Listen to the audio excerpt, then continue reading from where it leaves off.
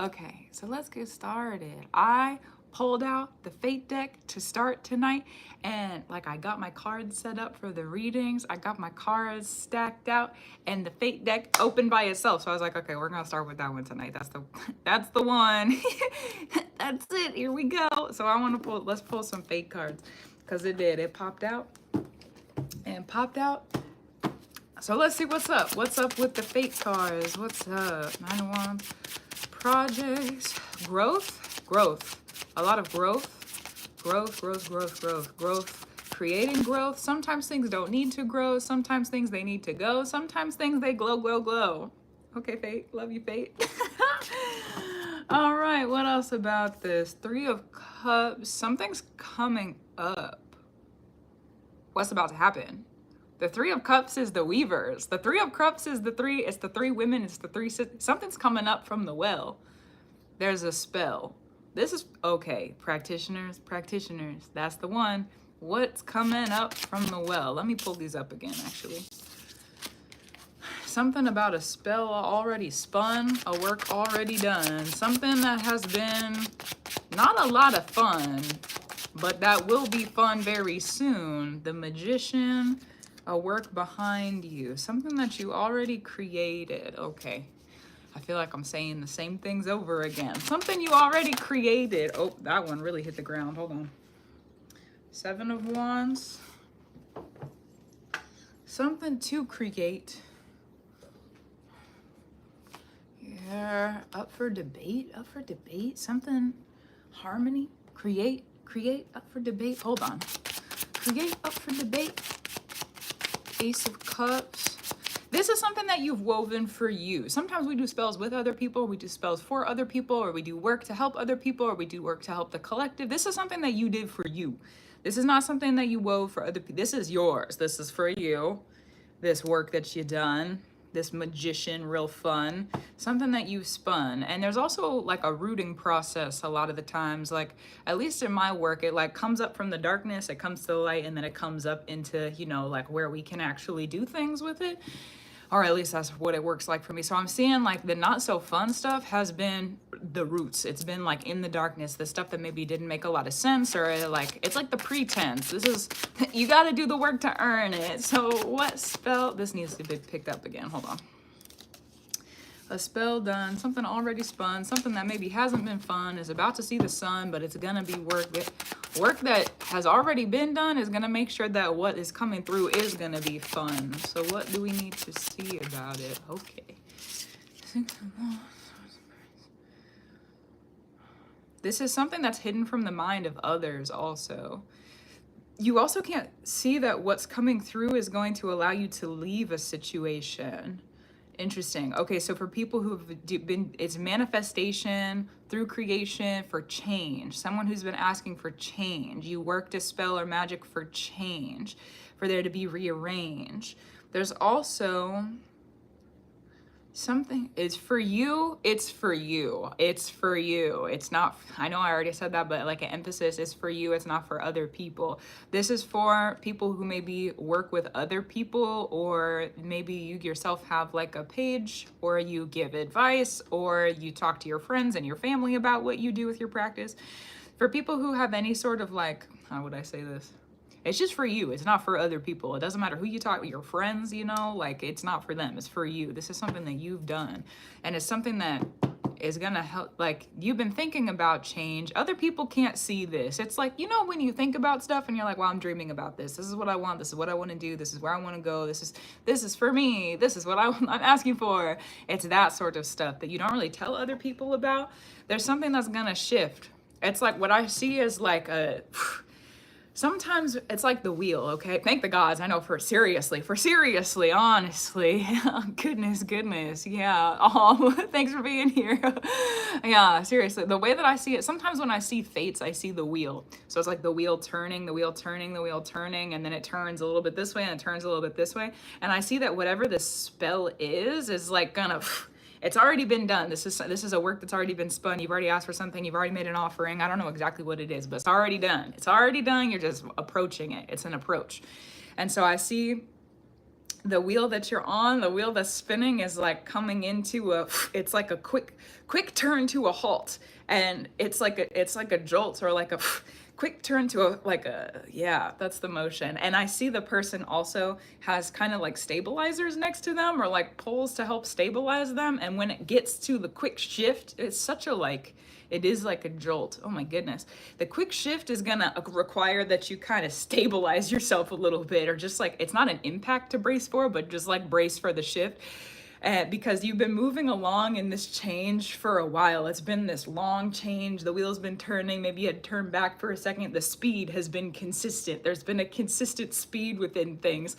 And within that consistent speed, thank you, Spirit. Within that consistent speed, all of a sudden things are gonna, oh, that was so loud.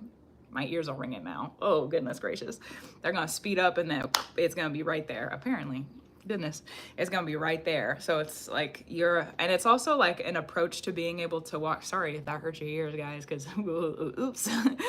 It's gonna be an approach to walk off of this thing that's been turning for a long time. Because what I see is like this circle that you've been in, the wheel that you've been in has been turning and turning for it's like a while, years at this point is what it feels like. Years and years. Maybe you've only been aware of it for months, but it's been years. Some people aware of it for months, some people aware of it for a very long time. So it's been turning, and you just like, you can't step off of it until it's done turning. You can't step off of it until it's exact, precise, you know? So it's gonna speed up and then like click into place. It reminds me of, you know, those like wheels where it has the like clicker and it'll like go down once it hits like a notch, and then it can't go backwards. Like you have to, it can only go in one direction. It reminds me of that. And it's like the most tension is gonna be at that peak before it comes back down again. And you know, just secured a live stream reading, shout out. Oh, I think I forgot to turn my notifications on. Let me go and turn them on. I'm also gonna finish up my collective space before we get into personals tonight. So good. Give me just a second. So good. Yeah, there's 2 people in line so far, Lindsay and Michaela. Okay, so let me wrap this reading up then. And also let me turn this on so that I can actually see. I forgot to do that. Okay, there we go. Thanks for the patience with me. Beautiful. Okay, so how do I want to wrap this up? We're almost to the end of this one. We're almost to the end of the collective, and then we'll step into the personal spaces. Yeah. Oh, so good. Okay, so so it's going to be real quick, and it's coming probably in the next like month, and then you're gonna be able to take a step in this next direction and step into the next level, the next layer. I don't know what the next level. It's like a month. Give it a month. I don't know what you're working on, but give it a month. Give it a month. Give it a month. It's gonna be golden good. I also see like honey fingers, like someone eating, like Winnie the Pooh, you know, eating honey off his hands. Yeah, it's gonna be real sweet. Oh my God. Okay, thank you, Fate. Okay, so let's say Lindsay's up first. So Lindsay, will you send me a message in, oh, hi, Bubba. Will you send me a message in the chat and let me know where you are at? Also, for people who are interested here, thanks, hello, the double here, hi.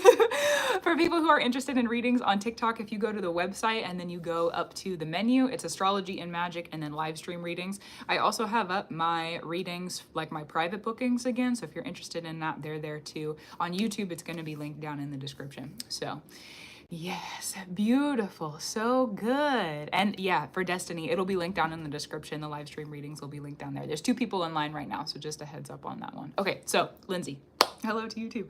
Lindsay, let's set into yours. Let me read your note. My cat is going crazy in the background. You can't really see him, but he's jumping around. Feeling stuck.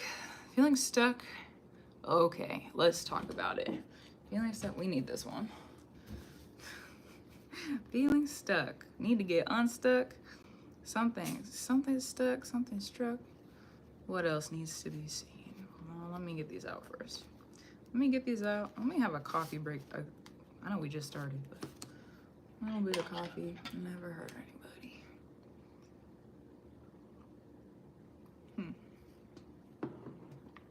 Okay. Something compact.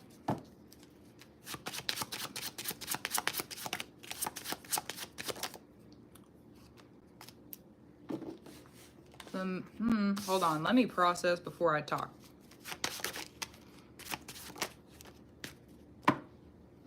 You're getting out of a place that you're not ever really supposed to go back to. Part of the reason that you feel stuck right now is because, okay, imagine this. Imagine this. You're in a room.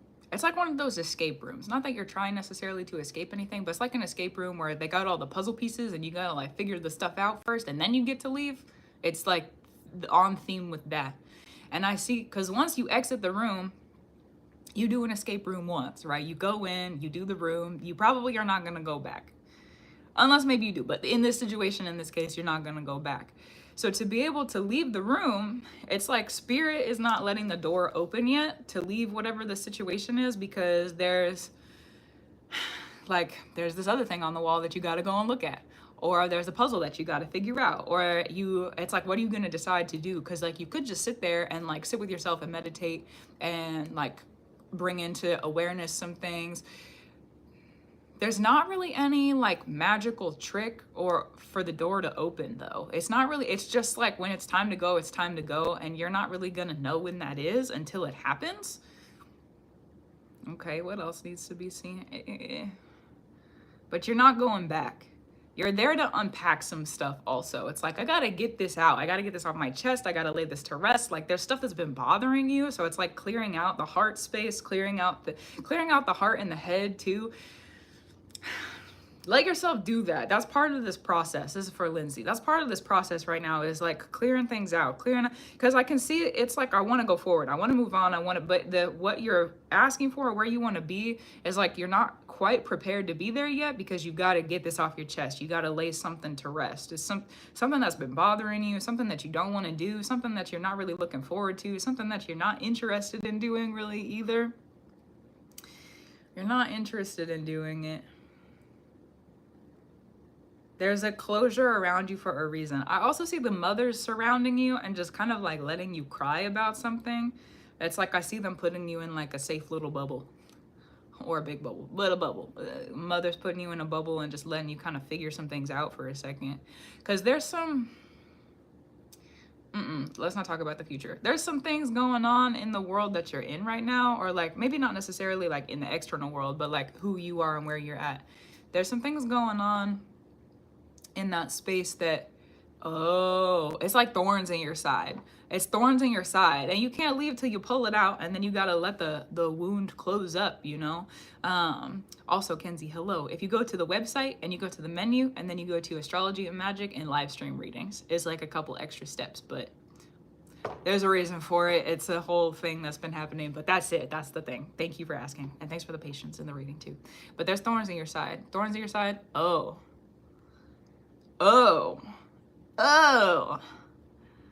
Pulling out the thorns of the mother?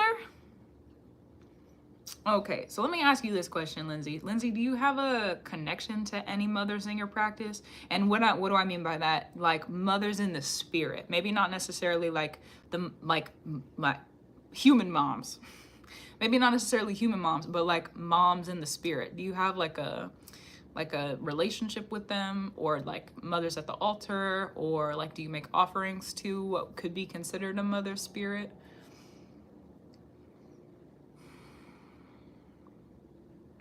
Because if you do, that's going to be a different answer than if you don't.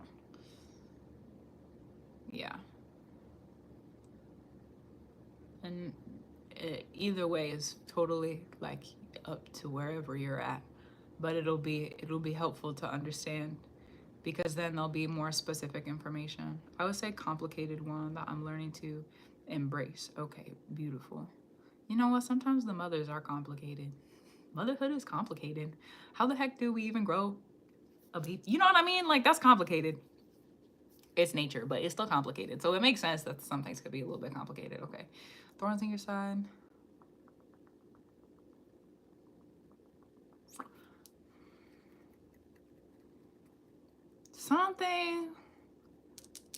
Something you're trying to hide is what I keep hearing. Something you're trying to hide. Let it ride. Let it ride. Let it ride. Hold on. Let's see.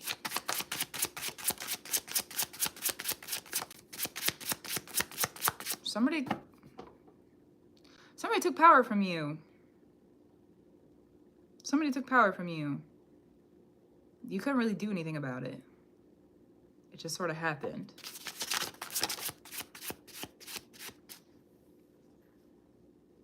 Who hurt? This is like one of those cliche questions. You don't have to answer this, but like this is like a who hurt you kind of situation. Who hurt you? Who hurt you? And why is it coming out like this?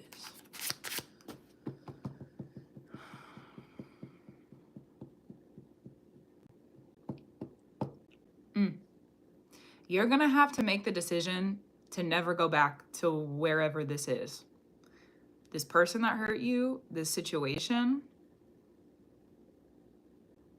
you're not supposed to go back. You're not supposed to go back. Whoever this person is, whoever hurt your heart, this is what it feels like is this is recent. Recent and not so decent. Recent could be like 6 months. Recent, not like 5 years ago. Recent, like 6 months to a year and a half. It's closer to like 6 months. Yeah, hey Bubba, I love you too. Somebody hurt you and you're not supposed to go back to them. Somebody hurt you and you're not supposed to go back to them, and you're sitting there and you're trying to figure out how to make it work. How do I make this work? How do I make this work? But you're hurt and you're trying to figure out how to make it work in the hurt. Come, you can come on. You want to come back up here? Can't they? You want to come up? You can do it. Yeah. I know I love you too. You want to do? You want to sit? No? You find a spot. Yeah. He's very particular about seats, so thank you for the patience. Okay. He like won't sit in my lap unless I have a blanket on, and like he only sits on the back of the chair sometimes. I brought over another chair for him, but he just like, it's not his thing yet. I'm still trying to find an answer to that. But anyways, thanks for the patience. Okay. Let's return. Let's return. There's something you're about to earn. This is a what I hear is a rite of passage in the yeah, I love him too. He's a good one, honestly. He is a good one. And he's always coming up to like affirm stuff and confirm things too. So yeah. Anyways, this is something you're about to earn. You're saying that you don't feel free, how to move forward. You're about to earn that. You're about to earn freedom from this person, freedom from this situation, and freedom from the pain also. You gotta let it rain. Figure out a way to get yourself to cry. Golly, sometimes I get it. I don't want to do that sometimes either. One of the things I do sometimes is I'll put music on and just sit and process. I'll sit and listen to the music, or sometimes I'll dance with it too. That helps me. If you have things that help you with processing emotions, have a practice of it for a while, because there's some things that you need to process about something that you've been through. Something that you've been through that I'm not really gonna poke into. It feels like you kind of know what's going on, or the situation that has occurred, something stirred. So, but there's emotions that need to be processed, because what I see is you crying and processing. It's like different sessions of it, allowing yourself to go through the procession of like the wound healing and the grief happening and the rage that might come up. Just don't put the heart in a cage, because once this healing starts to happen, you're processing it. You go through a procession of it. I see at one point, okay, have you ever seen The Hunger Games? You ever seen those movies? And I can't remember. It's the end of, is it the end of the third one? It might be the end of the second one, where Katniss is laying down and she's with Gale. It's like they just got to District 13, and she's laying there and she finds out that District 12 is gone after she just found out about PETA not being there. District 12 is gone. Like all of it, everything has come crumbling down. She's forced into this new world, and she's laying there, and the camera cuts to her like she just is angry, and she's looking over here and she's looking over here, and she's crying, and she's all this emotion, and then she stares at the camera, and it's just like this blank stare. That's the vibe. Yeah, it's just this, it's not blank, but it's like this piercing. It's piercing. And so to be able to reach that point though, of like having an exactness of where you're going and how you're going to get there and what it is, you have to sit and have those moments. And it's going to be more than just it's going to be more than just sitting in the couple of seconds of Katniss. It's going to be multiple different processing moments.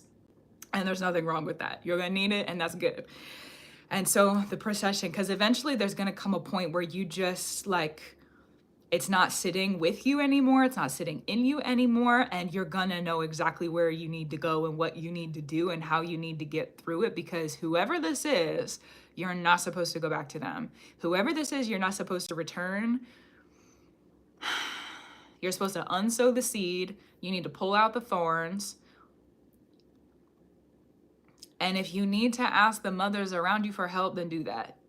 If you need to ask the mothers around you for help, listen, the mothers of love, the mothers who support me, that's the way I would phrase it. The mothers of love, the mothers who support me, the mothers who are going to help me get free of this. I need help right now. I need help processing the emotions. I need help. And then just ask for help. Ask for help with what you need.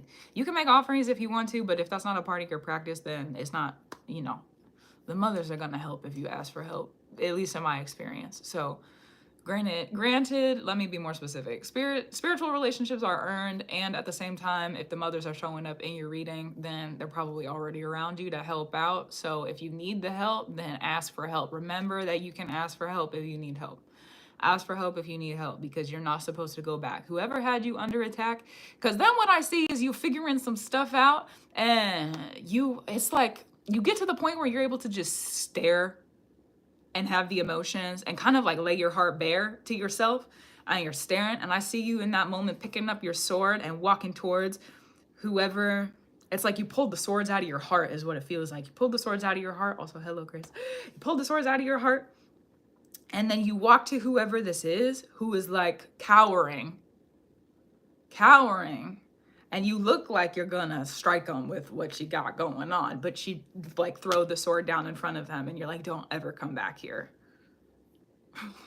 Oh gosh. Good. Good. Let them rot. Okay. Let them rot then. If that's really where you're gonna end up, let them rot. If they deserve it, let them rot. If that's not the honeypot, let them rot. Let them rot. Let's see if there's anything else that needs to come through. Oh my goodness.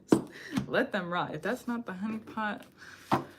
Because remember how much power you got, Sometimes we don't see it until somebody tries to take it from us. Sometimes we don't see it until somebody tries to snatch it up. And then we're like, oh, I didn't even realize I had that power in the first place. But now I see it, and now I see why people will want it. Okay, well, let me make sure that I can protect myself, first of all. Let me make sure that I'm healed, second of all. Third of all, let me make sure that they remember. Okay. Let me make sure that they remember.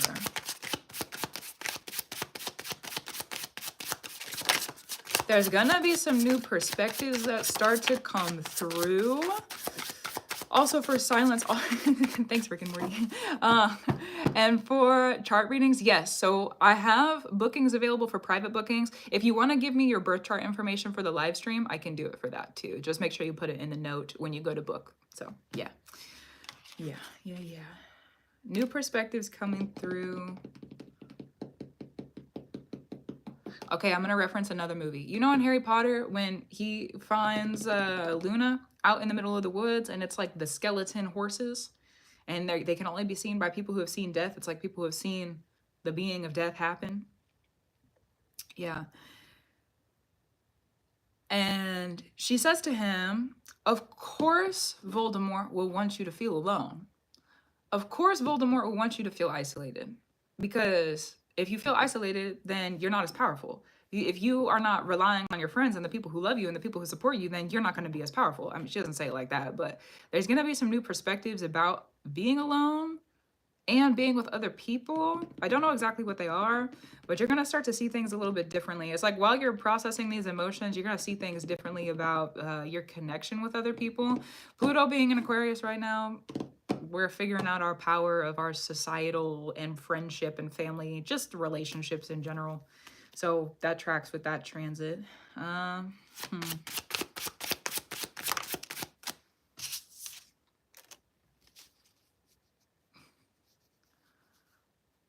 It's okay that you're not in the perfect place right now. If life was perfect all the time, do you know how bored we'd be? You know how bored we'd be? It's okay that you're not in the perfect place right now. Lean into it. If you need to get messy and dirty, get messy and dirty. Oh my goodness. If you need to get chaotic, get a little bit, whatever, just lean into it. You don't have to be the perfect person all the time. You don't have to be perfect with your emotions. You don't have to be in the perfect picture with the perfect family and perfect friends and the perfect. That doesn't exist. It doesn't exist. It doesn't exist. It doesn't exist. Hate to break the illusion of it. It doesn't exist. That doesn't exist. Even people who have the perfect picture, whatever it is, they work really hard for that. There's a lot of dirt work on the back end. There's a lot of dirt work. A lot of dirt work. You got to get your hands in it sometimes, you know? So it's like the hesitancy to admit that things are not perfect right now, or the hesitancy to admit that things are not doing really good. You got to start weaving more, because you're leaving. If you're in an energy that you do not like, if you're in an energy that you do not agree with, you're working through emotions, you're working through the pain of things, you got to start. It's like that trend. You know, the trend it was like months ago at this point that was going around where it's like, well, God, let me get up and stop crying because I'm a witch. And let me go up and practice. Let me cast some spells or go to the altar, whatever, you know, like I'm a witch. Let me remember I'm a witch. Let me go do the thing. Start to practice. Start to weave some things. Because you're leaving. You're leaving this behind. You want to get out of this? You want to leave it? Okay, activate some new stuff. What do you want? Where do you want to go? How's it going to come through? Do you light a candle for yourself if you need some inspiration? There's a lot of things you could do. There's so many different ways to weave. There's so many different ways to leave and weave. You want to bring in old parts of you that you want to bring through to the new. Is there dreams you still want to work on that you want to go forward and create? You could activate that with the spell. You could ask for help. You could bring offerings to the spirits. You could also discover some new things about yourself and where you want to be right now. This is where I want to go from this crappy situation that I'm in, and this is kind of how I want to get there. And here's what I'm bringing to the table so that I can offer that, sacrifice what I need to, spell work, offerings, however. And that's where I'm going. That's what I'm doing. That's where I'm headed. If it's a healing work that you need help with, there's so many different ways to do it. There's so many different ways to do it, but you gotta start practicing. Both. You gotta start practicing. You gotta start practicing, because there's things that once you send them up in this energy that you're in, and then you make the transitions and you realize the stuff and you get to the new place, then what you're offering for is gonna ground. Then what you're offering for is going to come back around. So imagine there's like a wall in the middle. You're over in this cruddy situation right now. You got to get some things figured out. You're practicing. All that stuff gets sent up. You make it into the new, wherever that is, the new situation, new friends, new circumstance, however it is that you made the transition into where you transition. Give it some time, keep practicing, and then those things are going to come back to the ground. They're going to come to the earth where you are. So the more you practice, the more is returned to you. And usually the more that you practice, it's like you got more gravity to you, you know? So anyways, start practicing, start sending some stuff up. Because if you're not where you want to be, okay, well, if it's not perfect, you want to stay there, don't get comfortable. Don't get comfy in it. don't try to make yourself comfortable where it is uncomfortable. It is okay that things are uncomfortable. If things are uncomfortable, something is supposed to change. If you don't like it, you're supposed to move on. Don't try to, because that's like it's like, okay, well, maybe if I do this, I could move this over here and things could be a little bit, and I could do this. And no, leave the situation. Leave the situation. Move on. There's more to this. Hold on. And cry about it. Keep crying about it. You gotta keep crying about it. Cry and walk. Sometimes we have to cry and walk, you know? Sometimes this might be weird, but what if you get into the new too early and things blend? That is probably, I mean, how do I say this? You can't avoid it, you know? We're humans. Things are supposed to cross over. But it's not, how do I say this? It's very rare that magic is that precise. It's very rare that magic is as precise as that, where it's like, all the same. Imagine how overwhelming that would be also if all of a sudden you had a new house on the same day that you got a new car, on the same day that you have a new job, on the same day that you go on a first date, on the same day that you meet another best friend. Talk about an overload. I don't know if I can handle that. I don't know about you, but that's a lot. Because then if you think about the precision of that, that means on the same day, forever, whenever ago, everything would have to end at the same time. Lose a best friend on the same day that you end a relationship, on the same day that you're leaving a place you don't want to be in, on the same day that there's the endings are a lot. Love you death, and they're a lot. So it's like it will be too much to take in. It's a lot. That's a lot. So it's like things are supposed to blend a little bit. They're supposed to blend a little bit because then too you can put energy into, say that you need, you know, a new living situation. Maybe that's one of your focuses. Maybe that's one of the main things. Okay, prioritize then. That's my priority. I got to get there first before I get to this other thing. There can be a whole list or like a whole, you know, like the area of things that need change, but you've got to focus on one at a time, one at a time. It'll be helpful. Do you know where your Mars is in your chart? Do you know where your Mars is? If not, I can look it up if you send me your info. But if you know where or if you have a chart that you can pull up, Scorpio, Mars and Scorpio. Oh, so you've got to think long term. Okay. Also, that makes sense of why you would want everything to happen at the same time. I'm a Scorpio too. I get it. Okay. I get that. Solid. Clock it. Got it. Okay. So let's talk about Mars and Scorpio. Mars and Scorpio sees the long term. Mars and Scorpio strategize for this needs to come first, and then this needs to come second, and then this needs to come. Like, sit down and have like a game plan with yourself. Sit down and say, okay, listen, I can't do everything all at the same time. What's the most important, and how do things need to move? Because then if you get the first one, okay, I need to focus on this thing first, then you can drive forward into that. Mars in Aries is, let's put a little bit of layers to it. If you're looking at, you know, those like battlefield things that you see in movies where they have the pieces on the map and it's like this troop is here and this troop is here and then they move the pieces around. Okay. Look at your goals like that. Mars and Aries, which is associated also with the Scorpio. So they go together because they're both ruled by Mars. So Mars and Aries is going to be, okay, I can only see kind of right in front of me. It's kind of like the king in chess. I can only make one move at a time. I can only go one, one, one. That's it. Mars and Scorpio, though, sees the whole entire board and says, okay, I think 3 moves from now, this troop might move into here. So I need to make sure that I can position these other moves so that I'm in the position I need to be when this thing happens 3 moves from now. So it's like very long-term strategy. But if you can lean into that, it makes sense with the Pluto being in Aquarius and then this crossover, because I was talking about Pluto and Aquarius and like us figuring out the power exchanges of relationships right now too. So go and have a team meeting, have a team meeting with yourself, and you can make offerings at the same time if you want to, but kind of put together a prioritization of like, okay, if I do this thing first, if I go after this thing first, it's going to leave me open in these other areas that I don't want to be open in. So does it make sense for me to do this first? If I go and do the second thing, you know, like prioritizing getting yourself out of a situation that is not perfect is honestly hard work. It's hard work. Hold on. There's some other cards. Let me see what we got. Talk about a bridge. Talk about a bridge. Sometimes stay, sometimes go. Either way, you're going to know. Okay. Sometimes stay, sometimes go. So either way, you're going to know.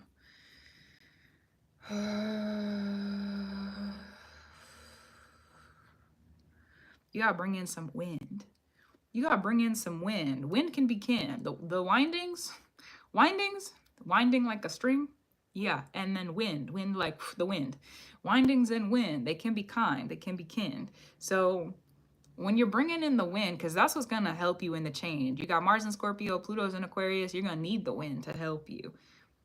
Go sit with the wind. You're going to need to go sit with the wind. Go sit outside, sit with the wind, talk to the wind. The wind, because Pluto being in Aquarius and you got Mars in Scorpio, this is like a magical translation for what I just said with the board.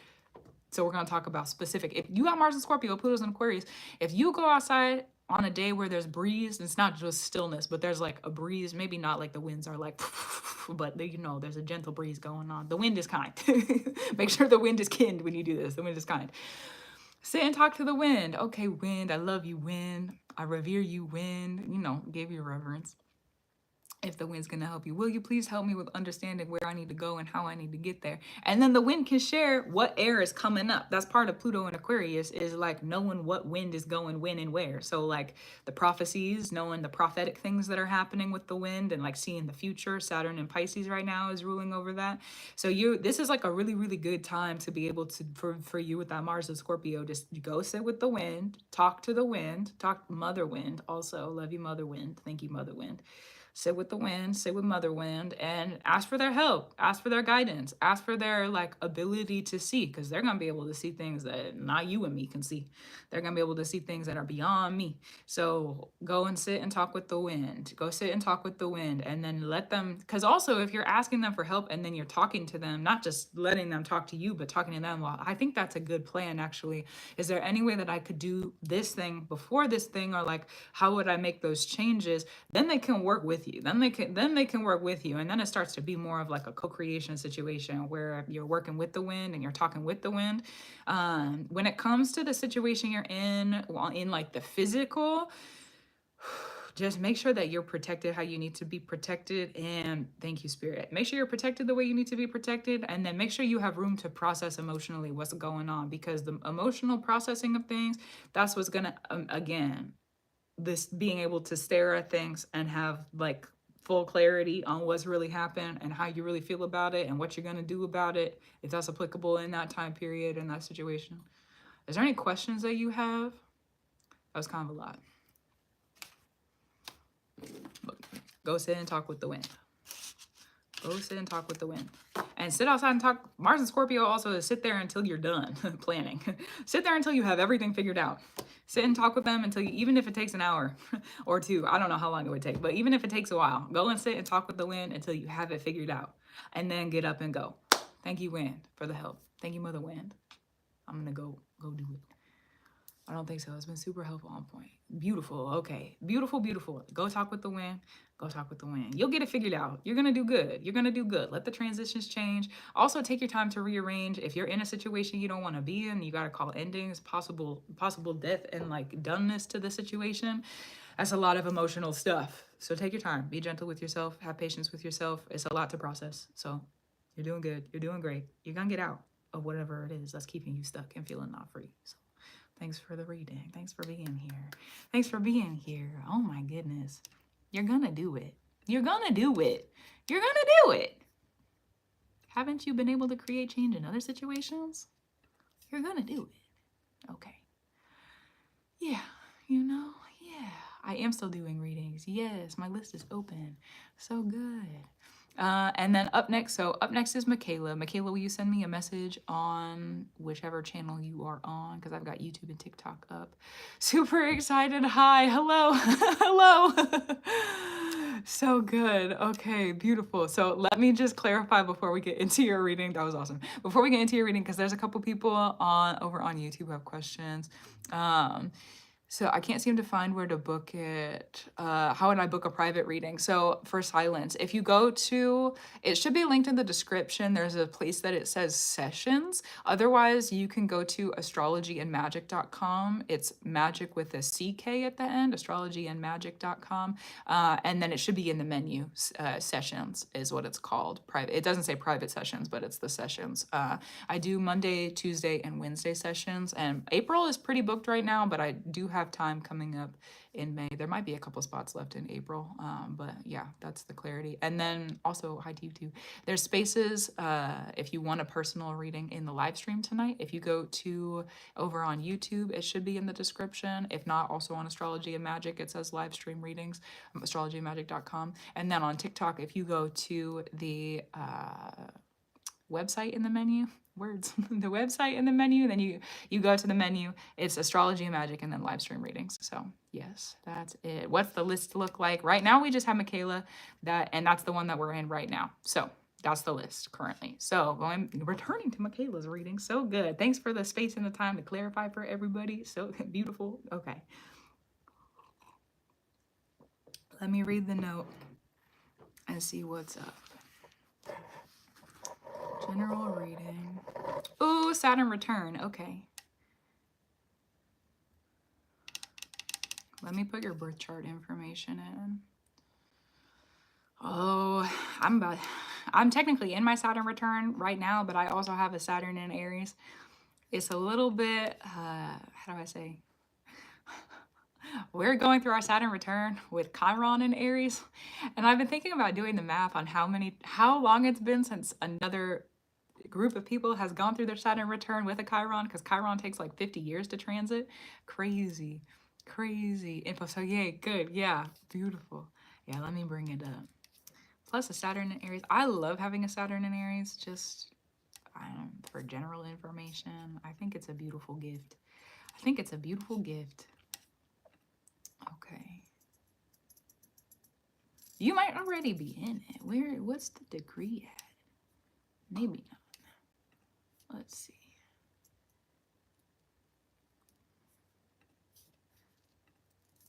Because it's 10 degrees on either side. It's 10 degrees on either side of the Saturn. So depending on what your Saturn degree is, it might have already started. It might have already started. Oh, let me go back and remember that. Okay.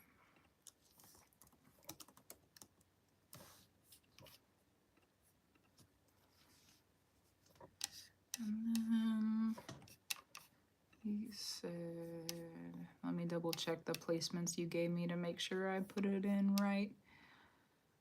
Rising Aquarius moon. Yes. Okay. Ooh. Ooh. Ooh. Very curious about what I was learning in the previous eclipse and retrograde season. Anything else that comes through in the reading? Okay, beautiful. I might use the cards too. Let me look at what's going on. Saturn Aries with the South Node, second house. You're gonna be you're gonna have a whole different life after this is over. You're gonna have a whole different life after this is over. Let me check and see where Saturn is at right now. Let me check the degree Saturn is at right now. Saturn. Oh yeah, your Saturn return starts in like a week. Your Saturn return starts in like a week. Your Saturn return starts in a week. Let me see if I can get the exact day that it switches over. The April 23rd. April 23rd. That's when yours starts. That's when it starts. That's when the degree is officially 10 degrees away from your Saturn. Oh my goodness, I didn't even realize I was making my chest red. Oops. Anyways, so that's crazy. Yep. So April 23rd, you got, what is that, 8 days? You got 8 days. You got 7 days, 7 days, 8 days to prepare yourself. As someone who has just started theirs, I will tell you that you can kind of feel it when it starts. If you're energetically sensitive at all, or you're energetically like in tune with things, when it kicks in, you're like, oh yeah, here we go. Oh yeah, here we go. The reason I say you're gonna have like an entirely different life when this is done is because your 12th house is ruled by Saturn, and your rising sign, and your first house. And the 12th house to the first house relationship is crazy. It's all the endings, all the transitions. You usher in something completely and totally different and new. And then when you get to that first house, it's like, well, I'm different. I'm a new person. I'm in a different world. I've created something different for myself. You also are going to probably go through a lot of financial changes in your Saturn return. Looking at your resources and how you make money, you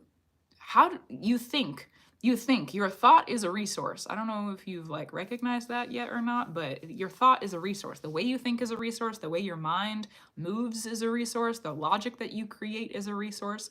I'm really excited. Okay, good. So good. Beautiful. Also, I did see it come in, so thank you for that. Yeah. I'm a women's health educator. Yes, good for you. Thanks for the work that you do. So good. Okay, cool. So, wow, interesting. Let me pull some cards. I'm gonna keep this up in front of me. I'm gonna pull some cards. My goodness. Something to relate. Don't try to forge money. This is not about driving forward and charging forward and being like money. That's not what this is, because your Saturn in the second house with resources and like being really work driven. The Saturn return is being like, really consistent in work areas. This is not about forging money. This is about taking a step back. Saturn retrograde this year is really going to help you with this. Saturn, let me see if I can get dates. Hold on. When does the retrograde start? May? No. July? Where are you at? July 13th? July 13th is when Saturn retrograde starts. So from that time until, when does it go direct? November 28th. So basically all summer, the end of summer and the fall. That's going to be, it's July 13th. Let me say it again. July 13th to November 28th. That's the Saturn retrograde this year. This is going to be that's going to be a good time to help you with this. It's going to be about taking a step back. Take a step back and figure out the attack. Step by step by step by step by step. Because the way that I see this, because Aries, where's your Mars at? Oh, interesting. Where's your Mercury? Oh, yeah, that makes sense. Okay, cool. I like that. You got a lot of luck in your Saturn placement. I don't know if you know that or not, but I'm gonna tell you, you got a lot of luck in that Saturn placement because you got, okay, Saturn in Aries is ruled by Mars. You have Mars in Gemini. Gemini is ruled by Mercury. You got a Mercury in Cancer that's conjunct with your fortune placement. Fortune is about being at the right place at the right time. Where's your moon at? Your moon's in Aquarius, so you got a Saturn circle. Okay. Okay. And you're born on a full moon. Okay. So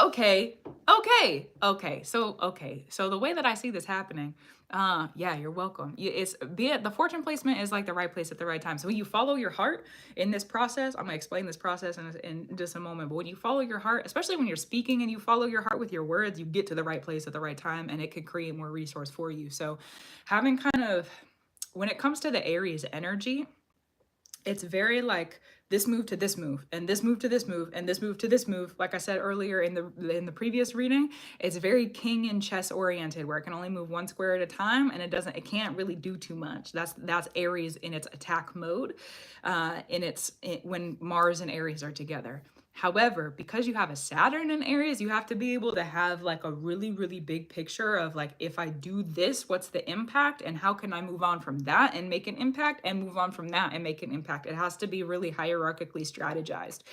It's kind of a lot, but I also have Saturn in Aries, so you know what, I get it. So as you're doing this, it's like you feel the movement forward, right? You feel the spark, you feel the start, you feel the get ready, you feel the go. Have a moment of, let me sit with it. Let me sit with it. Let me make sure I can see at least 3 steps ahead. Do at least 3, because at least 3 is going to make sure, at least for me, that's how I keep order in my practice when it comes to Saturn. If you can do at least 3 steps ahead and then follow through, you've bound an order up. It cannot be broken at that point. So if you are working with something when it comes to resources and you're like, if I do this thing and then I do this thing and then I do this thing, it's going to have this kind of impact. If I do this thing and I do this thing and I do this thing, I'm going to have this kind of victory.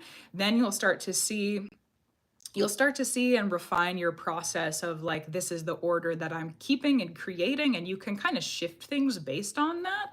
The follow through is definitely the hardest part when it comes to Aries.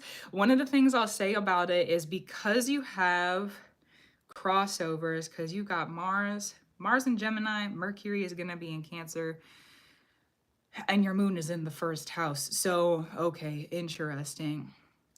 Whenever you have the emotions come up that are not joy, keep going. That's going to be the thing that might trip you up a little bit. When things are no longer fun and you want to stop because it's not fun anymore, keep going. When it feels like it's not full of joy and love and it's not this bright spark anymore, it's like, let the embers glow. You got to let the embers glow at the bottom of the fire. You know, let them glow, sit there and enjoy the heat of it, whatever it is. Let it burn a little bit, you know, keep your hands warm and keep the roll going, because then once you get kind of those steps ahead, you get the follow through done. Even if it doesn't feel fun, even if it's not full of that spark and that joy, even if, and then you follow through, then you can put another piece of wood on the fire and keep going. So the reason I say 3 steps at a time, I said it earlier, I'll say it again, is because when you do 3 at a time, you bind the order up. So it keeps it with Saturn, keeping order and protection and keeping it like safe is kind of one of the big things that I teach people or try to reach people with when I'm talking about Saturn placements. So while you're working with these resources and these next steps and these next moves, if you do 3 at a time, you create 3 at a time, it'll bind those together, the 3, 1, 2, 3, and then that makes a 1. If you look at like the 3-6-9 theory, where it's like 1, 2, 3, 4, 5, 6, 7, 8, 9, and then if you do the 3, 3, 3, then you have 1, 2, 3. If that makes sense, it's like a pyramid, right? And then you got 1. So if you put 1, 2, 3, I hope you're following what I'm saying. 1, 2, 3, and then if you put 3 into that, you get 1 again. So it's a really, really strong binding, especially when it comes to everything's always in 3s. Yeah. So okay, I was like, I hope I'm not losing them in this explanation. Sometimes but you got Saturn and Aries, you know, sometimes it's a little bit heady. That's just what it is. So, okay. So if you follow through with at least the 3, it's like, take a step back. Let me feel through it. Let me talk to myself about it. How do I feel about these? Because it's going to be very heart driven. Talk to yourself with your heart, sit with your emotions.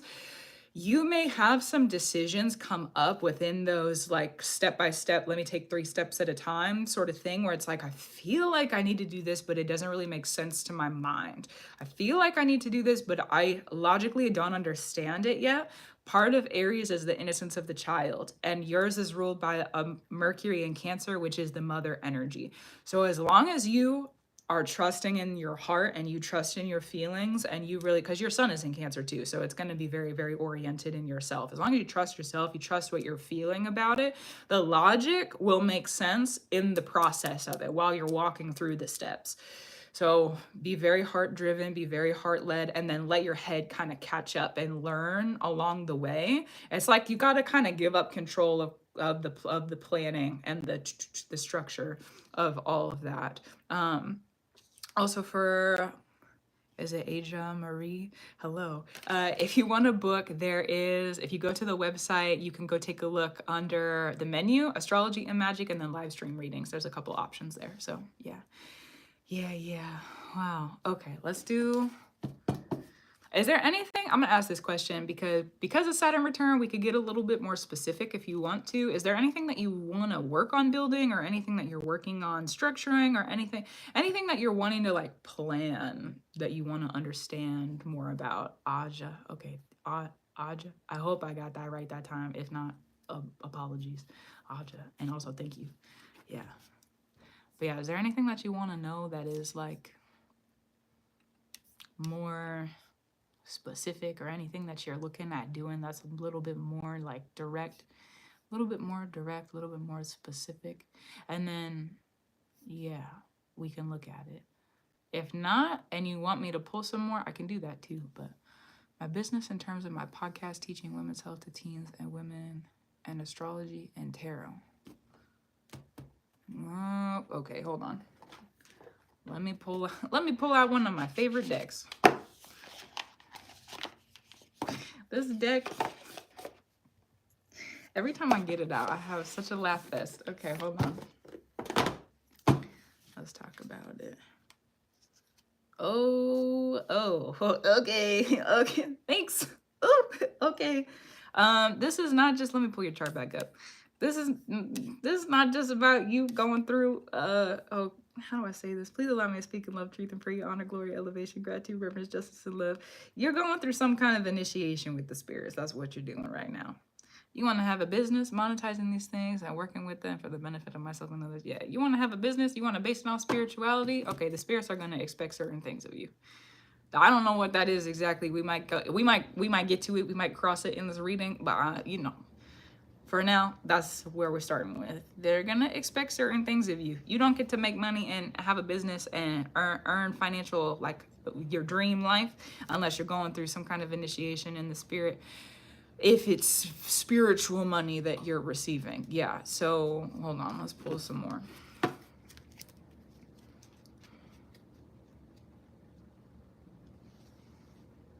You're gonna need to break some curses. Saturn is the father. You've got curses to break. You've got promises to make and promises to yourself, not to anybody else. You got promises to make and curses to break. Curses of the father, curses of the mother, curses of the cycles that have come before you. You got curses to break. That's the witchy part of your Saturn return. That's the witchy part of what you're doing. You got curses to break. This is a curse breaking time. You are curse breaking. There's still gonna be a couple years after your Saturn return is over. So like Saturn return will be like 2-3 years, right? There's gonna be a couple years after your Saturn return where things are still setting in. You still got some work to do. Been breaking curses for a while. When does it end? You know what? In my experience, it's something that a cycle can come to an end, but it's work we're doing. That's cleanliness work. We don't get to stop. It's cleanliness work. It's protective work. If you keep doing it, you keep being protected. Oh gosh. Do you have a practice you can lean into for, because when I say initiation, that's like for me, that's a big word. I don't just say that to say that. When I say that, how do I say this? When I say that, I mean, there's spirits around you making sure that you're doing what needs to be done. So do you have a practice that you can lean into to to make sure that you're like taken care of and you have order, because Saturn is going to be consistent in the order, right? So like, do you have a practice you can lean into to make sure, because there's going to be ancestral, you're breaking curses, that's going to be, do you practice with the ancestors, make offerings to them and keep them around in your practice? Because that's going to be something that I don't want to say it's going to be required, but you've been hired. That's what I just heard. You've been hired. It's not required, but you've been hired, so fill the position. Oh gosh. You've been hired, so fill the position. So if you're not making offerings to them, then it's time to start. Okay. And if you are making offerings to them, then, you know, keep it up. Keep it up. Oh my goodness. Is there anything else? Let me go back to, no, this deck is the one we need for now. Hold on. Something's gonna flip once you get a grip on that, once you get a grip in the ancestral spaces, because it's not just doing ancestral spiritual work, is doing, I just got done making an offering to the trees and I work with my ancestors for sure. Beautiful. Okay, good. Okay, base foundation, beautiful. Thanks for that. Thanks for that. An offering to the trees. Okay, then there's gonna be God work that's involved in this too. I'd like to get more structured in the practice itself. Okay, beautiful. There's gonna be more God work that comes in. Let me see your questions. What questions you got? I don't. Spirits, for whatever reason, asking you to be really specific. Spirits asking you to be really specific. Yeah, spirits asking you. So, what questions do you have? Is there anything that you've been wondering about or been stuck in? Because if this is practice based, then we're gonna take kind of a different approach. You just got hired with such a confirmation because I was waiting to hear back about a new position at work. Okay, well there you go. There you go. Oh wow, interesting. But yeah, what questions do you have about the work in that spirit is having you do, the work that spirit is having you do? That's different. That's different. That's different. That's different.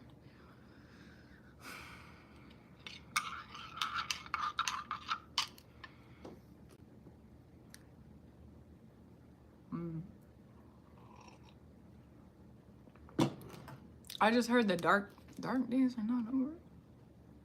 The dark days are not over. And how can I get more consistent in my practice? How can I work on letting go of things that are? Let me wait for the next one. The dark days are not over. There's power that you haven't even heard of that exists out in the world. There's power that you haven't, let me read again, hold on. Distracting me from stillness and inner knowing. Okay, so here's the answer, and it may be an indirect way.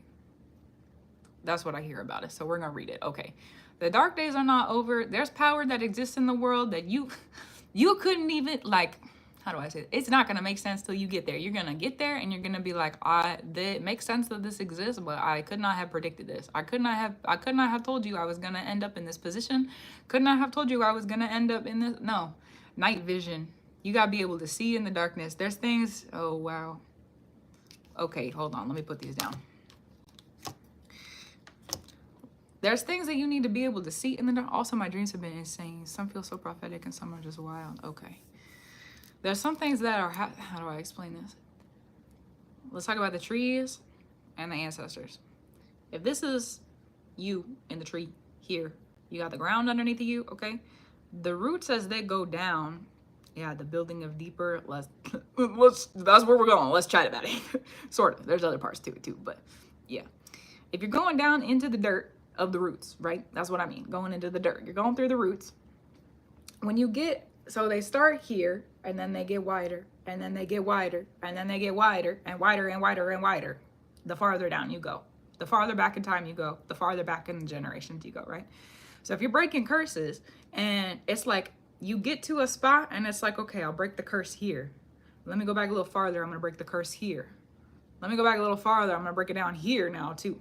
Let me go back even farther, I'm gonna break it down here. And so every time that you do that, you're bringing different sight into the night. You're bringing it to light also, and then you yourself get to decide what you're gonna do with it. And if you don't already have a practice with the gods, it's gonna be helpful for you to have relationships in that, because in my experience, what happens is however you practice with the spirits, so God spirits, altar spirits, however that works for you in your practice, because everybody's practice is different. Those spirits that are up here at the top of the tree, it's like reflective. The roots and the top are reflective. You're in the middle here with the trunk, right?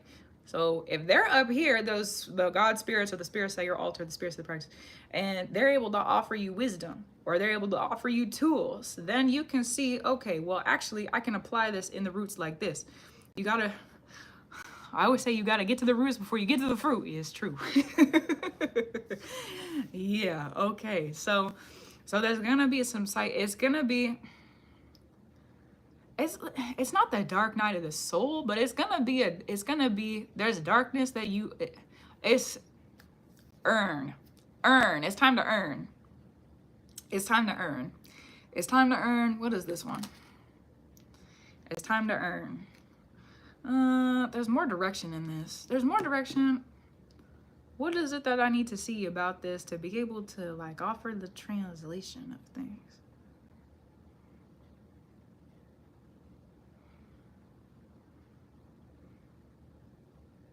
Oh, hold on. Let me prove to TikTok that I actually am a real human. Okay.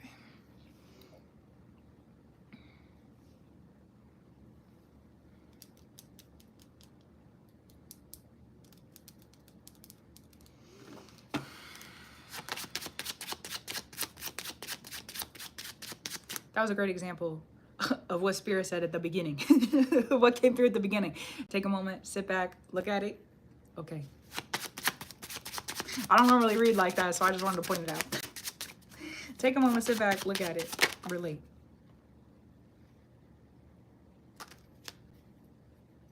You might not want to hear it, but this Saturn return is about death. And getting you out of hell. Getting you out of hell. You might not even realize some of the cycles that you're in right now, and that's fine. That's fine. This Saturn return is about death and getting you out of the ancestral hell well. You don't need to be in there. You don't need to be in there. You got to practice. You don't need to be in there, but you got to earn your rights of being out of it. And that requires going into it and pulling out a whole bunch of stuff that you didn't ever want to see and earning the wisdom of the magic that you didn't ever really want to know about, but now you do.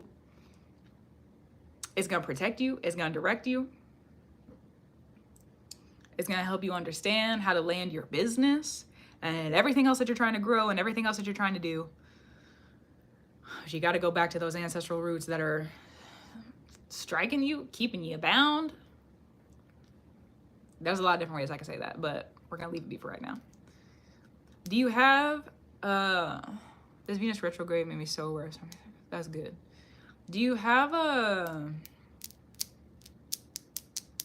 healthy relationship with spirits at the altar? Like, do you have gods at the altar that you can make offerings to? Do you have relationships that you can, like, you know, talk to them, bring offerings to them? It's not my business who it is.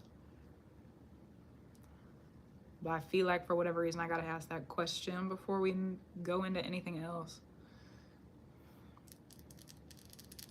Oh, also, thank you, Earthly Blessings. Aw, I appreciate that. Thanks. But yeah, do you have a... Because if you're getting up out of the ancestral hell well, that's a hard well to be in, first of all. Secondly, it's a hard well to get out of. And when I say well, I mean like wells of water under the tree. Mostly my guys or ancestors. Not necessarily any specific. You're going to need specific spirits. That's going to be your homework. That's going to be your homework. That's going to be your homework. Is there anyone specific? It's time to make some, because you asked if is there anyone specific that you should reach out to? Also, hi. Hello. It's time to make some decisions. In my experience, if you connect with gods that are ancestrally connected to you, they're going to be able to bring you either more or different sorts of wisdoms than gods who are not ancestrally connected to you. Doesn't mean that you couldn't offer to, up to you, discernment. You know, every practice is different. So it's helpful in my experience. So if you know kind of where you come from, and then look at the gods, because it's time to make sure. I can't tell you. I can't tell you this is this and this is that, and this is who you need to go to. You know, I never felt energies of the Morgan in the past, but never dove too deep into it. I love the Morgan. If you're gonna be learning about that, if that's who you feel called to work with, listen, I'm not her. I can't speak for her. But if you're gonna be going through the darkness, oh, and you really gotta go through, I love you more again. That's for sure, for true. And if you're gonna be going through the darkness, that you're gonna have to learn things that you don't want to learn, that's a pretty good spirit to have ride with you. That's for sure. So it's a big decision. Listen, let me tell you, it's a big decision to start making offerings to the spirits, right? It's a big decision, and it is something of precision. When I was really deep in my practice, I felt her deep. Okay, so if she's already with you, then prepare. If she's already with you, then prepare. How do I start working with her? Let's share. Hold on. I got reorder the cards. You know, every once in a while when I do that, because I do that occasionally, clear the energy, I do every once in a while have the image of me being really old stuck in my head and being like some crazy old lady who's like, anyways. Okay.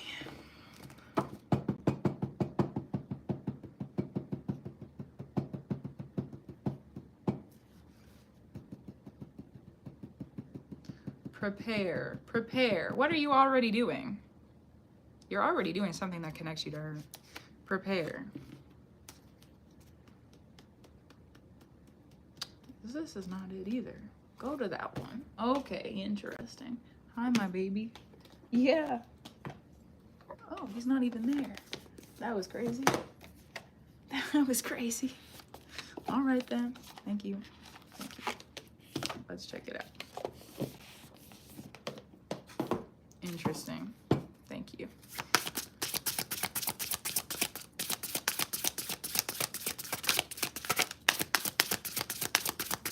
There's something else waiting for you. Your world's gonna look really different. Go to nature. Prepare yourself by going to nature. Hold on, let me read that. Okay, beautiful. Go to nature, go to nature, go to nature. That's where the old gods come from. Go to nature, go to nature, go to nature. Listen to her. Go to nature, listen to her. If you it's like get away from technology and all this like worldly stuff that we do it. Nature's my safe space. Good. All this worldly stuff where we do, you know, just where we live life in the worldly stuff. Get rid of that for a second. Go to nature. Maybe go camping or like have a retreat, like a technology less retreat or something like that. Go out into nature. It's more. Go to nature more. Go to nature more. It's gonna make sure that you're sure before you open a practice like that. Because once you do it, you can't once a bell is wrong, it can't be unwrong. Once you speak a word, you can't unspeak it.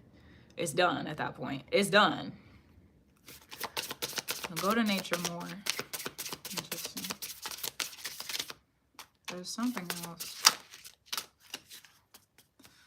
Okay, so what do I need to say about it? If you're gonna offer to her, then you need to make the decision. It's not something that I could tell you. I always feel so much peace in nature and definitely have been feeling more called to her. Beautiful. Yeah, it's not something that I could tell you. It's not something that, no. There's some authorities I've been given in the spirit, but that right now in this reading is not one of them. So if you're going to offer to her, then you need to know what it is, and you need to know why you're doing it, and you need to know what you're going to offer, and you need to know when you're going to offer and how often you're going to offer and what's expected of you. Like there's a lot of different things that you're going to need to like learn, you know? So yeah, do some research. Also figure out too, ancestrally, thank you. Ancestrally kind of like the connection to that and what that looks like and all, that never worked with it. Okay, well then expect some changes to come in. Expect it to be really different.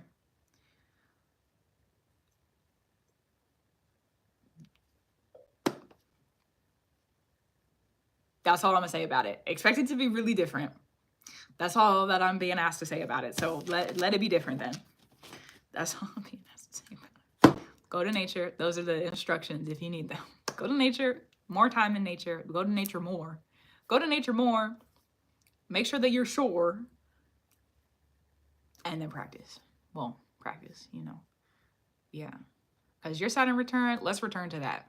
Your Saturn return, you gotta dark moon in Leo on your descendant, that's ruled by your sun in Cancer, which is also in a stellium with your Mercury in Cancer, which is ruling the Mars in Gemini, that rules your Saturn in Aries, and that's ruled by the moon in Aquarius, which is also ruled by Saturn. So you have a big circle of all of that, and death and darkness is going to greet you while you're in your Saturn return.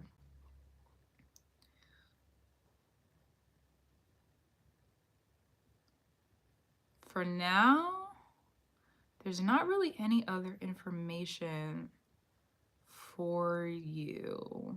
That's what I'm feeling. Yeah. Is there any other questions that you have? How does my Scorpio midheaven play into all of this? That's a great question. Well, it's ruled by the same Mars that's in... Okay. Okay. Oh, okay. Oh, that's gonna have a lot to say one day. Interesting. Hold on. Let me...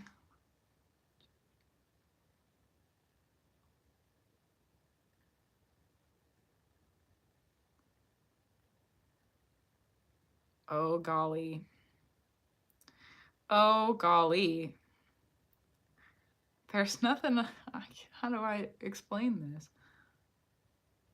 There's nothing I can say to make the darkness go away. There's nothing I can say to make the this picture of your world that you have in your head as like this career and the way that you want to do it and who you want to be and how you, that's a possibility. You could do that. You could do that. It's possible. It's possible. And in order to create that, because of the way that your placements are set up, you're going to have to greet death. And it's not just greet death. Death is also going to greet you. If you're going to grow in your career, if you're going to, thank you, Spirit. If you're going to grow in your career and you're going to make something out of yourself and you're going to go be in the public image and the public eye and you're going to claim your power in it and you're going to have the social media pages and the fame aspect of it because your Jupiter is also ruled by Saturn in Capricorn.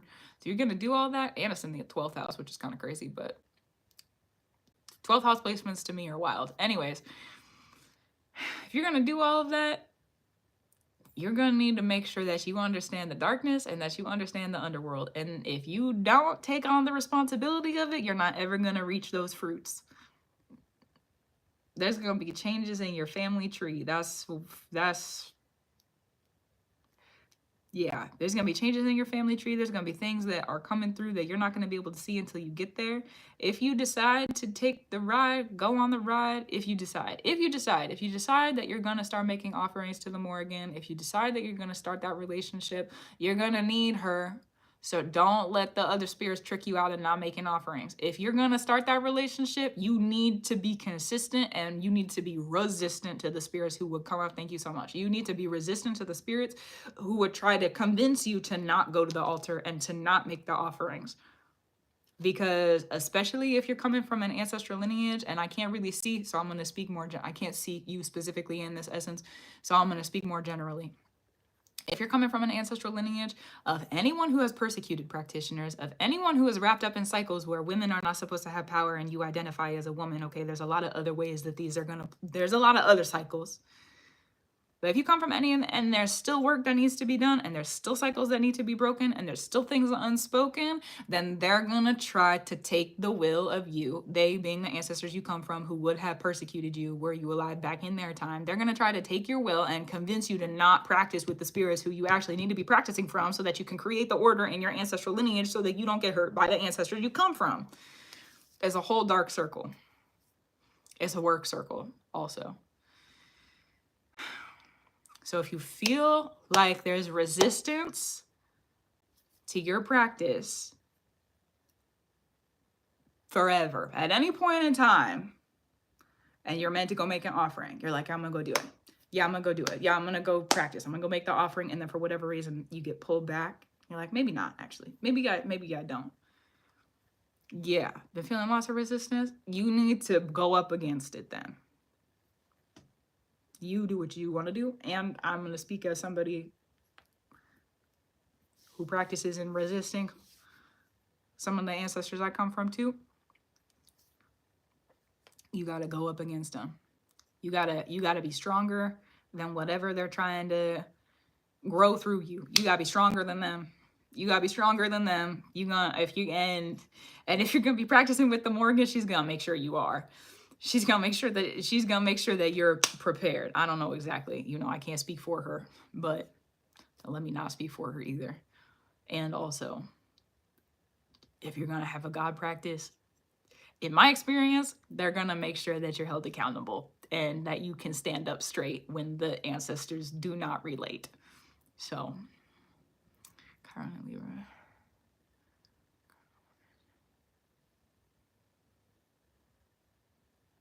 what I hear is you're not supposed to focus on that right now. There's so much other work to do. There's so much other work to do, and you're worried about little old Chiron. No offense to Chiron, that's just what I hear about it. There's so much other work to do, and you're worried about little old Chiron. Plus, Chiron's in the sign that your Saturn is in right now, so it's like, how do I say that? Return and focus on some of the other stuff that's important. Heal as you need to, but there's more that's going on that is more important. It's more important. Okay, cool. Oh my goodness. Yeah. Take your time with it. And also, when I say it, the previous like stuff that came up, take your time with it. But also be prepared if you're gonna start practicing like that and bring offerings to a god or gods, multiple. You're gonna need to be consistent with it. You're gonna need to be consistent with it. If they call you to the altar, this is me speaking from experience. So discernment for you. If they call you to the altar and you're going through breaking ancestral cycles and you don't go to the altar, then you're going to be left alone without an offering in the future when you're in the middle of breaking a cycle then. So make sure if you get called to go, if you start the practice, this is an if, because still your decision, of course. If you start the practice and then you miss out on, don't miss a call. If you get called to go make an offering and you don't go do it, you're going to have to learn the hard way. And personally, I would rather not do that. And I would rather that you don't have to do that either. So if you get called to go make an offering, make sure that you go do it. Make sure that you go do it. Make sure that you go do it. Especially if you're in the middle of breaking cycles where you're going to need the spirit's help. Okay. There's another way. It can be safe. It can be safe. Just make sure that you make the offerings when you're called to make them. Oh my goodness. Oh. If you're able to do this is probably the final thing I'll say. If you're able to do this and you're able to, because this, it's possible.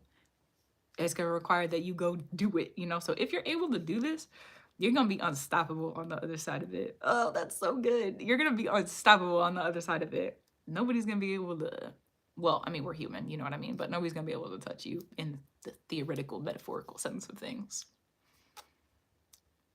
Cool. Thanks for booking with me. That's great. I'm excited, nervous, and ready for the shits. You got it.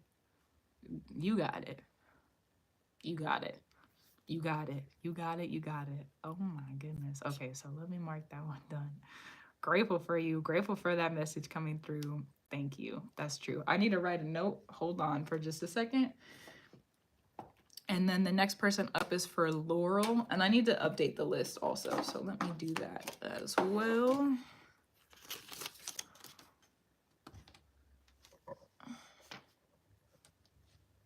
Where'd my pen go? Pen, oh pen, where are you?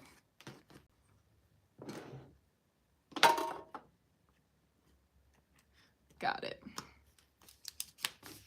I said to myself, as if calling is gonna help me find it. And then I was like, no, duh, I'm a witch. Of course I'm gonna find it now. And here we are. Okay, anyways.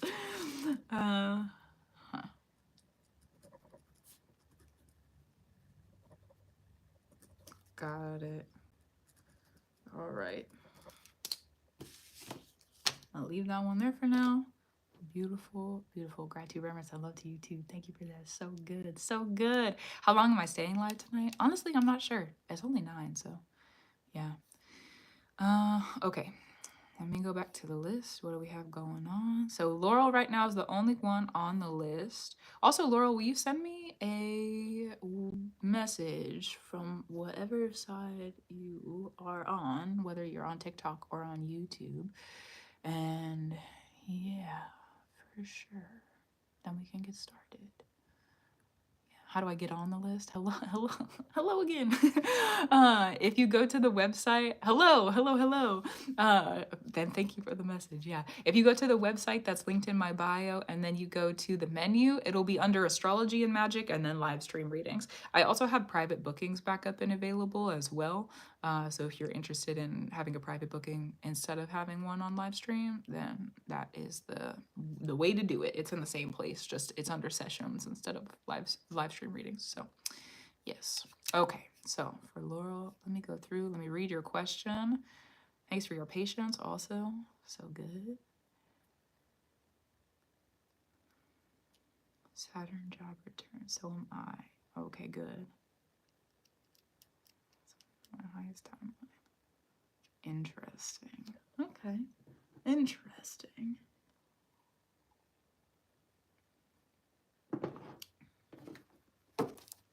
Protections and predictions. That's what this reading is going to be. Apparently. Protections and predictions.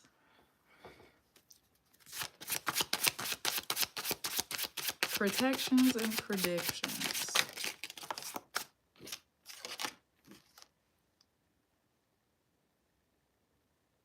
Why are you not focused on your finances? Why are you not focused on your finances? You could be making more money right now. You could be making more money right now, but you're not focused on your finances.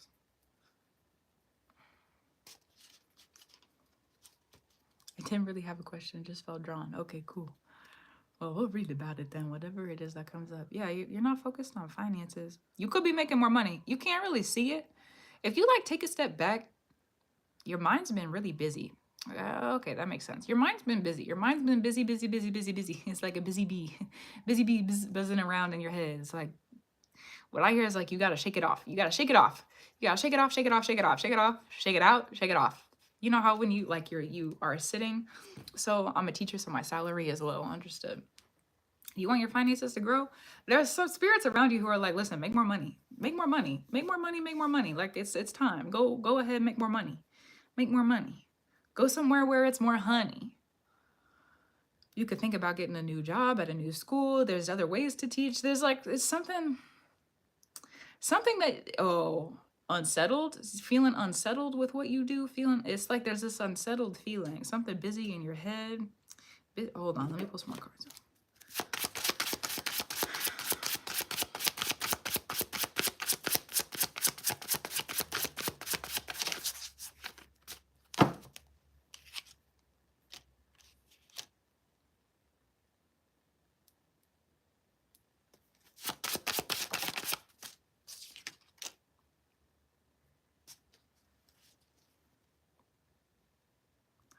Okay, this might make you wince a little bit. This is not, I'm really sorry in advance. On like a human to human level, this is what I hear in the spirit also. There's no prince that's coming to save you. Or like princess. There's no prince or princess or whoever coming to save you. And there's something that's been, your head is worried about something. You're worried about something and you're like, it's like, you're not in denial, but it like keeps coming up and you're like, shh. And then your head will be like, but what about, and then you're like, no, I'm not thinking about that right now. And it'll come up again. It's been happening for what I hear is months now. Something that's been like festering. It's like something, it's like if it was on the skin, it's like a rash and you haven't put lotion on it, or like you haven't like taken care of it or gone to the doctor, but it's in your mind. It's something that's happening in your head. And so have some time to just sit and think about, be aware of things, because it's coming up at a specific time for a specific reason. Something to do with your money, something to do with your money and your honey and like the situation that you're in financially, something to do with you and this person that I don't know exactly what's going on, but this person that you mentioned, something to do with that. Something keeps coming up and festering. There's not anybody that's coming to save you, but there's something in you that is looking for a savior, and there's something else. Oh my goodness, there's so many parts. There's something else. So it's like party is looking for a savior. Party is looking for somebody to like take care of them, save them from, I don't know what the situation to be saved from is, but save them and like, but there's also this other part of you. It's like little you, baby you, young you, who's like, I still have a dream. Can we go back to that? Do you hear me? I see them down like at the bottom of a tunnel being like, can we please Please, please, remember, you can do it. Little tiny you is still down there, and little tiny you is, yep, you are real talk. Like, what I see is you, like, bold, audacious young one being like, and I can do this, and I can do this, and like that part of you is trying to come back out to get you to do something. I don't know what it is, but you, if you listen to that part of you, are gonna know. If you listen to that part of you, you're gonna know. Spend about a week, if you need a way to help channel this, because you don't have to do this, but if you needed a way to help channel this, if you spend about a week and you don't scroll on the internet, take time off of the internet, don't really watch TV, just take a week, like a normal week where you go to work and you live your life and whatever, you do whatever that you do. Instead of watching TV or listening to music, or just spend time with your mind and your body while you're doing the dish. Like, sometimes I do this where I'll like do the dishes and I'm listening to music because I love music. I love it. But there's sometimes where I gotta sit back and I'm like, okay, no more TV right now, no more music. I gotta think about things. I gotta feel through some things. I gotta listen to myself. And if I'm listening to music, I can't listen to myself. So it's like, take some time. What I see is like just 7 days. 7 days. Create some harmony in it. 7 days. Take about 7 days. Like a Sunday to a Sunday, because then you get through like a whole cycle, right? So think about some things. Just start being aware the rest of this week, and then start next Sunday if you want. Start next Sunday, or pick a day. It doesn't matter. It doesn't have to be on Sunday. Just pick a day and start. And do it for like a week. Don't scroll on the internet. Don't do anything. My spring break week is coming. Okay, that's beautiful, because then you're gonna have a whole bunch of time to lay around and rest and recover too from work. That's gorgeous. I love that for you. Okay, good. So yeah, sit around, live life, do what you want to do, but also at the same time, like, take off of take off of technology, because there's some things, there's a version of you like here now and like recent who's worried about something. Honestly, you're right. Do you see the world right now? Honestly, you're right. Have you seen? Okay, so you was worried about something. And little tiny you was like, I have the answer. Little tiny you knows what to do. Little tiny you is down there, but you gotta go listen. You gotta listen to them because they're really smart. Little tiny you, bold, audacious, little tiny you knows exactly what needs to be done. And you gotta let them do it. You've gotta let them do it, because whatever that little tiny you is, you're looking, this person, whoever this person is, I'm not saying that the relationship is toxic or negative. I'm not saying that. What I am saying is that they've come through. It's like sometimes people come into our lives to help us remind us who we are, right? So there's something about this person that's come through to help you remind yourself of the qualities of yourself. Interesting. And there's something else. There's something else going on, and it's in that younger version of you. Younger version of you, if you listen to them, they're gonna give you the answers. Because what I hear, there's like mother spirits around you who are like, why are you not trying to make more money right now? Why are you not trying to make more money right now? Like, do you see the world? Stack up on some cash, kid.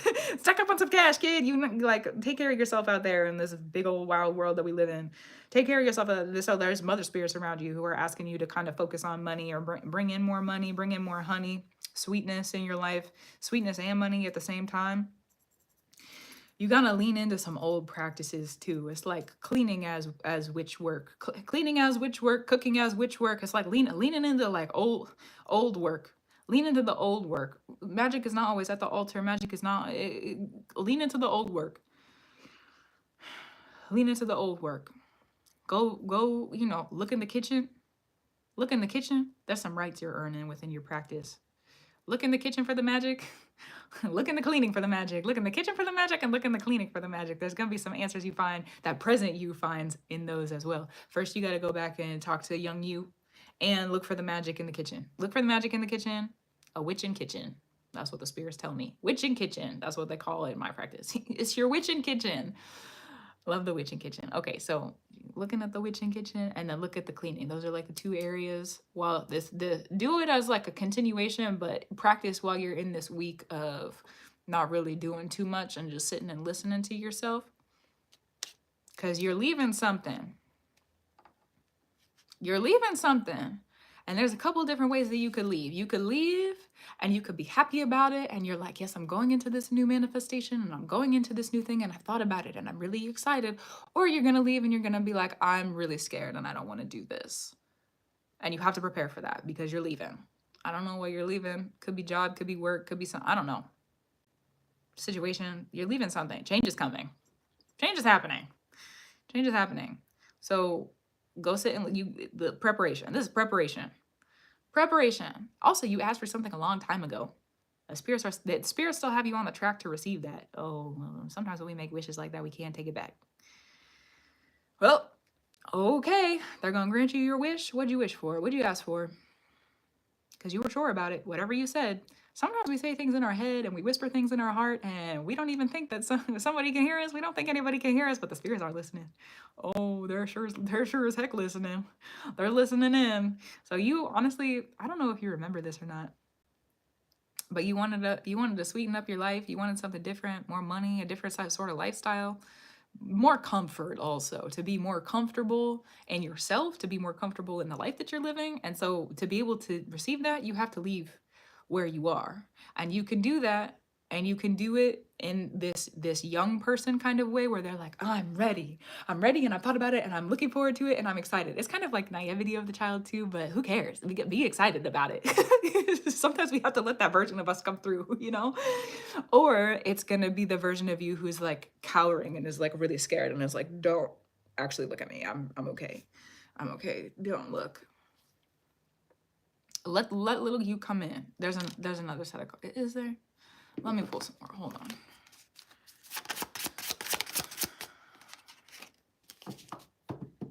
You're moving into more of what you want too. This is not supposed to be a scary transition. This is not supposed to be a scary transition. This is not supposed to be a scary transition. Also, you're gonna realize once you stop listening to the internet and the news how much space in your head you actually have, and how much you actually are taking care of yourself, and how actually not scared you are. There's going to be some changes in your head once you take the week to just sit. You're going to start to realize actually, oh, I can kind of see through some stuff now. It's like you re-enter the world and you're like, actually, I actually have a handle on this, and I'll be okay. Okay, well, let me just focus on this. There's something that you've been looking at as like is feeding some kind of anxiety or fear. So it like, there's like a, okay, no, I've actually got this. I cut that out. I don't know what it is, but cut it out. Cut it out. Healthier media consumption. Healthier media consumption. When you get to this transition, like you're going into more of what you want. Just confront yourself. That's really what this week is for. The week that you have, that's what the week is for. Confront yourself. Confront who you are. Confront what you want. Confront this little person who's in you, who's talking to you, who's like, let's do it. Talk to them. Yeah, just confronting yourself. One of the things that I do sometimes that's really helpful for this is I'll sit in front of a mirror and talk to myself. I'll literally sit and stare at me. I mean, here I am sitting talking to my own image, but like in an actual mirror, you know.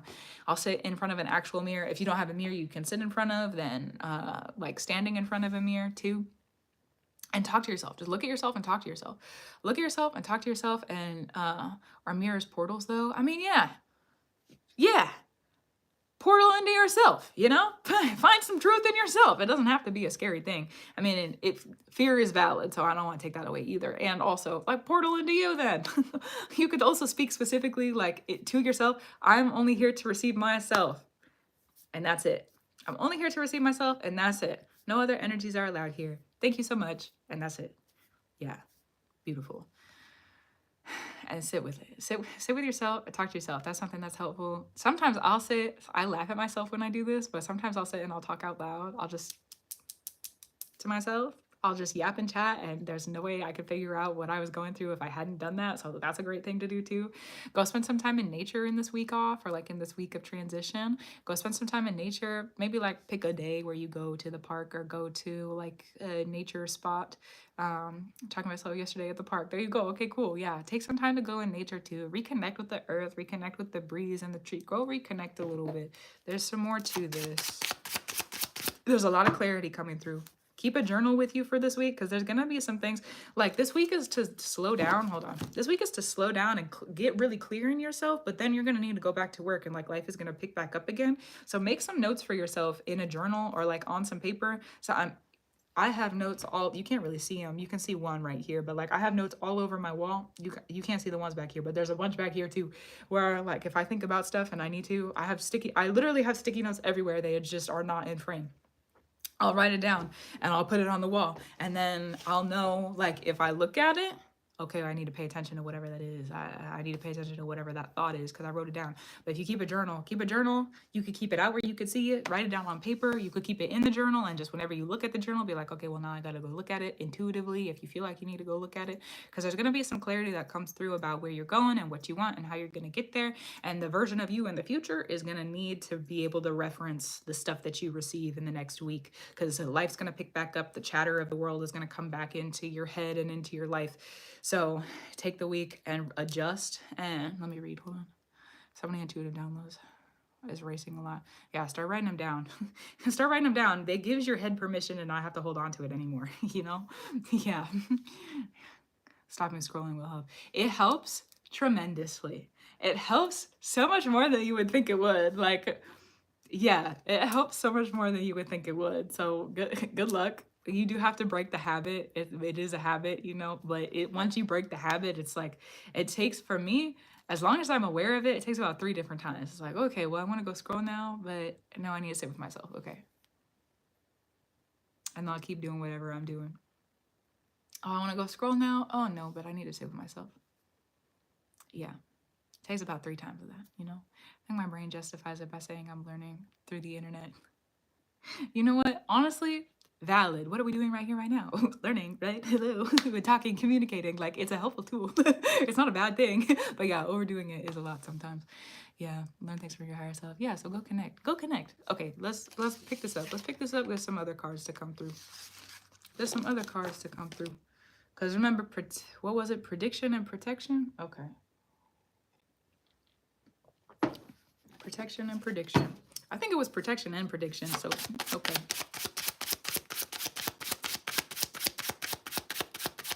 Nope, we need a different deck for this. We need a different deck for this. Oh, this is gonna be super long term. Okay, so the stuff that we just talked about is like short term and then into the future, right? Short term, because you have it coming up, you said next week, you have spring break, so like soon, and then figuring that out. But this is like for a while. This is for a while. That was the protections. This is the predictions. That was that was shorter term protections to help, and then we have some predictions. Okay, the predictions are gonna require that you do the protections. So do the protection work that just came through, and then the predictions are available to you. Thanks, Spirit. Oh, that's so good. Okay, cool. We need to sit and shuffle. I'm gonna shuffle these. I haven't shuffled these in a while. Hold on. Shuffle. Shuffle something in a ruffle. Shuffle something in a ruffle. A ruffle.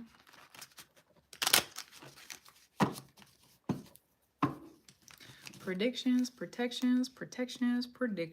What are your conscriptions?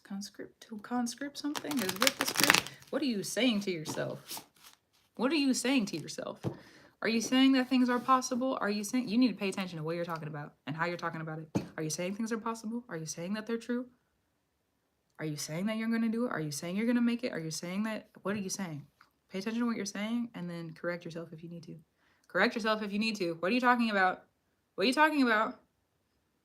Correct yourself if you need to. What are you talking about? Clock it. I'm talking to myself about this. Okay, I need to protect it. I need to redirect it. Ooh, okay. There's gonna be a travel that you go on. Okay, hold on. This is really big. I don't even really want to look at it. It's big.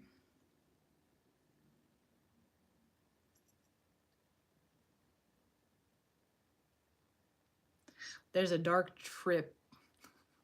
Spirit with the darkness today. My goodness. There's a dark trip coming up. Like a journey, some sort of travel. I don't know where you're traveling to. I don't know what you're doing. I don't know where you're going. You're going to receive some unexpected wisdoms. And I see you looking around at people and being like, do you see that?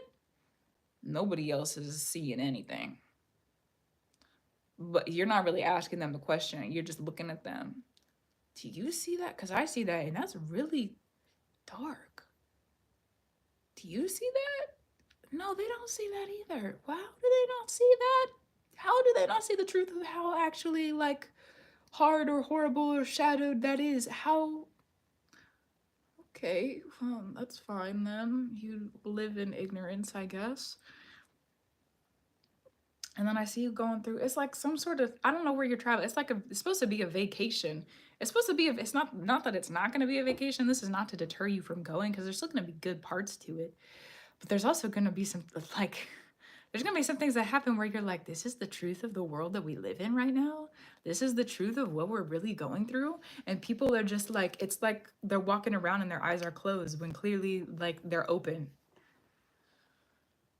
Also, can I get a reading?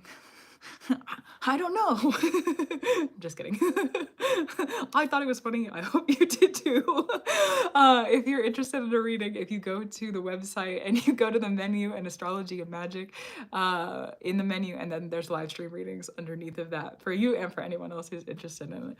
So yeah, so good. Right now we are in Laurel's reading. Up next after that is for Casey.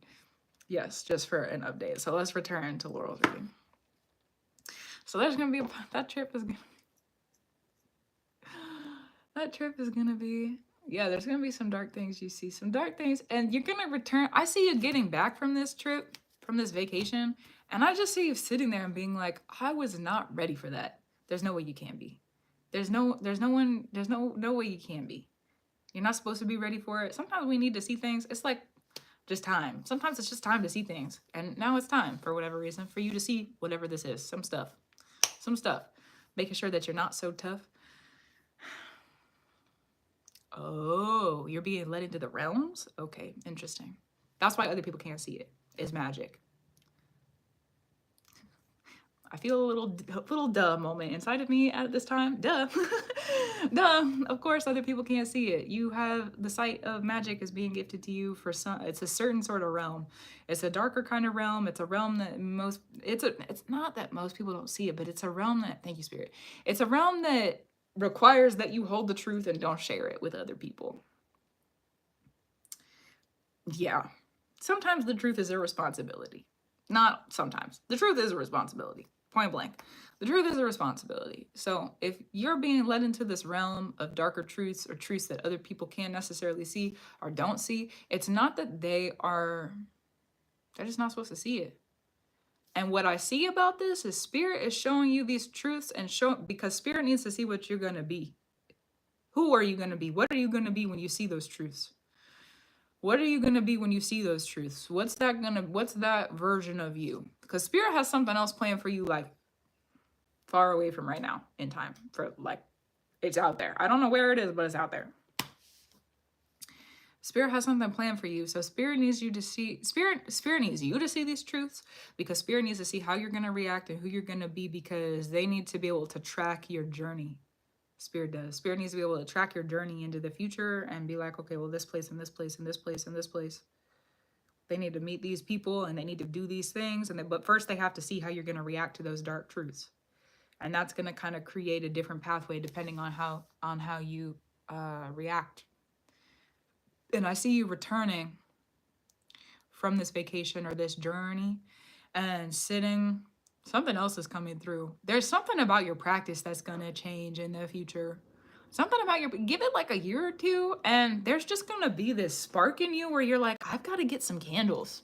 I've got to get some candles. I've got to get an altar. I've got to get, not that you don't already have those, but it's like there's like upgrades. Something's happening. It's like all of a sudden, just kind of all of a sudden, you're like, I got to go get some more crystals, or I got to go get, I don't know what it is, but there's magic. That's magic. Magic has come to be your friend. That's what that is. Magic has come to be your friend. In about a year or two, there's going to be this, like, just this movement that starts to happen. Okay, well, cool. Welcome in is what I heard. That's cool. Welcome in. Welcome in. But first, Spirit needs to see, before they place you in what that could be, Spirit needs to see how you're going to react to the truths that other people can't really see. So and I see you coming back. That's what I keep trying to talk about. I see you returning from this vacation, this trip, and I see you just getting a grip on reality. It's like getting a grip on the reality that was, no longer is, because you saw some stuff.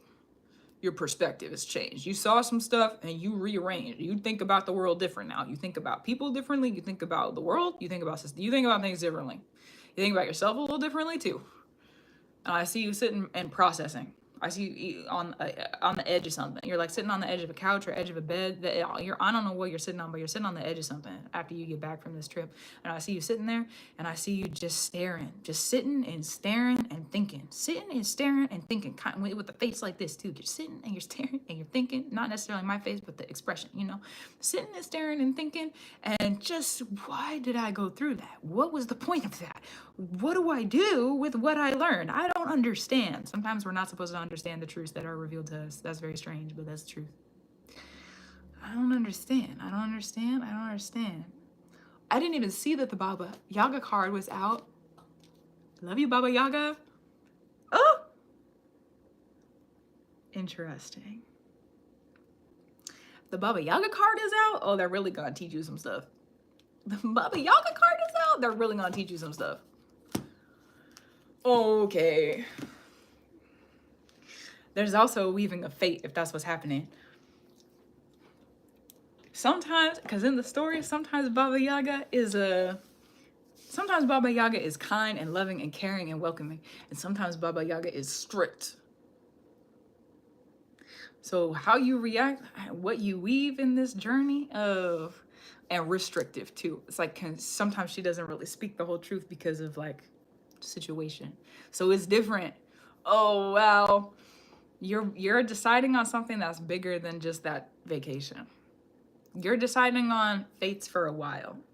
What do I mean by deciding on fates for a while? You're gonna go through the vacation, you're gonna go through this journey, and you're gonna make some decisions. Spirit's gonna see it, the spirits are gonna see it, and then there's gonna be a path for you that's set up after that vacation based on the decisions that you made while you were on vacation. Still go on vacation. This is not to deter you from it. You're setting up a path for yourself in the future. And if Baba Yaga's here in this card deck, love you, Baba Yaga. Something's about to become very clear in the next year. Something is about to become very clear in the next year. About what? About what? What needs to be seen about it? About what? About what you practice for.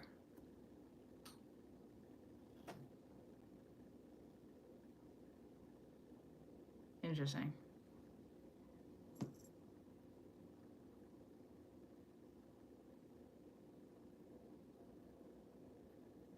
What you practice for is going to be different. What you practice for is going to be different. All the stuff that you're doing in the week off is to reconnect with your human and to reconnect with your responsibilities as a human, and to make sure that you're like good on the human level, that you're taken care of on the human level, and Spirit's going to start to change your direction. That's why you got to keep a notebook. Start to pay attention to the messages you're getting, because you're getting more of them than just in that week that you're taking off. You're getting messages all the time, but you got to pay attention. You're not writing them down. You're not listening. There's some of the messages that have been coming through that have already been prophecy. Like, it's like prophecy messages, and then they actually happen, but you haven't like tracked it. And okay, so if you write stuff down,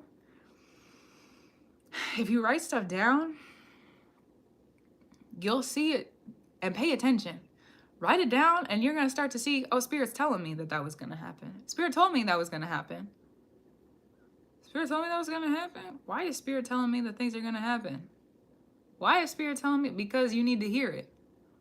For whatever reason, I don't know. Sometimes we know and sometimes we don't know. Sometimes we just got to go through what we're going through. For whatever reason, you're being brought the truth of what's going to happen. Okay. You got to listen then. You got to listen, because you got to listen.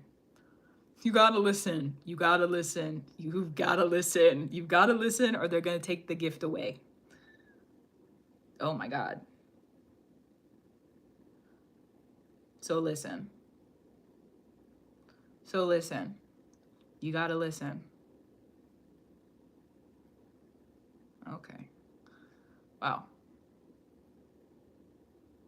Is there any other questions you have? That was kind of unexpected. I did not think that was going to come out of my mouth.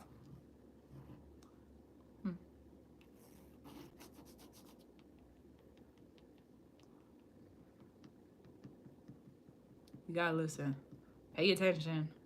Pay attention. They've gifted you with something, and gifts come at a cost. Gift doesn't matter that it's a gift. A gift is there's a price on it. And part of it is listening and paying attention. You get the haha. I know, I kind of feel similarly. I'm like, I don't know if I want to end the reading right at this position, but I don't have any other information. Oh my goodness. Just kind of keep my journal with me and listen. Because what I see is like, they're bringing you information about things. It's like you got a message. If this is a timeline, you got a message over here and then it happened, but you didn't pay attention to it. And now you're over here. So like you missed a clue, or you missed it. There's an opportunity. They're telling you because it's like opportune times. You're training a gift. You're training a skill. There's a lot of layers to it. There's a lot of layers to it because it is a gift. Being able to prophesize those sorts of things, because the Spirit's going to tell you what's going to happen. Do you know what other people would do to have that kind of gift? I don't want to know. You know what I mean? I don't want to know. I've seen enough and I don't want to know. I don't want to know. But Spirit's got you with that gift. Spirit's giving you the gift of knowing what's going to happen. Feeling a sense of this since early March. Yeah, something woke up. Okay. Oh, welcome in then. I keep hearing that. Welcome in, welcome in, welcome in, welcome in. It's like, welcome in, welcome to the magic, welcome to the home, welcome in, welcome in, welcome in, welcome in, welcome in, welcome in. So start to listen, especially if the Baba Yaga is around you. Especially if the Baba Yaga is around you, you gotta listen. She's a wise, can I call you an old lady? A wise old lady? A wise old woman? She's a wise old woman. She's very knowing. She's very knowing. She's very knowledgeable. She's very tall in her spirit. And she's very granting. If you're, can I see the card? Yeah. She's very granting.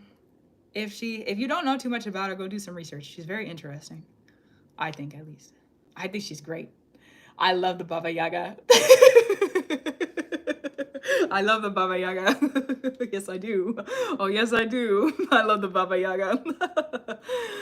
Oh, the more research you do, the more you'll understand. Oh my gosh, it makes me want to cry. I love her. I love her. I love her. I love her. I love her. I love her. I love her. I love her. I love her. I love her. And she always, for me at least, she comes in like unexpected times. She always comes in unexpectedly and she's like, oh, I have a message. We have to do something together. I love her.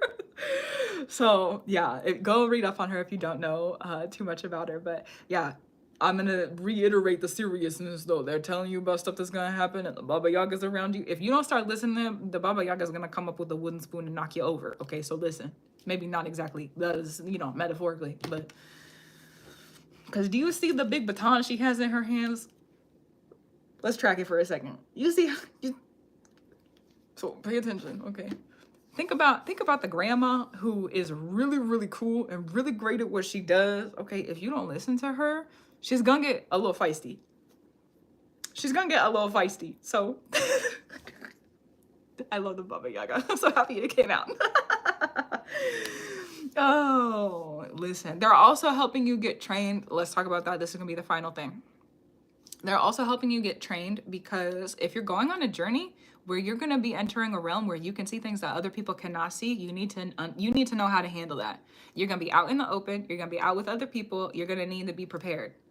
You're going to need to be prepared. It's not to be scared. It's not to be scared. It's just need to be prepared. You need to be prepared for that experience. You need to be prepared. And so right now, this is the work, is paying attention to the messages that come through and then seeing how they come through, because prophecy is a really big gift. What did I say earlier? I don't know. I don't want to know what people would do to receive that. There's people who don't have that gift. I want that gift. Jealousy and envy is a strong spirit. Revered. Understood. Yeah. So this is preparation. Because there's also going to be some things. One of the things that Baba Yaga's, at least what I see, I don't know specifically, and I'm not going to speak for her, but I can see that there's going to be helpful protection tips, tricks, tools. One of the things that she does is she covers her tracks. Let me sweep this up. Nobody's gonna see it. Let me sweep this up and make sure I keep it clean. Nobody's gonna see my steps. Let me sweep this up and make sure nobody can see my footprints. Let me sweep this up. Nobody can see behind me. Thank you. Let me sweep this up. Nobody's gonna track me. Let me sweep it up. So it's like a very protective energy. Very, very protective, and is a very fate-oriented. Very protective, very fate-oriented. Let me sweep it up. Let me get my broom. Let me sweep it up. Nobody's gonna see this. Nobody gets to track my steps. Don't even think about it. Don't even think about it. Because now guess what? I got a broom in my hand. You're gonna try and track my steps. I'm gonna knock you over with that too. Like I said, I love the Baba Yaga. Okay, that's I'll close it out then. Thanks, Baba Yaga, for coming through. We got a lot of mothers in the room tonight. Thanks for being here. Love ya. Oh, wow. Okay, so good. Thanks for the reading. Oh, you said fate oriented. Yeah, okay, so for clarity, she's a weaver. She's a weaver. She's one of the weaving spirits. So part of the work, if you go read up, you'll learn about it. But part of the work she does is fate. So like the way that she approaches you depends on how you've woven fate up until that point, which would just be like, how are you reacting to situations, and how are you talking about things, and how are you speaking about things, and what are you doing, and how are you creating fate? And she's going to approach you differently. Sometimes she's not going to tell you stuff because you're not ready for it, or you haven't earned it, or you've been precarious and mysterious in ways you maybe shouldn't be. So she's not going to tell you. Again, she's going to sweep up the steps, make sure nobody can follow that track just in case, you know. So she kind of gets to just, how do I say this? It's just the wisdom. It's the wisdom. She is the giver of wisdom. And so if someone has not earned that wisdom, or is clearly like, I'm going to say not worth it with air quotes, and she's not going to offer it. So yeah, fate. But go do some research. You'll figure some more stuff out about it. It's pretty good. It's pretty good, you know? It's pretty good. Oh my goodness. I love the Baba Yaga. Thanks, Baba Yaga. Okay, wow, dude. Baba Yaga was around me earlier today too. Let me not say too much, but I feel like I haven't seen her in a while, so I'm really happy that she's coming out. I'm happy to see her smile too. I love you, Baba Yaga. Okay, let's go on then. Let's go on then. So up next is for Casey. There's also a couple more that came through. I need to update the list, so give me just a moment so that I can update it. A few, not just a couple. So we've got Casey, and then is it for Natty? One of those. I'm not exactly sure which one. Let me know. And then Brenna, and then Ashley. That is currently the list. I'm gonna keep it open for one more. For one, because that's a pretty big list. For one more, yeah. Cool. So sorry to ask. I sent for a reading, but forgot to ask if the queue's still. Yeah, if they're open, then the list is open, so you're good. No worries. It's pronounced like Cassie, not Casey. Cassie. Thank you. Beautiful. Cassie. Thank you. Okay, so it's Nati. Thank you for that too, Nati. You might have to remind me. Nati. Cassie. Not like Casey. Cassie. Nati. Okay. Hold on. Let me get it in my head first. Cassie. Nati. Because Nati's got the T. Okay. Nati's got the T. Cassie. Okay. No, like nah. Naughty. Naughty. Okay, cool. I think I got it. I think I got it. Okay. So Cassie, let me read your note. Work with them recently. I'm trying to build my business, but struggling to get people to sign up for classes. That's what I'm trying to figure out. Okay, the first thing I hear about this, so this is for Cassie. Also for how long is the line? Okay, hold on. So let me just update on the list one more time, and then we'll have, because I'm gonna keep it open for one. That's it, just one more. So whenever that one comes through. Right now it's Cassie, Nati, Brenna, and then Ashley. So we've got 4, including the one that I'm reading on currently. That's the clarity. Clarity on what we got going. Okay, so for Cassie, the first thing I hear about this, because you are born here, this is shadow integration. This is gonna be shadow work. This is something that is hidden in the darkness, something that is happening in the darkness. So we're gonna work with what's happening in the darkness. Shadow integration. We might get to moving on from that, but this is gonna be shadow integration. What do I need to work with? Yes.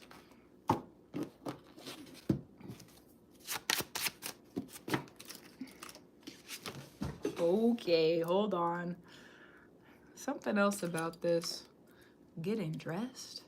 Getting dressed. Not to rest. Get it dressed. Why is that? Not to rest. Get it dressed. Hold on.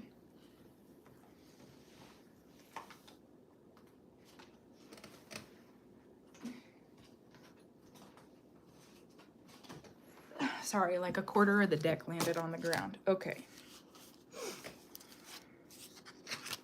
Trying to make more money.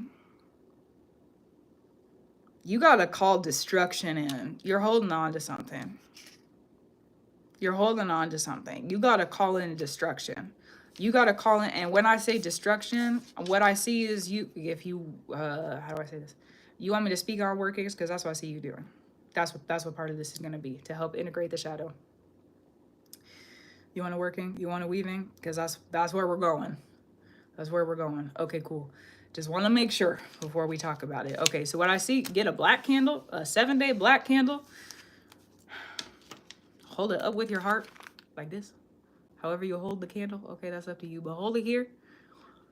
And talk about the destruction. I need this I need this out of my life. I need this. Get up and gone. I need it done. I need it over. I need to be finished. Call whatever is blocking you to be done. You need to call it to be done. Nobody can do it for you. You got to get it out. You got to get it out. For the 7 days the candle is burning, you're learning. And then your world is turning. You're learning. What is it that's blocking me? How is it blocking me? What is it that's coming up? Is there people reaching out to me and I don't want to talk to them? Is it whatever is happening? Pay attention, because in the candle burning, and then once the candle is done and you are done, that's finished, then things are going to start to turn externally, and the order that happened in the 7-day candle is going to start to play out in the world.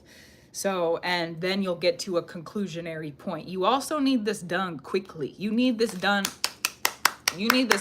right here, right now. So you need to make sure that,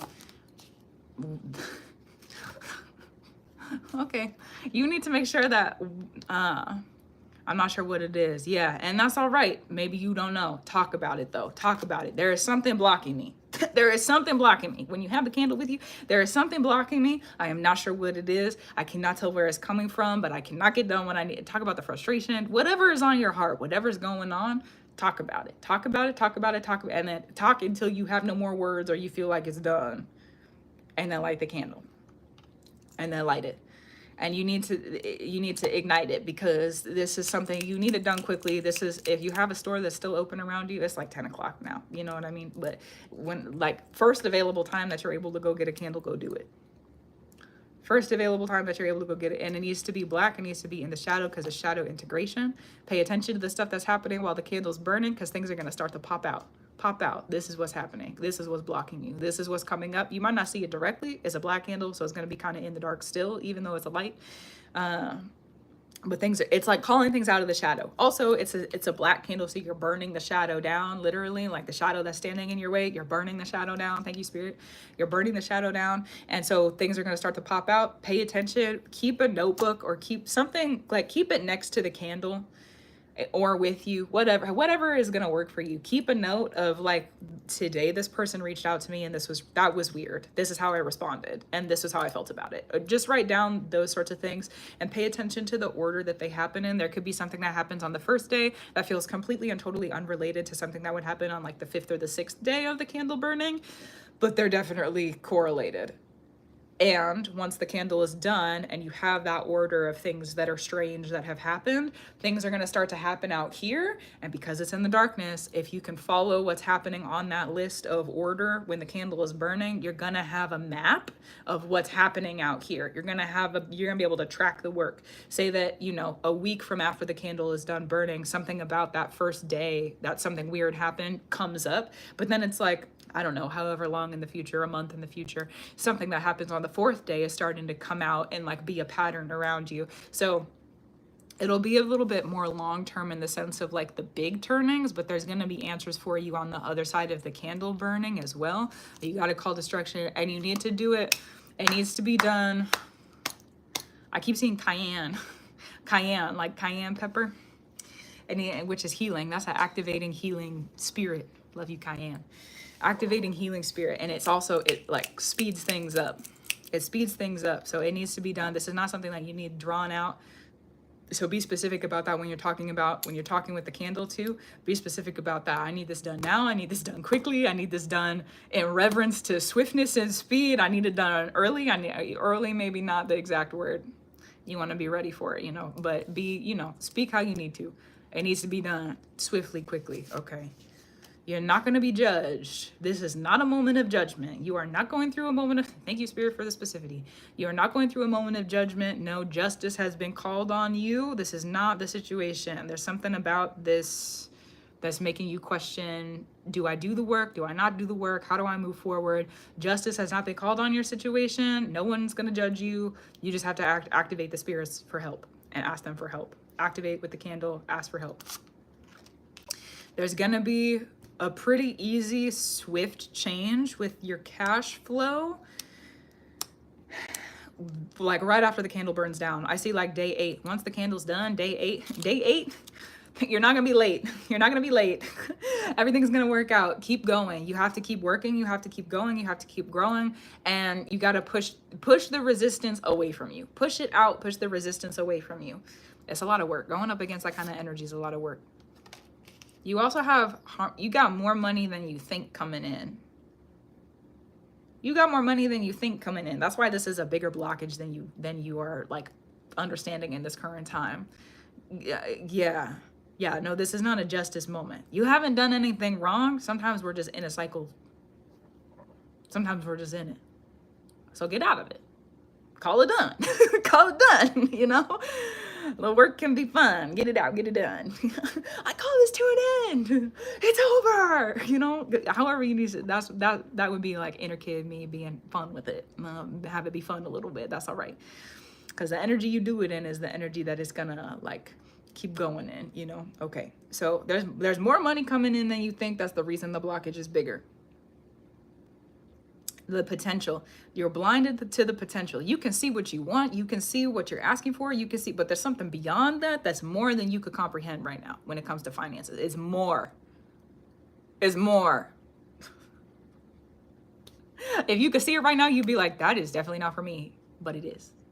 It's something beyond your comprehension, and you're meant for it. You're meant for it. The spirits out there are like, we have this waiting for you. It's out here. It's more. It's more.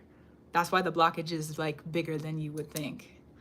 I just imagine crashing a city like a gorilla. Pa, pa. Yeah, pretty much. It can be fun.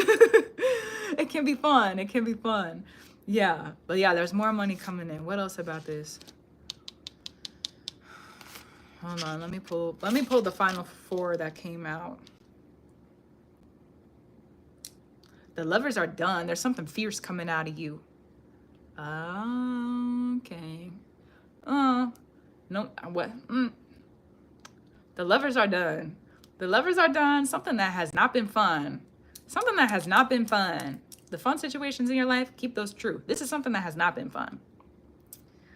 Something that you're trying. It's like what I see is you pouring honey on a pile of ash. Somebody just keeps dumping their trash, and you're like, no, I can make this sweet. I can make this sweet. I swear I can. Yeah, you can because you're you. But think about what you're pouring the honey on. Get them gone. I don't know who this is. Somebody you're giving love to that does not benefit you. Get them gone. That's going to be part of this destruction work. It's going to be part of this destruction work, and something fierce is going to be born out of you. Something fierce is going to be forged out. There's like a part of you, a fierceness that's coming out of you that's like, I don't do that anymore. I don't pour honey on trash anymore. Love you, death. Revere you, death, but I'm not pouring honey on that. My honey is worth more than that. My honey is worth more than that trash. Keep that away from me. Keep it away. Something fierce about you coming through. It's like not even a consideration anymore. You're like, no, this is you don't even get to be here. Shoo fly, don't bother me. And when that happens, there's gonna be another change in your money. It's like another level up. My ear is burning. Oh my goodness. This ear is burning. My right ear is burning. Burning. There's gonna be another change in your money. You get like the blockages and everything. You get even. What I heard is even keeled. Like it's gonna be even Steven. You're gonna be good. You're gonna realize kind of a bigger potential in yourself, and then there's gonna be another removal of this lover blockage where you're pouring honey on trash, and then the fierceness where you're like, I don't do that anymore. I don't do that anymore. I'm worth more than that. I also see you charging more for what you do, or like there's more money coming in per however you quantify that. There's gonna be another change to your money. More honey, more money. More honey, it's a cycle. More honey, more money, more honey. The people around you with the money are gonna be more honey also. Yeah. Look at the business and any of the blockages that you see with your like client, or not just client. What's the word? What is that?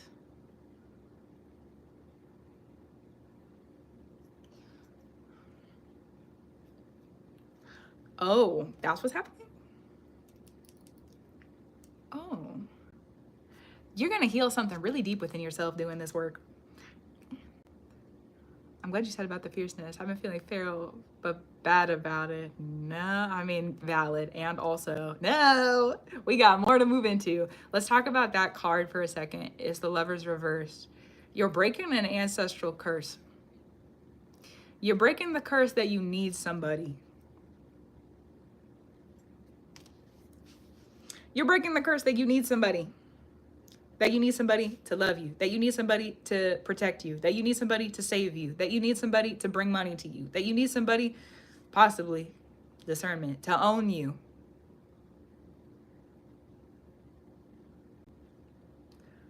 You're breaking that.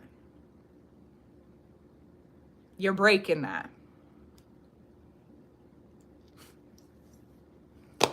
Thank you, Spirit. You're breaking it. You're breaking that. You're breaking that. You're breaking it, and you're breaking it. You're breaking it. You're breaking it. You're breaking it. You're breaking it. You're breaking it. You're breaking it. You light this candle and you burn it down. That's what you're calling to end. For clarity's sake and purpose. That's what you're calling to end. However you speak about it when you do the work, continue with that. And that's what you're calling to an end. You're not going to have somebody buy your house or your clothes or your shoes or your food or whatever you want. Nobody's going to have to do it for you. And there's going to be the fierceness that comes out of you is like, I don't really ever want another person to do that for me. So I'm done. Actually. Yeah, I don't need that. I don't need that. And I don't want that.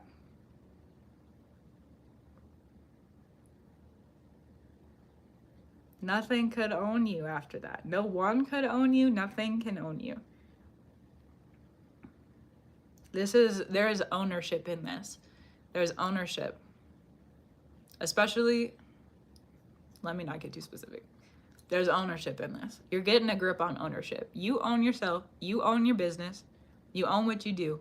The ancestors you come from don't own you, or your work, or your wealth, or your ideas. You're not property.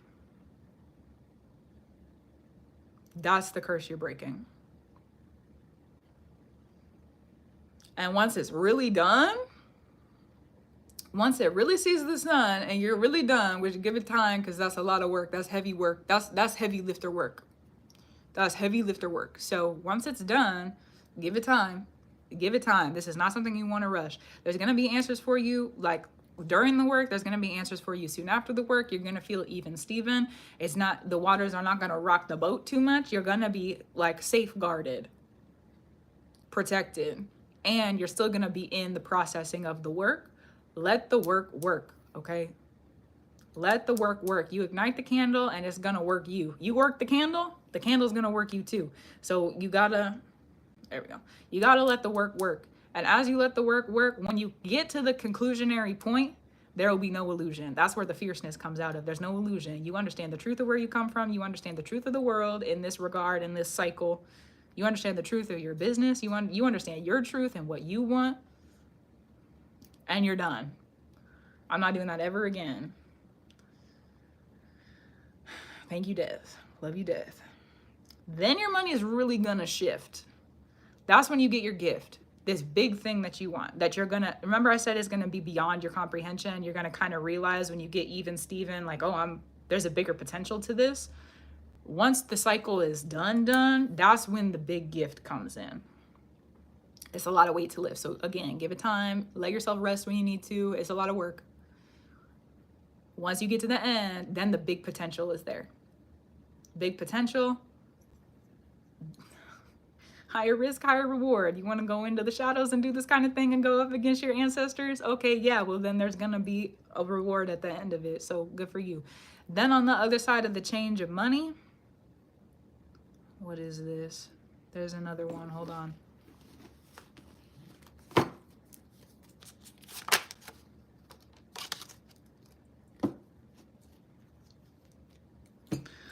You're living a different life. You're living a different life. You live in a different place. You live in a different world.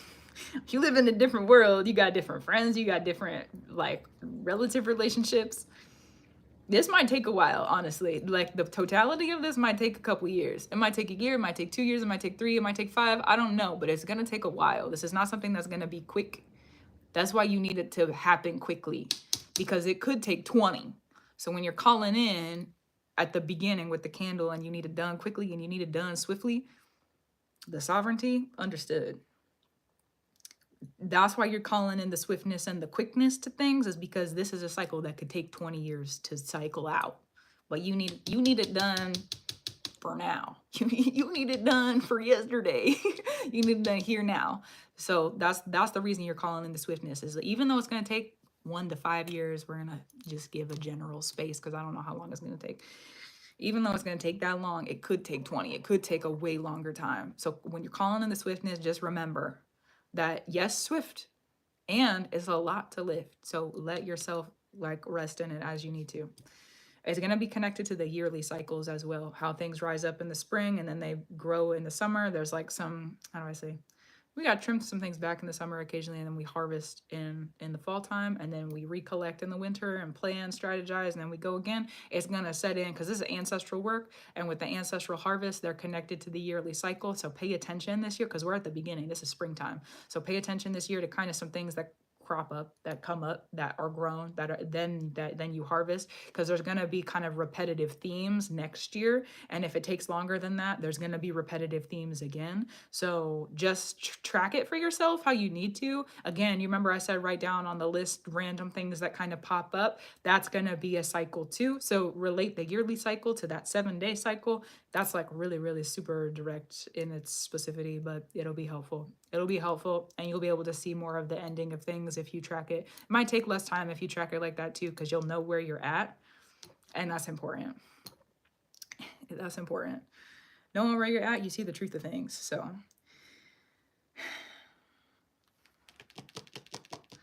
there's more to go. There's more to go. You're thinking, like, you are thinking right now as big-minded as you can, and during this work you're going to realize there's more potential, and when the work is really worked and you're done and you're through, and then the big potential becomes possible and you're working in you're going to see things so differently. You're going to see things like things that were beyond your reach, that you didn't ever think you were going to be able to touch in this lifetime, suddenly become available in a couple of years. Happy living. That's what, happy living. It's like fantasies that you don't even dare to dream. Fantasies that you wouldn't even dare to, like, pick up in your head are now like a reality that you could choose to live just because you want to go and do it. That's like 5, 6, 7 years down the road, down the line. So let yourself sign up for the work, do the work, be living rich and free on the other side of that. Oh my goodness. Is there anything else you need to see in this? That was kind of a long track. Let me not put these back yet. Let me receive your answer for that first, actually. Is there anything else you need to see? Anything else that you need me to bring through? And while you're typing that out, I'm gonna check to see if that one more has come through the list yet, because I didn't pay attention. No. So we're still open for one more. Still open for one more. If you're sure. If not, then no worries. If not, then no worries. Anything specific? Oh yeah, that's right. You did write that in your note. That's the work that they're asking you to do right now. You could ask for their help. Like, don't offer them the candle. How do I say this? Because the candle's not for them, but they're going to be with you in the work.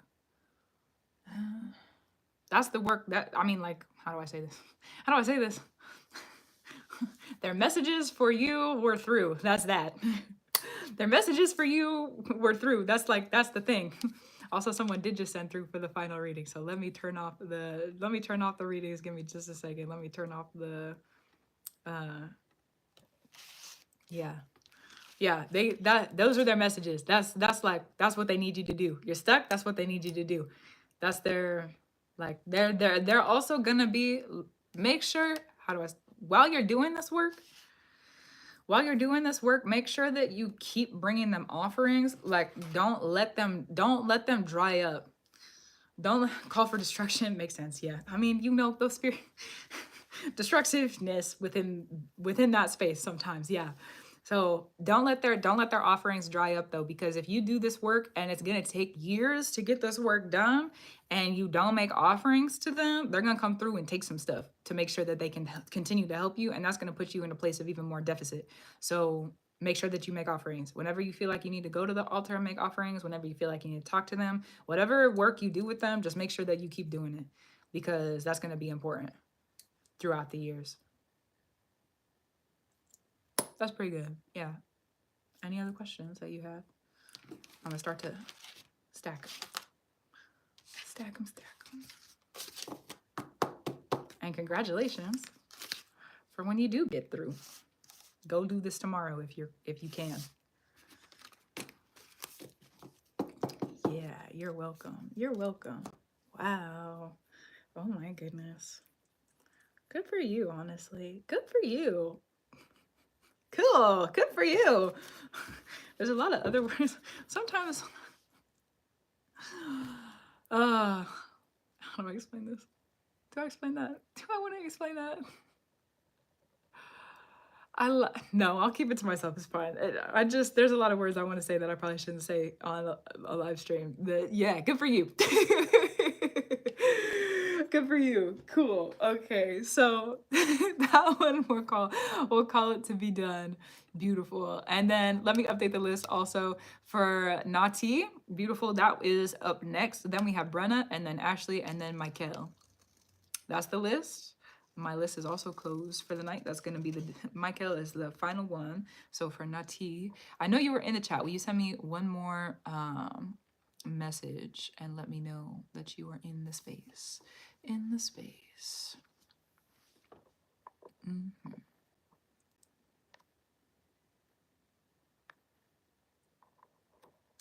Still here. Okay, beautiful. Thanks. All right, so let me read your note and let's get into it.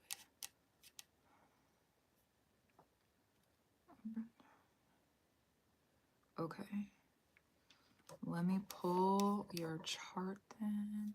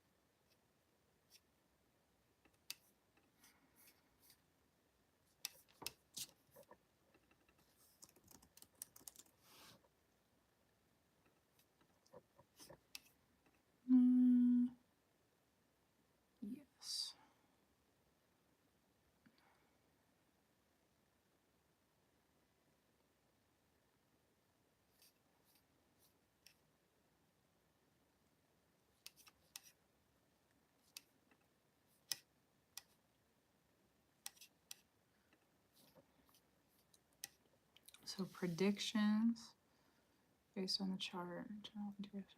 Anything notable? Okay.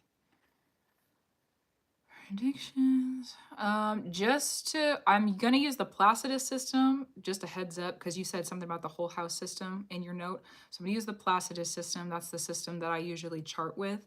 And I want to make sure that I have. Oh, nice! You were born on a new moon. Cool. So you have. I just want to read some placements to make sure that I have everything put in correct. Sun Sagittarius, Moon Sagittarius, and then Pisces rising. Those are the three that I. Yeah. Mm-hmm. And then we can look at it. And you got a beautiful. Okay, cool. I just want to make sure. And you got a Saturn at 0. That was crazy. Welcome to the Saturn return. Welcome to the Saturn return. So good. Okay, let's see. You said predictions. Anything that's coming up? Let me think about it. I gotta look at some stuff. Let me think about it.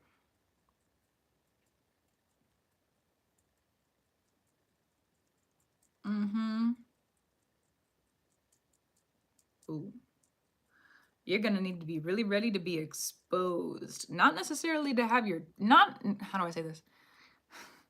Not exposed in the sense of like your secrets have been exposed or like you've been overly exposed, but exposed in the sense of like you're about to be put on front and center. You're about to be put on front and center. What you want to do? What are you working for? You're about to be put on front and center. Career aspects, your dreams coming true, things that you have been like waiting a lifetime to do. You're about to be exposed. It's like if like in theater when they like the curtains are still closed, right? Imagine that you're standing right front and center and then the curtains open. That's what's about to happen. That's what's about to happen. So it's not to be overly exposed. It's not to have your secrets come out necessarily. But there is going to be an aspect to this where you're going to need to safeguard your secrets because you have Scorpio that's partially ruled by Saturn.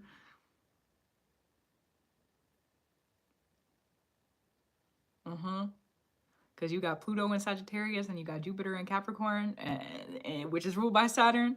So make sure that you have your secrets on lock. You also have a Venus in Scorpio. Interesting. Also for people who are, there's been a couple of people who have asked about readings. For anyone who is interested in readings, right now, I was going to say personally, but that's not the word. Right now, I'm in a personal reading. There's the word for personal. Right now, I'm in a personal reading for Nati. My list for tonight is closed, but I do have private bookings up and available. So if you're interested in that, they're on the website under sessions in astrology and magic on the menu. But yeah, my reading list for tonight it's closed off. I have some things to do later on, so I can't go on forever. If I was a computer, maybe, but I'm not. I'm a human. So, but yeah, my private bookings are open if you're interested in that. I'll be back on live if you want to turn notifications on too. So yeah, okay.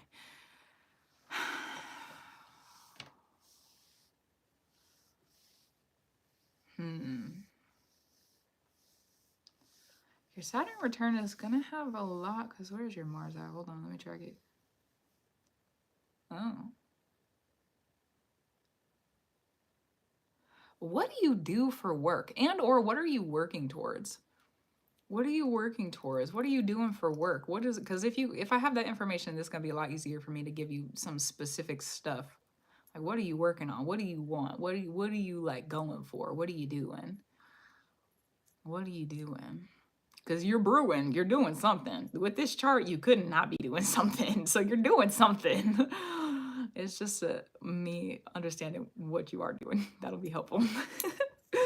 That'll be helpful. What you are working on, what it is that you, because it's like, this is like star of the show energy. That's what this is. Star of the show, front and center, and you're meant to earn a position in it. Okay. Okay. You got some big shoes to fill. Very boring, not a fun actual job. It's tolling systems. Interesting. Tolling systems. Oh, you're going to resist it, but you need to leave. You're going to resist it, but you need to receive something. It's like, I've mostly been a big hermit, understood. You're going to resist it, but you need to, there's like, how do I say this? Go create, go create, go create, and don't wait. Go create and don't wait. if it's not what you want, no, I know. Okay. At least we're on the same page. Oh my goodness. Yeah, don't wait. Do not wait. Don't wait. Like literally start tomorrow. I don't care if you sit around and don't even really know what you're doing. Go start whatever this thing is that you want, because the Saturn return, oh, you want to be front center in a Tulsis. I'm slowly decaying is the feeling. Yep. Yeah, that tracks. That's really accurate. That's an accurate space and place for this.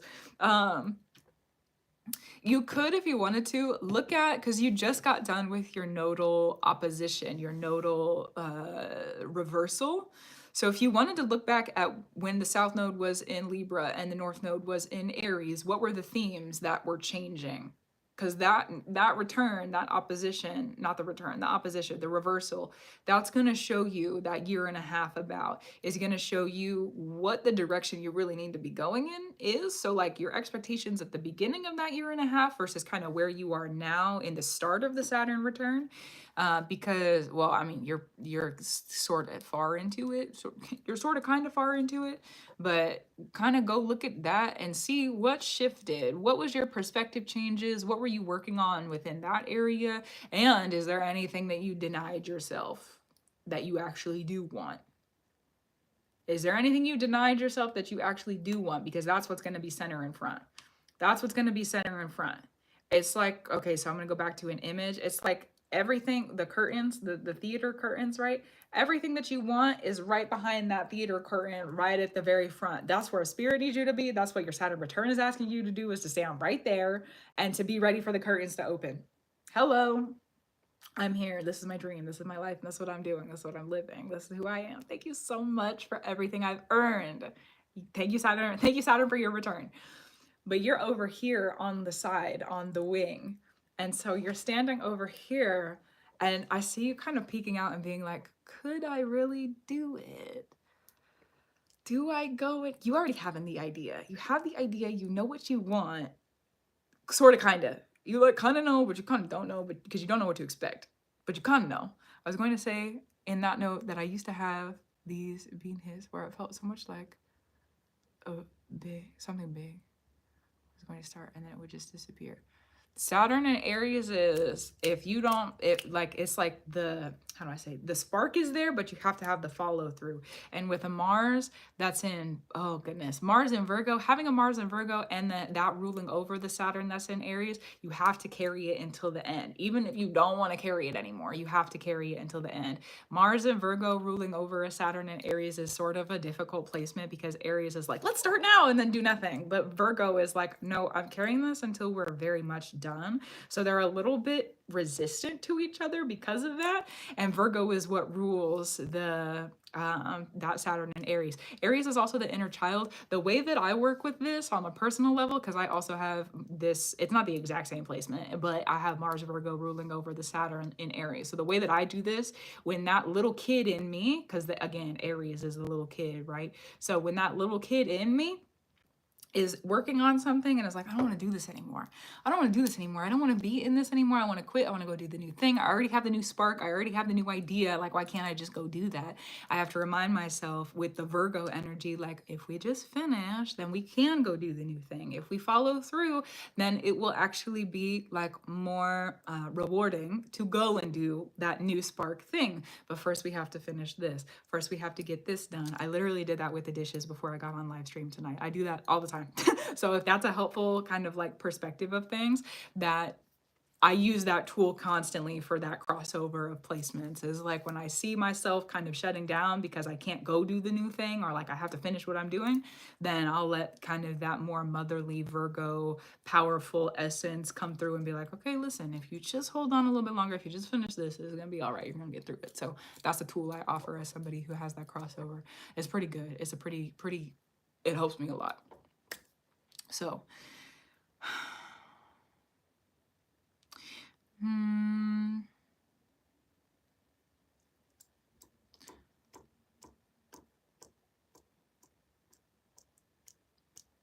there's a reconnection of, let me read your note first.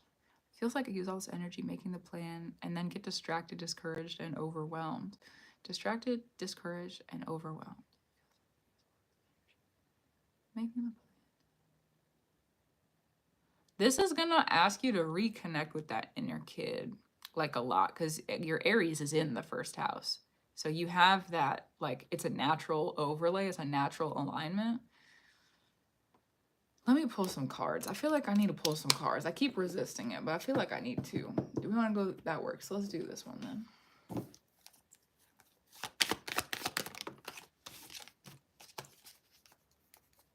You're not going to be judged for what you want to do. I mean, the world might judge you, but who cares? I said that like no pressure, no big deal. But yeah, you're not going to be judged. If you don't judge yourself, that's the only thing that matters. You want to go do this thing, whatever this thing is. You want to go live this life. You want to go have whatever this thing is that you want to do. You're the only one who's going to judge you. That matters. It doesn't matter if Billy, Joe Bob down the street judges you. Doesn't matter. That's a made up person, but whatever. It doesn't matter if they judge you. Doesn't matter if your parents judge you. I mean, it does, but it doesn't. You know what I mean? It doesn't. It doesn't matter if your friends judge you. It doesn't. If people who, how do I say this? People who wouldn't support the inner kid dream, first of all, are probably not connected to their own inner kid. Or if they are, it might not be a healthy relationship. And if they have a problem with it, then they got a problem with you. Leave them alone. Leave them alone. They don't need to be around, you know? You want your dreams to come true. That's what Spirit's asking of you. That's what you're asking of yourself, more importantly. That's what you're asking of yourself. You're like, yeah, I know. I can feel it coming. I can feel it coming. I can feel like this is what I want to do. So it's just getting used to being in it. It's uncomfortable. It's uncomfortable being in something new, being in something that you feel like you shouldn't do, because every adult ever has always told you that you shouldn't go live your dreams and you shouldn't go after what you want, and that they've been judging you the entire time, even though they don't maybe know exactly what it is that you want to do. Okay, yeah, it makes sense that you would be resistant to it. So then it becomes a story of getting used to being uncomfortable, being with the inner kid and being like, okay, inner kid. Because part of the story of Aries, let me go back to the story of Aries for a second. Part of the story of Aries is that the kids are in an unhealthy situation with the stepmom. The stepmom in the story of Aries is not being nice to the kids. And the mom sees that. Mom prays to Zeus. Zeus sent to help. Zeus sends the ram of Aries. The ram carries the kids, is a girl and a boy, carries the kids over the ocean into the new land. In the carrying of the kids over the ocean into the new land, the mom can't come with, it's just the kids. The daughter falls off into the ocean. It's kind of a sad part of the story. There's unexpected sacrifice in the Aries story. It's like sometimes we just don't know any better. You know, the kids could have been playing or messing around, and then all of a sudden it's like a serious consequence. So that's a part of it. And Saturn in Aries is like learning hard lessons when you're just playing around and goofing off, and then all of a sudden there's a hard lesson as part of Saturn in Aries. So however that might be discerned for your story or just learning of lessons. And then when the boy makes it to the new land, the ram is golden haired, so they shear the ram, they give the gold to the new king to say, thanks for letting me live here because I'm new, I'm different here, so thanks for letting me be here. And then they sacrifice the ram back to Zeus. So we're Saturn and Aries with the story. When I say we, I'm talking about the story.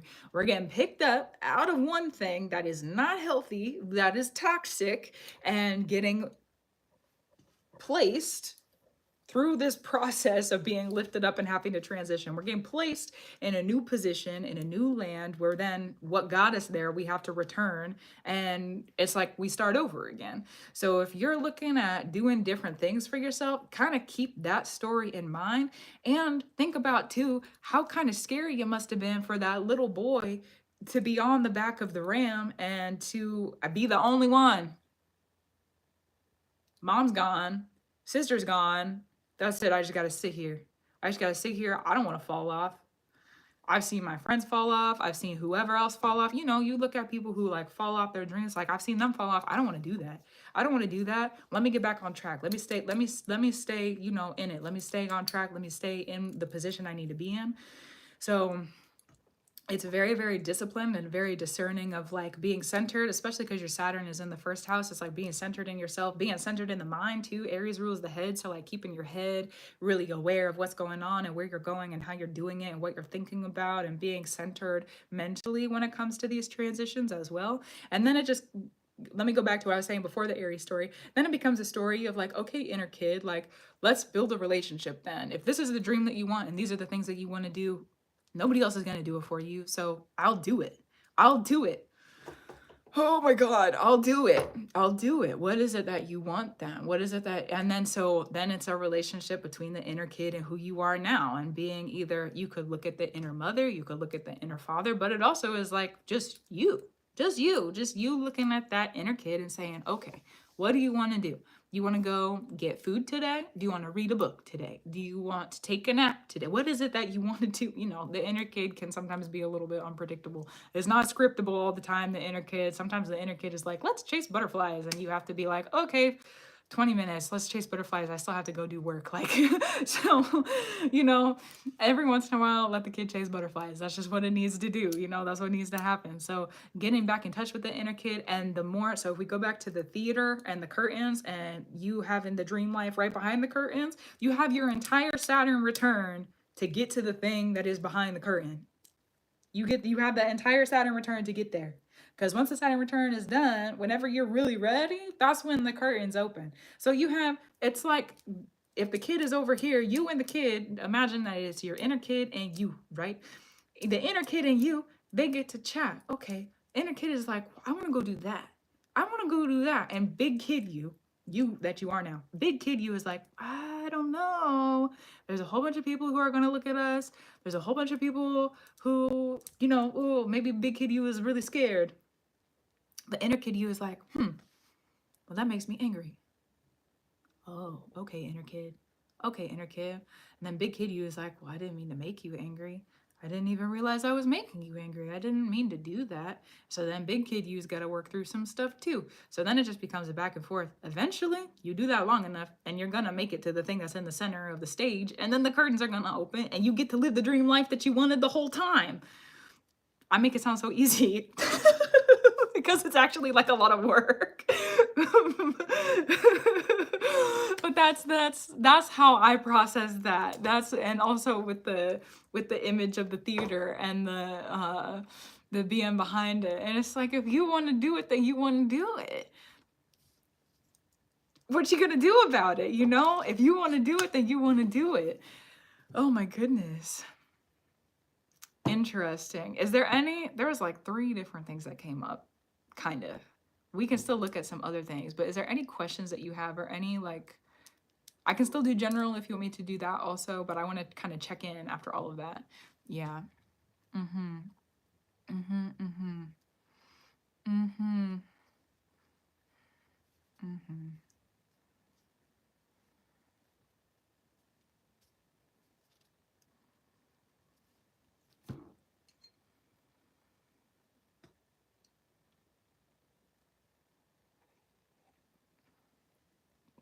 Interested in just what you're gonna say. Okay, beautiful. I kind of came to a stopping point, so I'm gonna pull some cards again too to kind of see some other directions, because there's a lot of different places in your chart that Saturn rules. Because you've got Jupiter ruled by Saturn, you have a stellium in Sagittarius, which is ruled by Jupiter, and your MCs in Sagittarius. So like, you're supposed to be famous. I don't know what you want to do, but you're supposed to be famous. And your Sagittarius is in the 9th house. And your Pluto in the Placidus system, the house sizes change. So your Pluto is in the 8th house with your Scorpio stuff, but it's in Sagittarius. Like, your chart is really lucky. You have a really lucky chart. You have such a lucky chart. It's going to require that you get rid of some stuff. Oh, okay. Okay, it's going to require, because your Mars that's in Virgo is near your descendant, and the descendant is where the sun sets. The descendant is also where we let go of things, like we let go of maybe attachments that we have. Since it's Virgo, it could be attachments to the physical, like, how do I explain this? Clothes, maybe, because it's in your 6th house. So it could be things like your clothes or like your wardrobe, like getting rid of that. The more that you clear things out of the physical, it could be like keeping a clean house, clearing out your wardrobe, maybe like your plates and your dishes are really old and you want to bring in a new set of plates and dishes, like having those transitions. I know that sounds kind of like really indirect and kind of strange, but those transitions are going to activate the transitions of other stuff. So say that you bring in a new dish set or like a plate set. I say that because Virgo is a lot of food magic. So if you wanted to change up kind of the order of your food, you could clear out the old plates. If you bring that in, and then you notice some new things being ushered into your life, or some new things that are bringing in some new, how do I say, just new stuff. If you got new stuff going on, or you got new stuff that you want, then start to clear some stuff out and bring some new in. What's another example of this? You could clear some things out of your diet too. Maybe, I don't, this is a really random example, but we're gonna rock and roll with it. Maybe you eat a lot of marshmallows or s'mores, I don't know. And that maybe you're also feeling stuck in something. And so intuitively you're like, actually, you know what? I feel like if I stop eating marshmallows and s'mores and maybe eat, I don't know, another snack instead, I might feel a little different. There might be something different. So like changing what you eat is going to usher in new things. It could be kind of an interesting study, to be honest, because Saturn is really detail oriented. So it could be an interesting study to see how what you're bringing in for food, how that alters what is brought into the rest of your life. Yeah, because it could be that maybe you start to eat something new and you really love it. Like it's like random, you found it randomly, but you really, really love it. And then you start to eat it all the time and you really love it. So you're eating something that you really love all the time. And then because you're doing that, things that you really love start to get ushered into your life.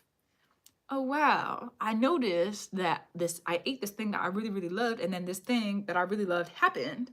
But that was kind of a new experience too. So you can track different patterns like that with the way that your placements are set up. And then if you wanted to get really, really into the details of it, you could look at how those usherings in are affecting the career area, and like all of this expansion, lucky energy, social oriented energy that you have in the top of the chart. You're supposed to be somebody, okay? I don't know what you want to do with this dream of inner kid you, but you're supposed to be somebody. The way that your placements are set up, it's going to be hard to not be somebody. I don't know how you feel about that, but it's going to be difficult to not be somebody. It's going to be difficult to not show up and be like the center of attention, and maybe not exactly the center of attention, but it's going to be hard to not show up in your full amount of power and the full amount of like the you that you are, the more time that goes by. And so being, every time that you feel like you become the true self, you realize the true self, the resistance that's around it, because that's part of Capricorn and that's part of Saturn, is like the resistance that we feel around the themes of truth and like what we are doing. We have to be able to resist them long enough, especially because you have Sagittarius Jupiter crossovers with this Capricorn.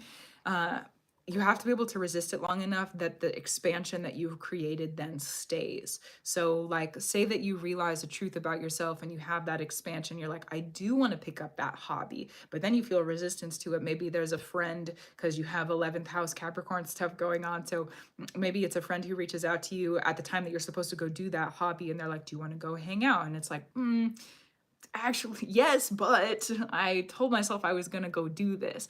It would be the maybe more comfortable, safer thing. So I'm going to quote, air quote, safer. Be the more comfortable, air quote, safer thing to go and hang out with the friend who makes you feel comfortable, rather than doing the new hobby that you told yourself you were going to do. But if you can resist it, then the expansion stays. And if you do that over and over and over again, then that's where the earning of this career position happens. So that's another tool.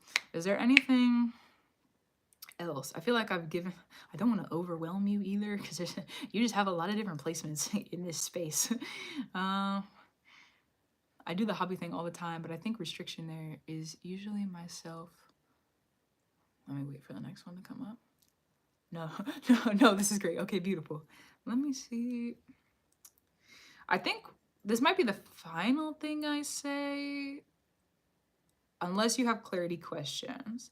But the vertex that you have in your chart is, the way that I read the vertex is like you're looking at a mountain and you're saying, I'm going to do that. I'm going to get to the peak. I'm doing that thing. I'm doing that thing. No one can stop me. I'm going there.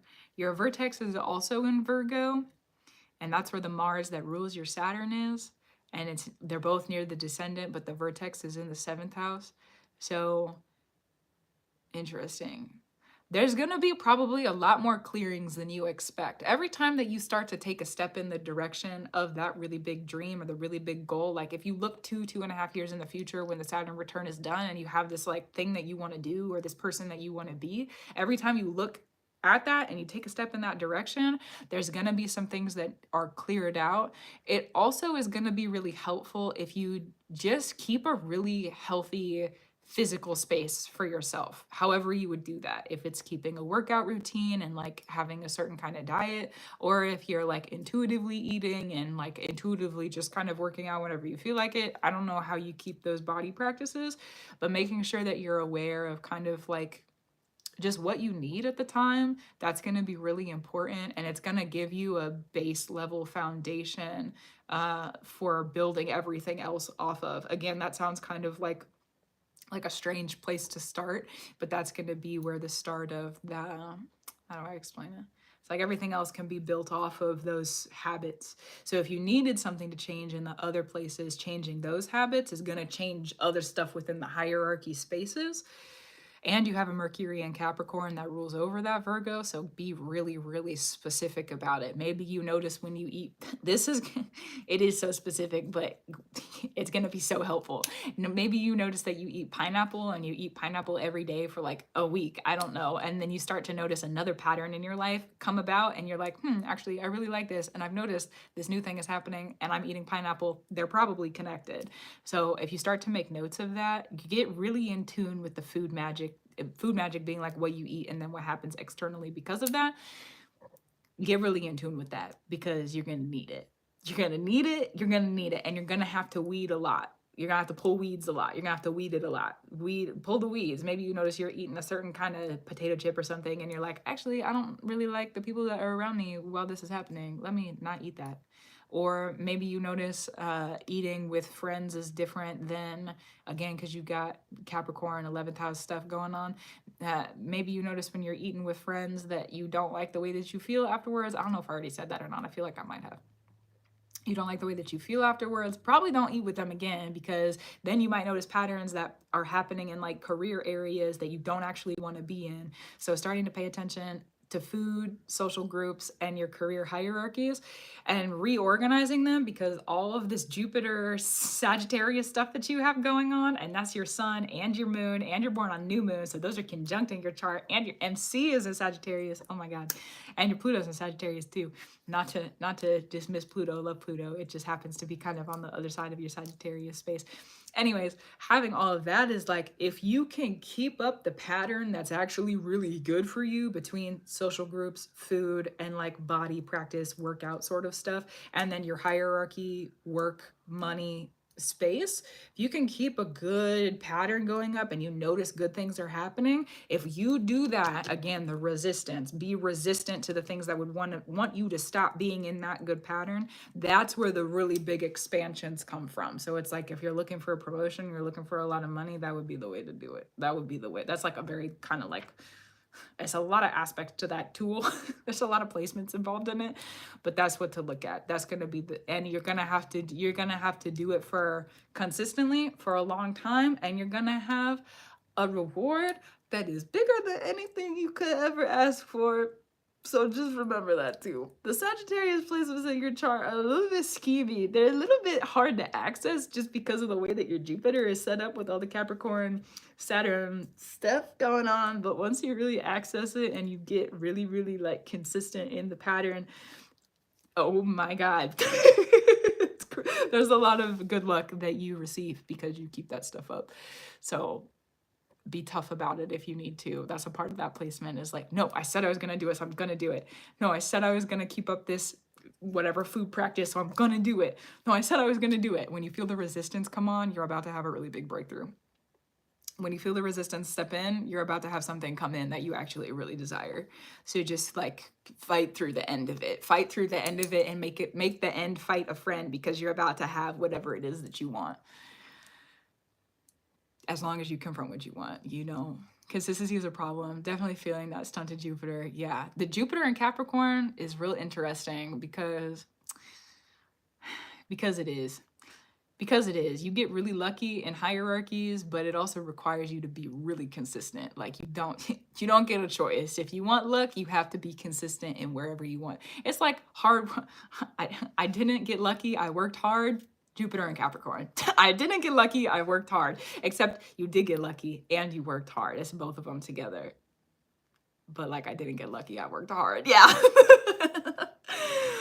Oh my goodness. Do you have any closing questions before we are done? Oh, goodness gracious. That's pretty good. That's pretty good. You know, this is random. Is there anything whether the chart intuitively that I can do for blocks? Is that inner kid? And I was thinking about that before you said it too. It's the inner kid. It's the inner kid. Work with your inner kid. Work with it. Listen to your inner kid. Create a healthy relationship with your inner kid. Because of the Mars and Virgo, sometimes your inner kid is gonna want to sit around and eat chicken nuggets and mac and cheese, and sometimes you gotta let him. Sometimes you gotta let the inner kid do what the inner kid wants to do. So that building that relationship, healing that relationship, growing that relationship with the inner child, that with the way your chart is set up, that's gonna help you in a tremendous amount. And congrats, because that's a lot of work. It's good work, and the work works, and it's work. Yeah, that's where the blockages are. Like, she's not disappointed in me, just kind of sad. Yeah. Go love on her then, go love on her. You got a sad inner kid. Okay, inner kid, what you need? You want a hug? You want to talk about it? There's a lot of ways that can be, and maybe bored. It's like little kid got put in timeout. Well, I can't do anything I want, and now I'm sad about it. Like, I get that. I get that. Yeah. So work with that and remind yourself too, yo. Oh, sometimes we put our inner kid in timeout and we don't mean to, and we don't realize we did it either. Yeah. So working with that inner kid, that's going to be anytime that, just remind yourself too, because that really is going to be like the foundation. You can work with the other tools that came through too, like for manifestation and creation. But if you're ever feeling blocked in something, just remind yourself, it's probably my inner kid. It's probably my inner kid, and my inner kid needs help. And if I sit with my inner kid, I'll figure it out. So, yeah. I mean, like, she's comforting me. Oh, and I should probably just do what she wants. It's a journey. You'll learn. Yeah. Yeah. Oh, cool. Well, if you don't have any other questions, I will go ahead and call it done, call it through. So good. You'll have a good time with it. There's probably gonna be a lot of, emotions that come up, but it's still gonna be a good time. That's true. And let it be fun every once in a while. You know what? Again, sometimes let the inner kid sit around and eat chicken nuggets or watch TV. The inner kid has to rest too. We can't always be doing work with the inner kid. And thankfully, because you know what? I like rest. I like rest. Oh my goodness. So good. So good. So good. Okay, so just to update the list for everybody, well, the list is closed, but just to give reference, I almost said reverence. I say that so many times a day. Reference, just to give reference to kind of like where we are. Brenna, and then Ashley, and then Michael. That's still the order. So yeah, I think she's the one who wants to work, and I want the nuggets. You know what? Go get the nuggets then. Go get the nuggets then. Oh, be patient with each other, the back and forth. That's true. Oh, so good. I'm grateful for you. Enjoy it. And good luck getting through the Saturn return. Go earn it. Go be a center stage. Why not? Why not do it? Why not sit center stage? Why not be there? Why not be there? When the lights come on, yeah, go be center. Go do it. Go do it. Oh, thank you. Yeah, it's been strange but good so far. So thank you for that. I appreciate it. Oh my goodness. Good. Yeah, good. Wow. Also bought a session for next month. There's been several bookings that have come in tonight. So thank you. Thank you. Thank you. I'm looking forward to it. It's gonna be good. I'm looking forward to it. Okay, so the next one up is for Brenna. I do need to have a human moment. I need to use the restroom. So I'm gonna put the pause on TikTok, and then over here I'm gonna mute my little button, and then we'll come back and we'll sit with Brenna. So I'll see you soon.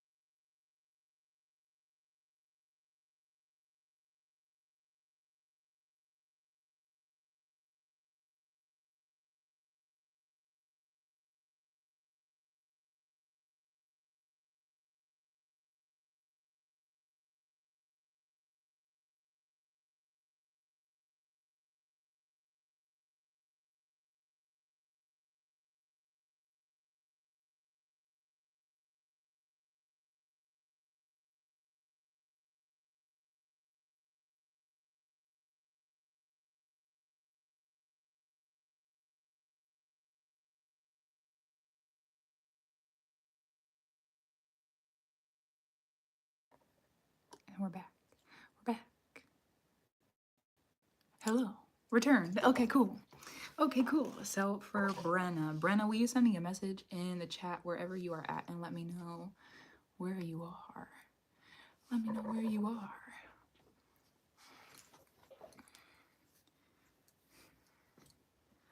Also, thanks. Also, hi, Amy. Thanks for holding it down. So good. But yeah, for Brenna. And I'm going to read your note also while we get started. Don't have a specific question. Okay, beautiful. Do I need that? If I welcome in Dreamy Bones, that's a cool name. Okay, cool. I'm gonna wait to put your astrology information in. If I need it, I'll bring it up.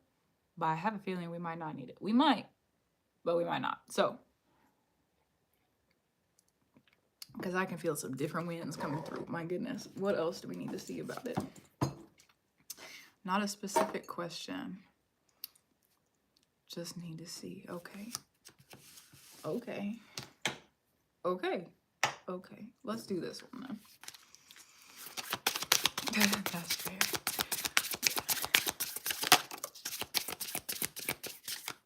Ooh. Somebody being a spirit. Somebody called on you, but you haven't gone. Somebody called on you. Somebody called on you, but you didn't go. Who called on you? If you want to share, you can. You don't have to. Somebody called on you. Somebody called on you. You're supposed to go. You were supposed to go. Do you know what I'm talking about? Just for clarity. Do you know what I'm talking about? You got called on by a spirit and you didn't go.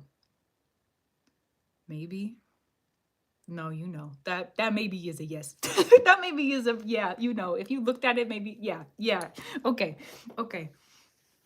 This is not to cause you stress. This is to make sure someone who wants me to make a deal. Okay.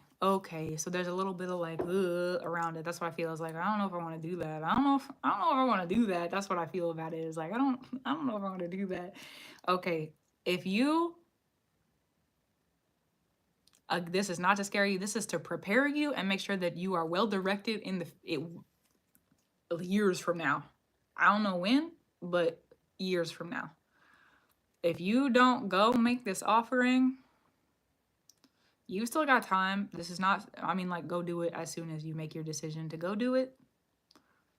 To sit with it, discern, learn as needed. But if you don't go make this offering, there's something in the future. Because what happens with, this is a God spirit. This is like a big spirit. This is a very old, very told spirit. This is a spirit who can hear it also. A spirit who can hear it. This is a spirit that calls on you to make an offering, or as you put it, to the old God. Yeah, they called you to make an offering. You haven't gone and done it. You still have time to go make the offering, but it needs to be done like as soon as you are readily available. As soon as you are ready, you need to go do this, because there is something in the future that if you don't go make this offering and you don't make this offering, if you don't make this offering, you're going to be left to handle something very dangerous by yourself. They're trying to get you prepared so that you are not scared when you're going through whatever that is, so that you are prepared when you're going through whatever. It's like, what I see is like 2 years. It's like 2-3 years. Oh my gosh, I didn't realize this phone wasn't plugged in. Hold on, I got to get that done.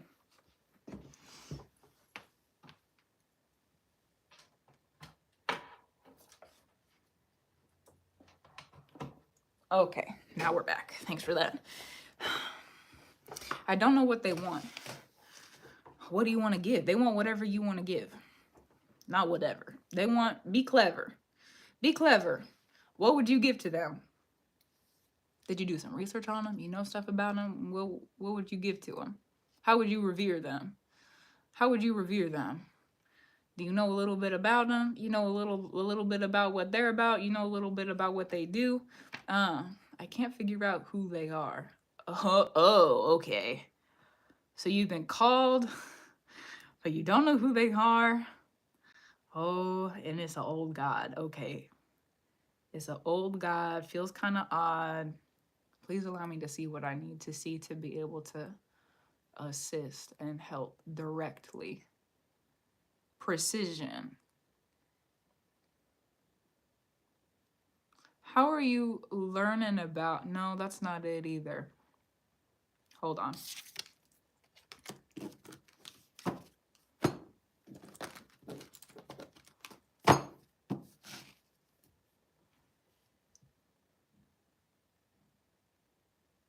You're gonna need to go. Hold on. A wander and something about death is what I've gotten. You're gonna need to go do some research. You're gonna need to go do some research, like internet research. You're gonna need to go do some research. Start looking up. You're gonna know who it is. Once you find their information, you're gonna know. You're gonna know. You're gonna do some research. You're gonna skip around the internet. You're gonna look for old gods' names. You're gonna look for old god themes. You're gonna look. You're gonna look. You're gonna look. You're gonna look, and you're gonna find it. You're gonna be like, "That's it. Is that it? I think that's it. Is that?" When you start to think, "Is that it?" That's the one. That's the one. You need to go do some research because I see you. It's like you have you ever fallen into a Wikipedia hole where you like research something and then dude, I love Wikipedia. I don't care what anybody else says about it. I love Wikipedia. When you do some research and then you find something and it has the highlighted word and then you click on that one, you go to the next page, you can read some more about it, and then you find another one and you're like, "Oh, that's interesting." And you click on that one. That's what I mean by a Wikipedia hole. I see you doing that. I see you going through a little tunnel on the internet and looking up one and finding out about another and then looking that one up and then finding out about another. You're eventually going to get to a spirit, an old god, and then you're going to be like, "I think that might be it." When you think it might be it, that's it. Just like you said, maybe, and I said, yes, clearly. Maybe, yes. Maybe, yes. Yes, it is. And when you start to figure out, yes, it is, when you start to figure out, yes, it is, then you're going to be able to see like, okay, they're associated with this is, and then you can get creative, get clever. Okay, this, now I see what I need to be. Now I see what I need to do. Give yourself about a month, 2 at the max, 2 at the max, 2 to 3 at the max. So like you have time, but take the time to do the research. Take the time, take the time, take the time. Let yourself work up to it. It's a big decision, but you're gonna need them. You're gonna need them. You're gonna need them. You're gonna need them because there's things going on 2-3 years from now that you can't see yet. Things that couldn't even be predicted. Things that are not scripted. Things that no one could tell you about. I don't know about it. No other reader could tell you about it. It's stuff that the spirits hide from us. Sometimes spirits hide things from us because we're not supposed to know. We're not supposed to know, but they know. They know. So the spirit needs you to go. The spirit needs you to go. And this spirit is calling on you for a reason. And you're going to find their name and you're going to be like, "That's the spirit. That's a big spirit. That's a revere it," because they're not calling on you for no reason. They're calling, it's like being the chosen one. They're calling on you because you resonate with their being. It's a big spirit. I think it might be an infernal. Interesting. Let yourself journal about it too if you need to. Let yourself, because they've been around you forever. That's how these things work sometimes. They've been around you forever. They've been around you forever. So when you figure it out, get clever. Get clever, because it's not just like one thing. Get clever. It's like it's a whole practice. It's a whole offer. It's a whole, there's more than one thing that's coming through for an offering. It's like you're not just there to give a candle. You're not just there for like one. It's a whole plate. There's a lot. You're gonna offer them a lot because you're gonna see who it is. That's why they called on you. Part of the reason. That's why they called on you. They're like, listen, they know how to revere me. This person knows how to revere me. So yeah, I'm gonna call on them. They know how to do it right. They know how to do it the way that I like it done. They know. So I'm gonna wake them up a little bit because they're gonna go through some things where they're gonna need me. So that relationship has begun. Okay, what else needs to be seen? And keep it clean. This is something you don't tell anybody about. Don't talk about it. Don't tell anybody. Keep it to yourself. Keep it zipped. Keep it locked. And don't be shocked when things start to come up. There are rules. There are rules. Yeah. Yep. There are rules. There are rules. Order is there for a reason. There are rules. That is the truth. There are rules. There are rules. There are rules. Oh, okay. Oh, yeah, there are rules. There are rules. There are rules. You know what? You know what? Apparently, I need to talk about it. There have been practitioners that I have seen in my life who have, how do I say this? The mundane rules, human rules, and mundane rules are not always equivalent to the rules that happen in the spirit. And sometimes the rules in the spirit are going to knock over the mundane rules because the mundane rules are not really what rules. You know what I mean? There are rules to it. There's an order, there's a hierarchy, there's a structure, and you already know it. You're not even working with them. Okay, yeah, they called on you for a reason. So, yeah. This is a wake up too. Once you start, they're going to start to call on you more. Once you like after the entrance, the beginning, the start, there's gonna be more. There's gonna be more. There's gonna be more. There's gonna be more. When you start to see the infernal energy, they're gonna bring it through other people's eyes. You make this offering. Remember, I said there's gonna be something about 2-3 years from now. That you're gonna go through, you're gonna need them. They're gonna start to show you through people's eyes the truth of what's really going on inside their head. You're gonna be able to look in somebody's eyes and know exactly what's happening. You probably you kind of already do that, but it's gonna get even more than what you already do. They're offering a gift to you, spiritual gift. They're offering a gift. It's like their gift. It's a part of their spirit. They're offering a gift to you, and yeah, that happens now. It's gonna be even more. There is going to be more to it.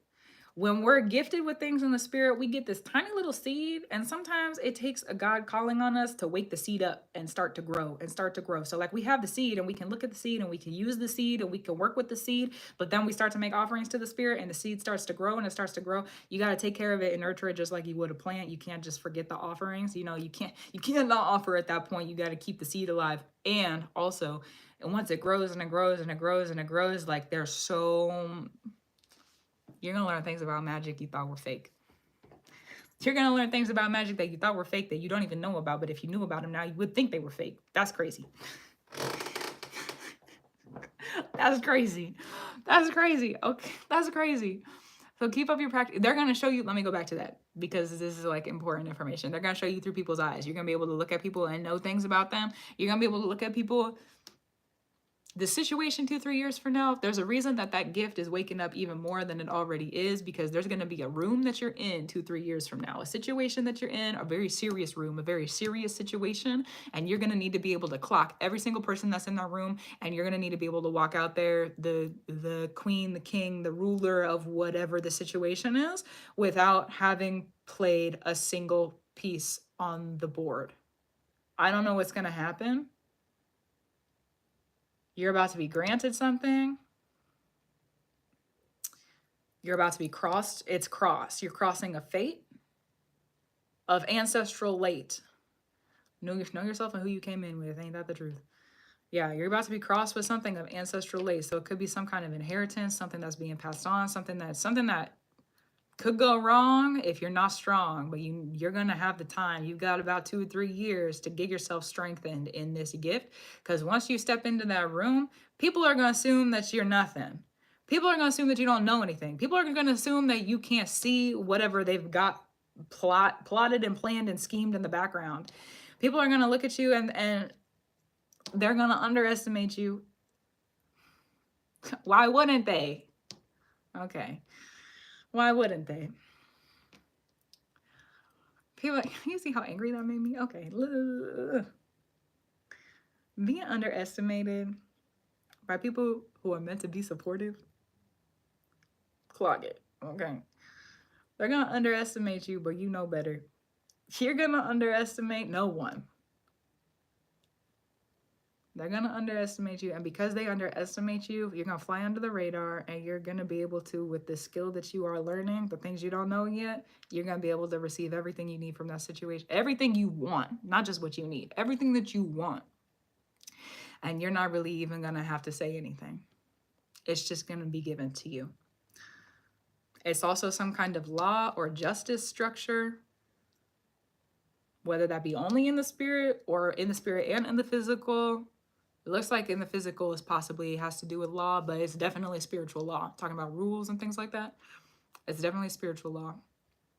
Let yourself return to this spirit whenever they call on you, because they're going to start to call on you, and it might not make sense when they call on you. Why are they calling on me right now? Like, what is the purpose of this? But give yourself 2 or 3 years and you're going to realize, I made that offering for this. You're going to see how your magic works. Big term. Big term. Okay.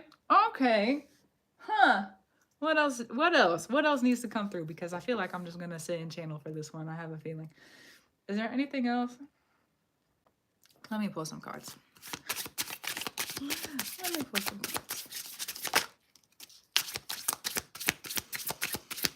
Before this happens, about 2-3 years from now, you're going to be working a lot with forgiveness, forgiving yourself. There's a lot of restrictions you've had yourself in. This spirit that's coming through is not just coming through to help wake up these gifts and get you prepared for the situation that's coming in. The spirit's also coming in to help you realize where you've been and what you've been going through, and how basically, no, not basically, how none of it was your fault. This is also a spirit who works with assault and like battle war. Maybe not exactly the word war, but like it's a fighter energy. It's a fighter energy. So they're going to help you realize more than your dry eyes can see. Okay, thank you. More than your dry eyes can see. So there's going to be forgiveness in your heart for where you've been, for you. Good. Because if it wasn't your fault, then forgive yourself and move on. You're not going to have to hold it. This is your start. There's something that you're really there's something you're really starting to do. Things are picking up. You've noticed it. This is for you. This isn't necessarily like a collective thing. Sometimes collective shifts and personal shifts happen together, but this is just for you. You've noticed things are picking up. You've noticed things are shifting. You're like, oh my God, my gifts. I can see things differently now. Spirits are calling on me. It's like you're more aware of things. Like things have picked up. It's the start of something. The start.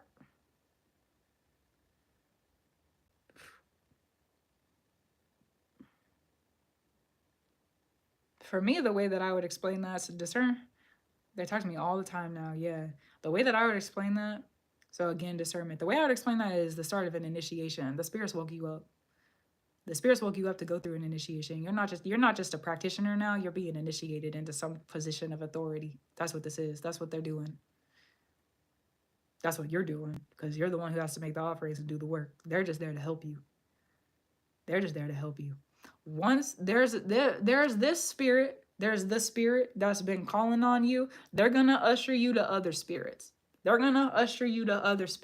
and offer to this spirit now. And so you'll start to build relationships, grow relationships, nurture, fertilize relationships with other spirits. There's gonna be turns. It's like, it's this spirit's turn now.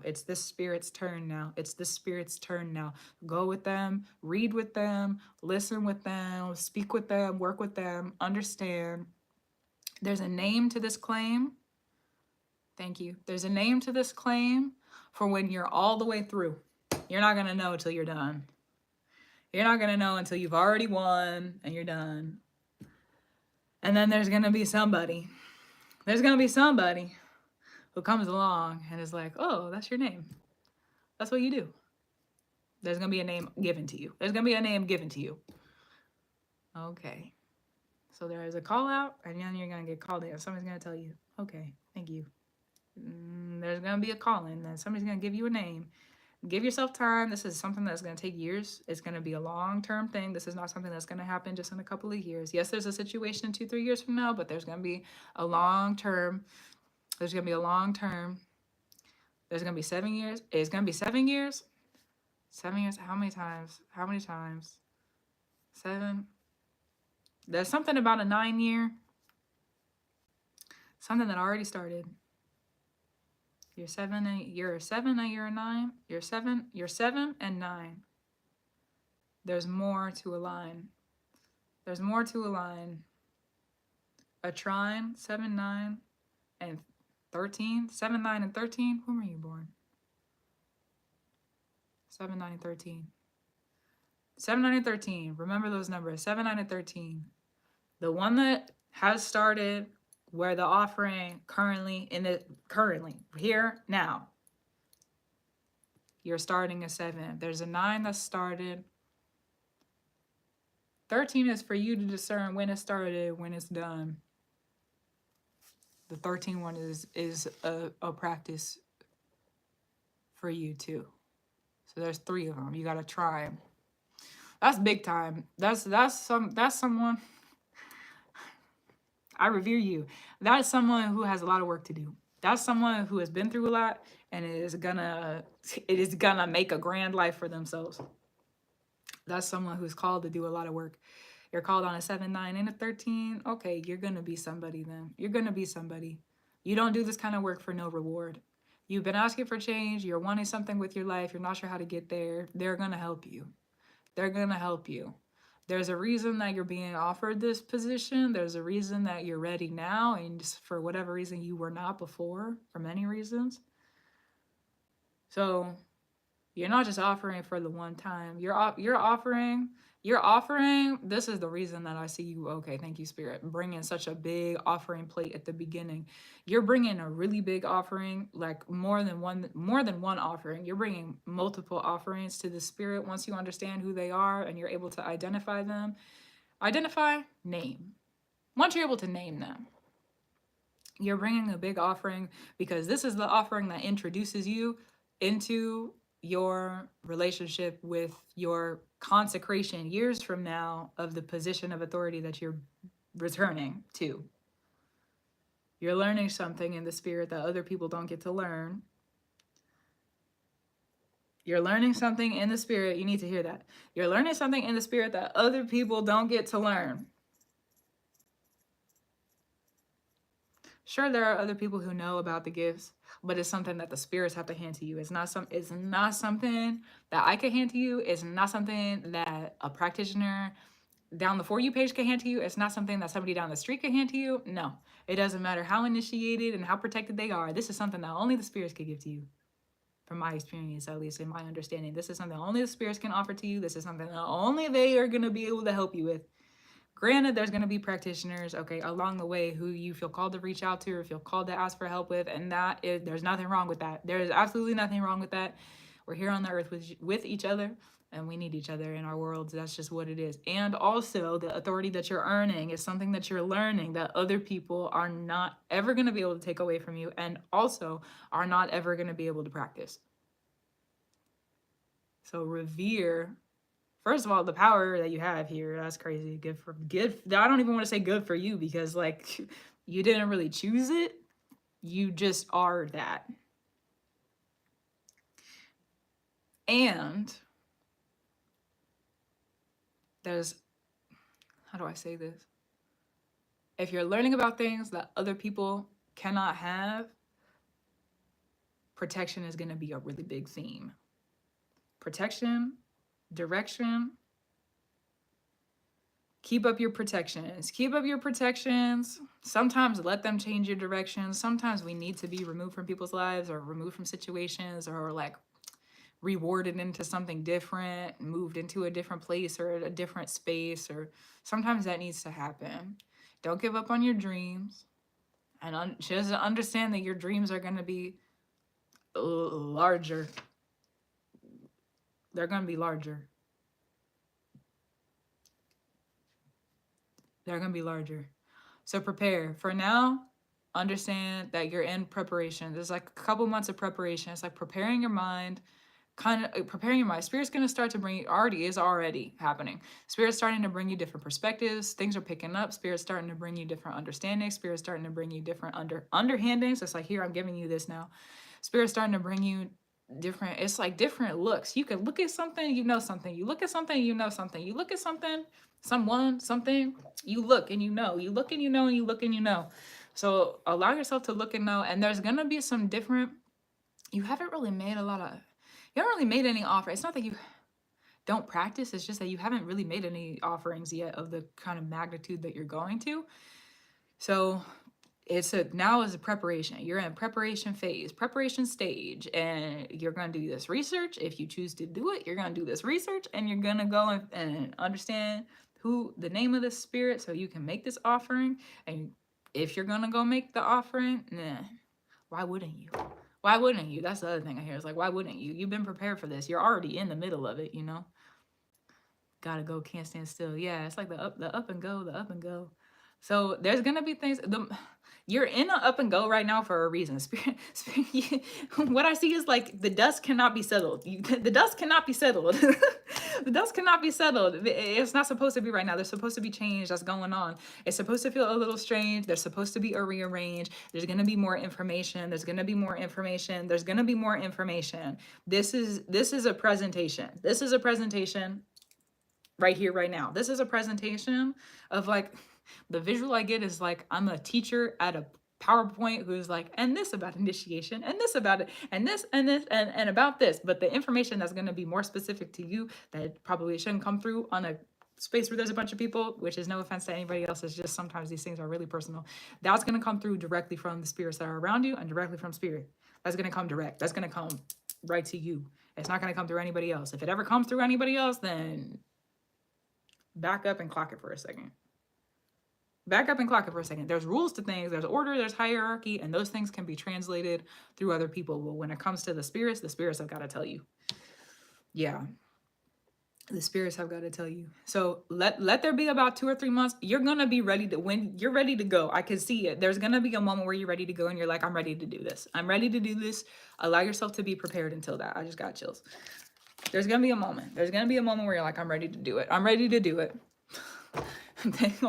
There's no other option. I've always been this. Might as well just go and do it. There's no other way. So I'll go. There's no other way, so I'll go. Okay. And I'm ready also. And I'm ready. There's going to be a moment where you're ready.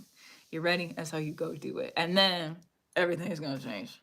And then there's going to be a lot, and then it's going to get really, really weird, strange. Oh, it's going to be different. Yeah. There will be a day. I know it's time that's happening. Yeah. So take your time for now. Again, about 2 or 3 months. About 2 or 3 months. When is the summer solstice? I don't know exactly when that is, but if you feel like it's necessary, it might not be the exact day. I also don't know any important astrological events that are happening around that day right off the top of my head, but there could be some things that are happening that would be astrologically important. I revere you. I'm grateful that I'm able to bring the messages through. Yeah. It's not very often that I sit with people who are 7, 9, and 13. So I'm grateful to receive you. That is beautiful. Wow. Okay. Are there any questions you have before you're done with the reading? Is there anything that you're wondering about? Again, if I'm a teacher with a presentation who could tell you about different order things, and you need help with that, if you have questions, let me know. If not, though, then we can close it out. But you let me know. Also around June 21st. Thank you for that. Thank you for that. Wow. Okay, then. The initiation is a strange happening. That's initiation. Ooh. Cannot be anything other than what it is. That's the truth. It cannot be anything other than what it is. There's no other way around it. It is just what it is. Oh my goodness. Oh my goodness. Oh, also thanks for that. Yeah, there's no other way around it. It's just what it is. It's just what it is. I'm not familiar with the 7, 9, 13 thing. Also, if you want to expand about initiation. Initiation, how do I explain it?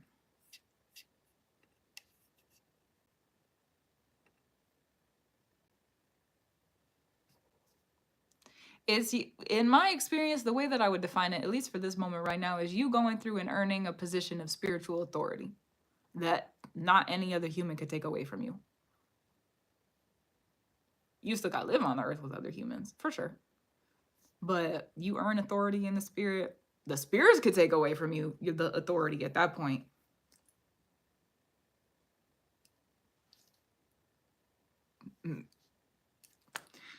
But the humans are not going to be able to take away that spiritual authority.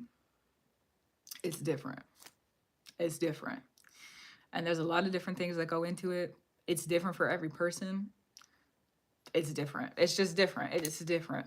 It's different. And if you haven't like really started it yet, there's not, how do I say this? It's not that there's not a lot that I could tell you. It's just that there's things that, again, like there's things that need to be between you and the spirits that are not supposed to be between me. That's what it means to be an authority in the spirit, at least in one definition. It's like it's between you and the spirits. It's not between anybody else. Nobody can step in between that. Nobody can get in the way of it. And nobody is supposed to, you know? It is difficult. Yeah, and the reason that it's difficult, parts of it are difficult. Parts of it are really magical, wonderful, holy cow, wow. And there's parts of it that are really, really difficult and really hard because spirit needs to make sure that nobody's going to be able to take it away from you. And that takes a lot. That takes a lot because it's going to depend on who you come from, ancestrally speaking, how you were raised, you know, kind of like culturally how you were a part of society where you were growing up, where your family comes from, again, ancestrally, and those stories. It's going to depend on a lot of different things. That's why I say it's different. It's different. It's different. It's different. And the difficulties come up because of, usually, at least the way that I've experienced this and the way that I've seen it in other people, the difficulties come up because of things that have been carried in the ancestral lineage for a really long time. And for whatever reason, you're just the one who gets to deal with it. You're just the one who gets to seal it to an end. Okay, well, congrats. That's it. Yeah, so it's a little bit, it's difficult at times, but it's because, how do I say? Imagine, yeah, yeah. Imagine that you're walking around the world and like there's just a whole bunch of people that have their hands kind of like gripped onto you. They have a wrist, they have a hand, they have an arm, they have, you know, whatever is applicable. And spirit is gonna have you shake every single one of those hands off, so it's just you standing there. But that takes time because imagine that somebody has their hand on you, they don't want to let go. You got to figure out how to get them off of you, and that's going to be different depending on who's grabbing onto you and why they're there and what they're looking for in you that has them there in the first place. So that's kind of like a super metaphorical way to put that, but that's the metaphor that I see that might be helpful. So not every hand is supposed to be on you, that's for sure. But if you can stand and you can be unbroken, unshaken, well then you made it at that point. You made it at that point. But to become unshakable and to become unbreakable in the sense of the spirit, you gotta be shaking up and breaking up a little bit. You gotta be shaking up and breaking up a little bit. Okay, that's how I avoid that breaking. I won't do that anymore. I understand myself now. Oh, I got shaken up like that. I'm not gonna allow that to happen anymore. Actually, I got it now. Thank you. So it's like there's some hard lessons that happen because of that. There's some things that it doesn't always have to be hard, but it's just a process of understanding what that authority really means. And again, I'm gonna say it again because I'm gonna say it again. This is an authority that other people are not offered. So you just make sure that you don't give it to anybody who hasn't been offered that. Because it's not your responsibility necessarily. Yeah. It can only be from the spirits. It can only be from the spirits. And how do I say that? People who have already earned authority can help in the understanding, but there's things that the spirits have got to do that humans can't. Yeah, the stewarding. And it's, if ever you're meant to offer it, you'll know, but it's different. And the responsibility will change you forever. So it's something that is, again, not between me and you, but it's between you and the spirits. Yeah. So let yourself prepare.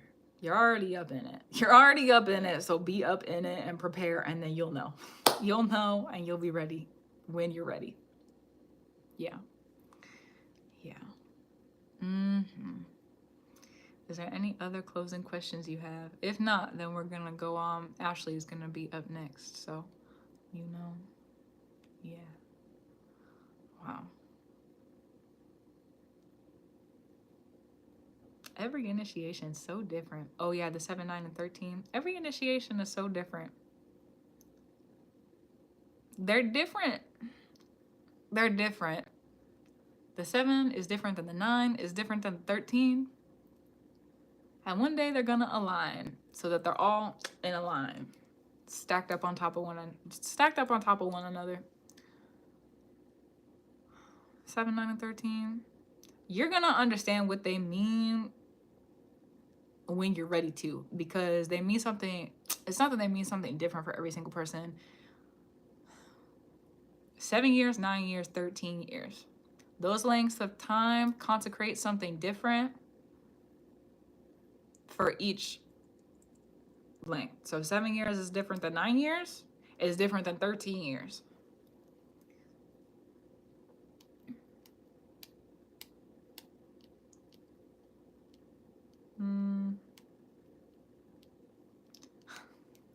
There's words I want to say, but they keep taking them away from me. You'll learn when you're ready. You'll learn when you're ready. Yeah, because each one carries a different responsibility. Each one carries a different responsibility. So it's like, thank you. Each one carries a different responsibility. Work on the forgiveness part. Remember that came up earlier? Work on the, there's things to focus on now.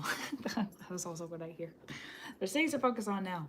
So yeah, you'll learn when you're ready, because they're each a different responsibility, and the spirits aren't going to tell you about their responsibility until you're actually ready to carry it. You know? Yeah. Responsibility is kind of a heavy thing for a reason.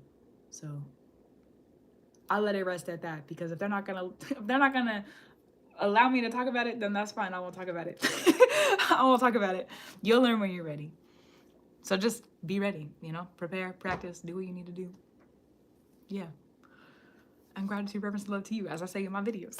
Gratitude, reverence, and love to you. And really, it is like, what a gift to be able to offer the clarity around that. That's crazy. That's crazy. In a great way. It's a great kind of crazy, you know? Wow. So good. So good. Okay, well, I'll go ahead and close it out then. Congratulations. Enjoy it. Yeah, you're so welcome. Yeah, enjoy it. And bring forth. You're gonna do great. You're gonna do great.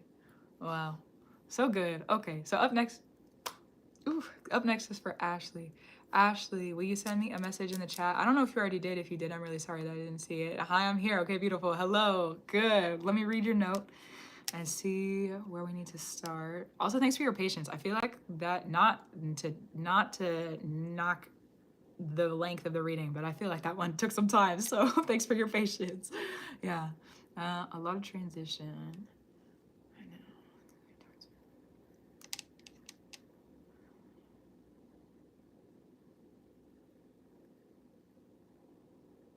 Okay. Transition, change, rearrange. This reading is gonna be a little strange. This reading is, I don't know why yet, we're gonna get to that, but this reading is gonna be a little strange. There's gonna be a rearrange. This reading is gonna bring through a rearrange. That's why it's gonna be strange. There's gonna be a range. It was so interesting. You're good. Thank you for that. This reading is gonna bring through a rearrange. There's gonna be a rearrange. Your mind's gonna rearrange. Your heart's gonna rearrange. Perspective. You're gonna rearrange. There's gonna be a rearrange. It's like metaphorically, maybe also physically. I see you like reorganizing, like a living space. Rearrange things. The furniture in the mental. The furniture in the heart. You're rearranging things. This is a rearrange. So it's going to feel a little strange because it's like different perspectives, new directives. It's just going to be strange. Let's start. Okay, well, let's work with the fate deck then. Let's work with the fate deck then. What needs to be seen? The messages also are going to be clean. Fate, weaving, practicing spells. You're still at the very end of something. You're at the very end of something. Practice your work. Practice your work. You're not doing the work. You practice your work. Practice your work. You're not doing it. I don't know what, you're not doing it. If you were doing it, you wouldn't need me.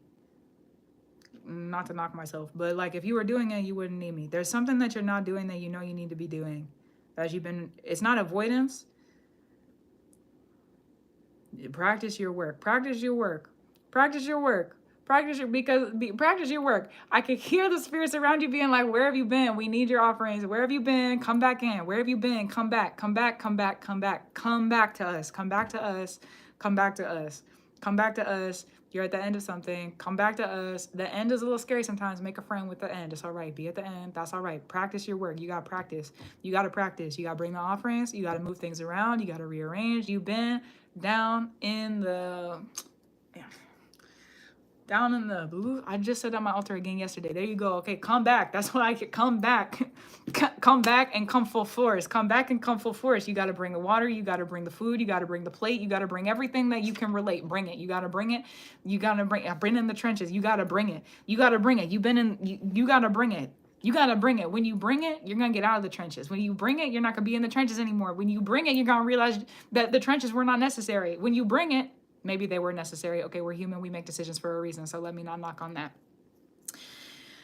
When you bring it, there's going to be... I just see you sitting there crying and being like, why have I been away so long? Why have I been away so long? I can't believe I've been away so long. Why have I been away so long? I can't ever do this again. I cannot do this again. I cannot. So bring that, get off this phone after we're done and go do it. It needs to be done. It needs to be done yesterday. Bring the offerings. Bring the offerings. It needs to be done, not yesterday. Let me be more gentle. It needs to be done very soon, as soon as you're able to, because once you bring it, think about this. If you're a spiritual practitioner and you have not been practicing in the spirit, like giving offerings and doing things in the spirit, if you haven't been doing that and you've been working a whole bunch down here and you've been working a whole bunch down here, you're literally just digging into the earth and nothing in the spirit is moving around, and the spirits also are not fed, so they can't come in and help you get things picked back up again. So you're gonna make the offerings, and then you're immediately gonna be like, oh, whoa, I didn't mean to be. It's like, you ever seen the paths where it's like you could take the higher road, or you could take, and then there's like muddy and hard to walk on down here, but this one is actually like really easy to walk on. You've been walking down in this one just because there hasn't been offerings. You haven't been feeding the spirits that need to be fed. So you feed the spirits that need to be fed, and then they literally from this road down here, they pick you up and they put you up here, and they're like, okay, well, why you been away so long? Let's have a discussion about it. Let's talk about it. We got some things to figure out. Let's reorient ourselves. You got things to do in your life. You have, like, there's preparation you're going through right now also. Oh, okay, let's read them. There's something coming up. Strange, rearrange.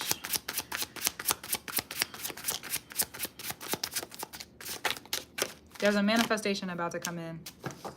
Manifestation, not your creation. There's a manifestation. You're about to be blessed with something. There's a blessing. You're about to be blessed with something. What I see is there's someone who is putting their hand to your head. You're blessed with this now. The gift of a sight, the gift of a right, the gift of a right. Thank you, Spirit. There's a gift of a right. There's a gift of a right coming in. This is something that the spirits have been needing to give to you. It's a gift of a right. Blessed with a spiritual right. This is a birthright also. This is a birthright. It just hasn't been time yet for you to receive it. It's a birthright. Gifted with this spiritual sight. Something that you're familiar with, something that has not quite sunk in yet, something that has not quite like reached all fully internal. And you're gonna be gifted with it. Okay.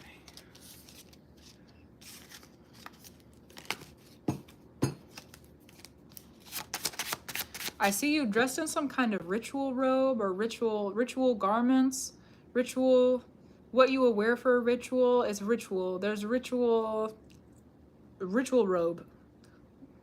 Ritual robe. I see you dressed in ritual robe, and in the ritual robe, you know the ritual robe. You dressed in ritual robe, you're at the altar, and I see you sitting there with them, and it's literally like this gift of sight is passed to you because you go to the altar. I don't know when it's gonna come, but it's coming in. You're given the gift of a different sight than you're used to. That's part of the reason you've been hesitant, is because that's the spirit in you knows there's gonna be change. And when things change in the spirit, our life rearranges. Things change in the spirit now. We got different spiritual responsibilities. We got different work we got to keep up. And so part of the reason that you haven't, from this perspective at least, maybe not like all this perspectives, but from this perspective, part of the reason you haven't been keeping up on those offerings is because your spirit knows things are going to change. You're human. Your person is like, well, I like it here. The comfortableness, whatever that comfortableness is, maybe it's comfortableness in the chaos. Maybe it's comfort in, I don't know exactly what it is, but it's comfort in whatever it is that you've been going through that has been kind of like, that. Your human is comfortable in it. Okay. Yeah. Your human is comfortable in it. And so when you make the offerings, they're going to come through. I don't know if it's going to be the first time you return to the altar or when it's coming in, but I see you in your ritual robe. It's when you're ready. Your ritual garments, and then the birthright of the site is going to be offered to you, and it's going to change your mind. It's going to change your mind. Your entire life is going to look different after that. Not necessarily like physically.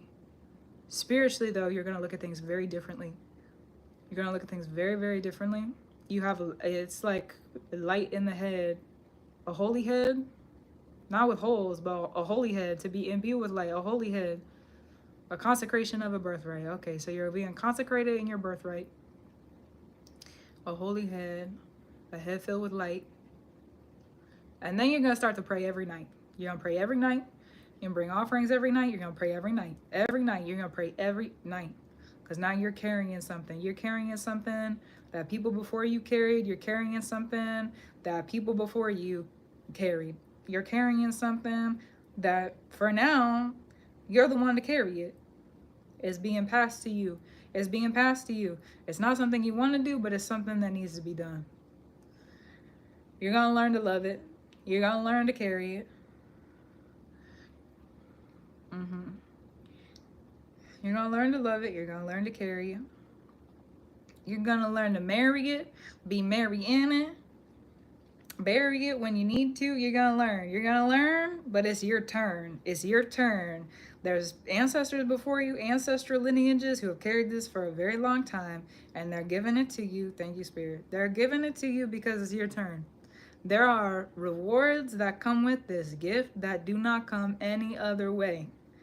There are spiritual protections. There are spiritual rewards. It is rewards. You receive rewards. It is fortune. It is luck. There are things that come with this gift that cannot happen in any other way. They cannot happen in any other way. And so you're going to carry it. You're not going to want to. For now, that's all right. You're going to earn the birthright as rights are. You are given the birthright, and then we learn to carry it. It's learned to carry. It's learned to carry. And then you're going to be able to be marrying it because you're going to realize the fortune of it. But the darkness of it is going to be first. It's like the light on the mind, and then you're going to see the shadow that it casts. There's the light on the mind, light in the mind, and then you're going to see the heavy, heavy black shadow cast. And you're not going to want it. You're not going to want it, but you're going to need to learn how to carry it.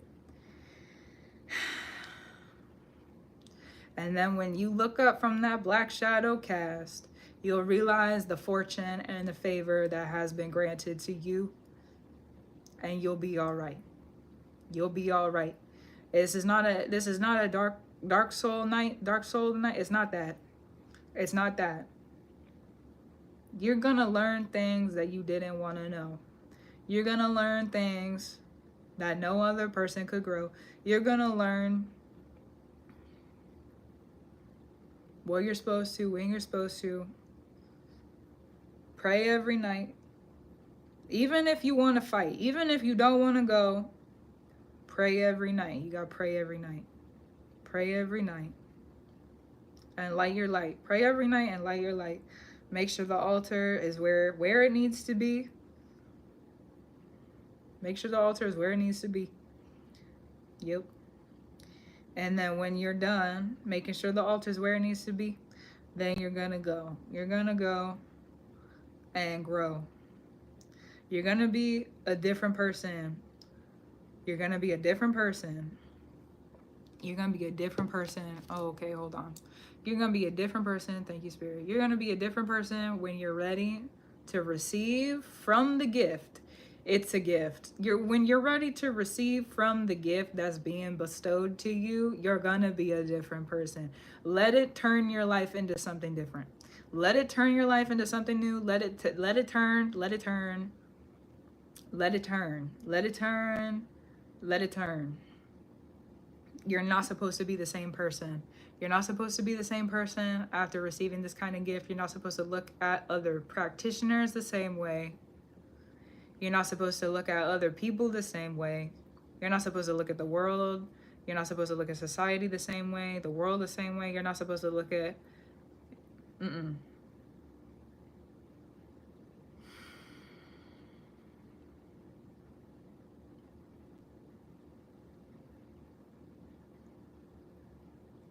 Your profession will come true. Thank you. Your profession will come true. Profession. Yeah, profession. Profession. This is something your life is going to turn into. This is something your life is going to turn into. This is something your life is going to turn into this. Your life is going to turn into this. You're going to be working with the spirits. You're going to be working with the spirits for the rest of your time here.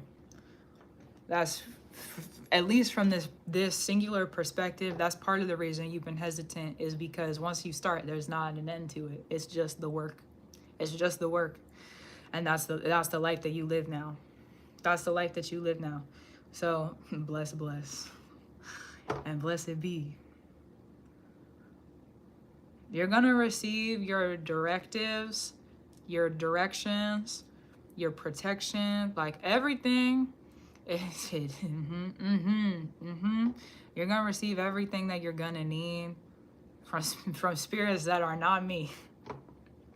From spirits that are not me. But this right now is what they need you to see through me. What they need you to see through this reading. Bring your book. Bring your book and have a look. Bring your book, have a look. Sit with them. Offer to them. Pray for them.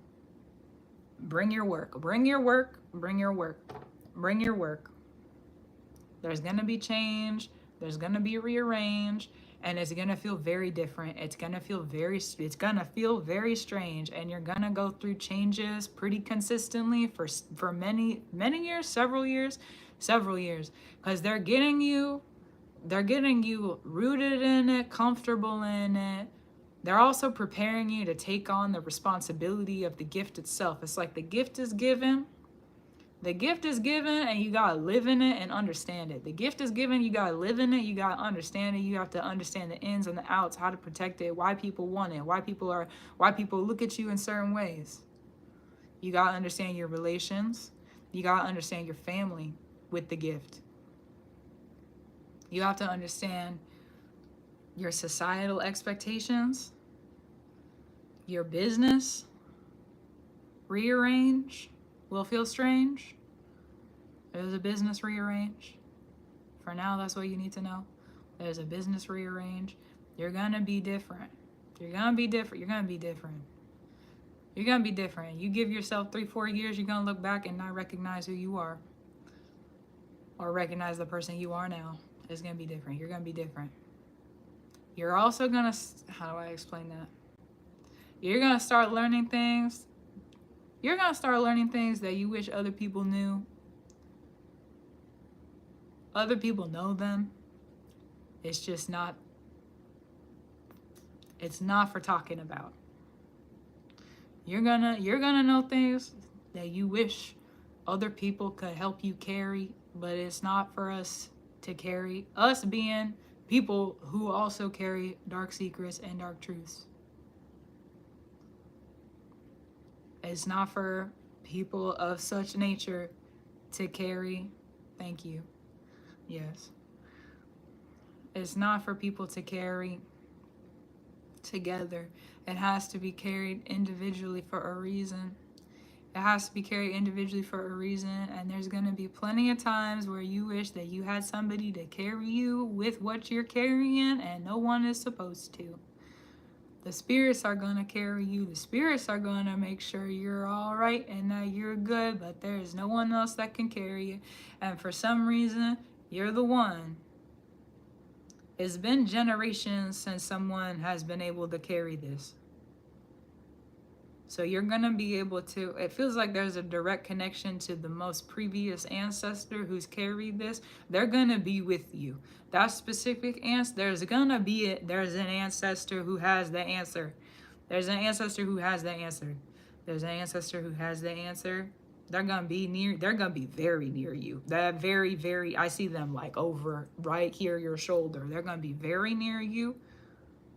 They're going to whisper in your ear. They're going to let you know who's here, who's not, why they're here, what they're doing, why they need to be there, do they need to be there.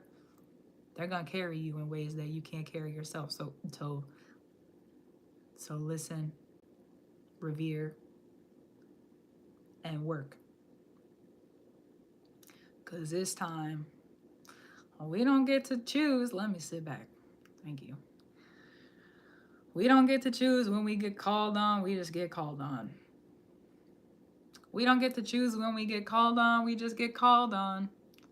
So if you're getting called on now, then it's time for you to be called on. Work begins after you get called. So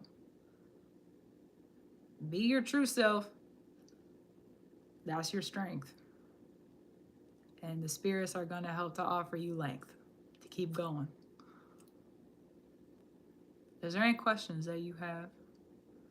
Is there any questions that you have?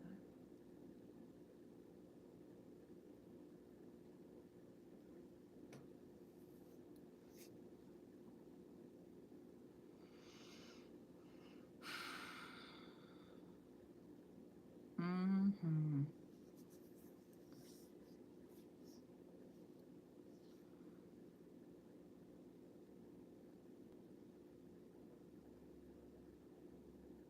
I see any conversation to Christianity or using the Bible in my practice. You bring your book.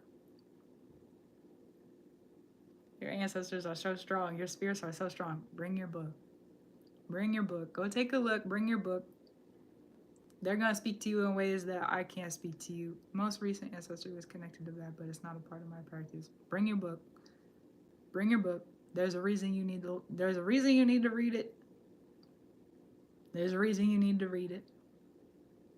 There's more than one reason you need to read it. And bring it. Bring it. Keep it at the altar. Bring it. Keep it at the altar. Keep it near your bed. Keep it on your bedstand. Keep it wherever you need to, so that it needs to be close to you. You know what? I saw a video the other day that I feel like I need to share. There was a video that popped up on my For You page yesterday. Is it yesterday or the day prior to that? And it was talking about how people keep Bibles specifically for the spirit that is in the Bible itself. It's like every tarot deck has a different spirit that sits in it, right? Well, every Bible has a different spirit that sits in it too. So the Bible that you have that's your book. That's your book. If you have a Bible, it's your book. It's your book. So keep your book. Keep your book. You're gonna need your book. Bring your book to the altar. I don't right now. Bring your book. Bring your book. If you need to go get one, bring your book. Honestly, you might go to the altar without one and they might tell you to go get one anyways. There's probably one in my parents' house. Bring your book. Bring your book. Bring your book. Bring your book. Bring your book. Bring your book. They're very set on it. Bring it. Bring it. You're gonna need it. You're gonna need it. You're gonna need it. Bring it. Bring it. More than bring it. Ring it. String it. Practice with it. Protect it. Direct it. Your gift is, how do I explain this? Please allow me to see and love, truth, free, honor, glory, elevation, gratitude, reverence, justice, and love. Work with you, they will. Work with you. Work with you. You got to work with them too. You got to work with them too. There's roots that are stronger than you as a singular person. And they're connected to that book. Yeah. Not. Bring your book. Bring your book. Bring your book and trust yourself. Bring your book and trust yourself. They're both true. They're both true. You bring your book and you trust yourself and you do what you need to do. You bring offerings where they're asking for them. You bring protections, prayers. There are things you're going to learn where you're going to realize where and why you need that book. It's not time yet, but you're gonna understand in a different way one day that there's a reason that book needs to be around.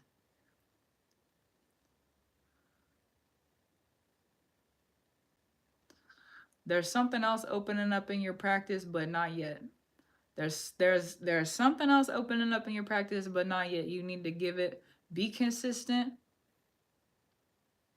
for a year, 2 years, be consistent. Be resistant to the spirits that will want you to stop practicing. Be resistant to them. Resist them. Resist them. They don't get to tell you what to do. Resist them. Resist the spirits who would want you to stop practicing.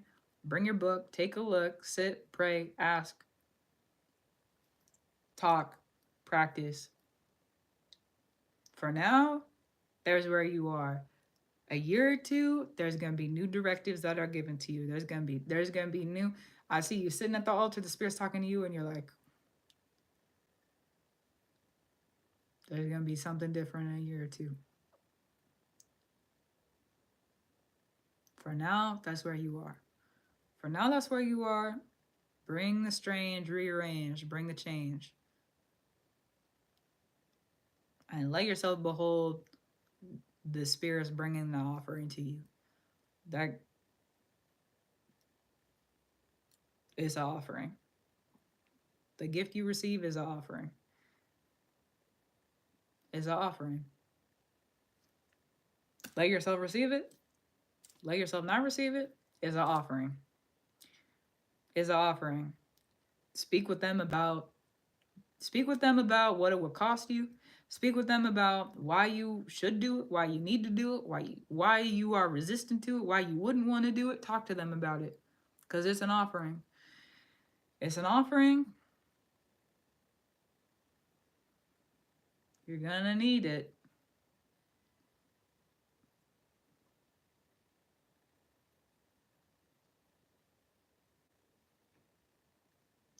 You're gonna need it. You're gonna need it.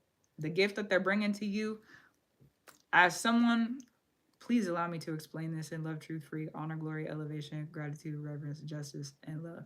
Sometimes the gifts are worth the cost, even if the cost is unimaginable.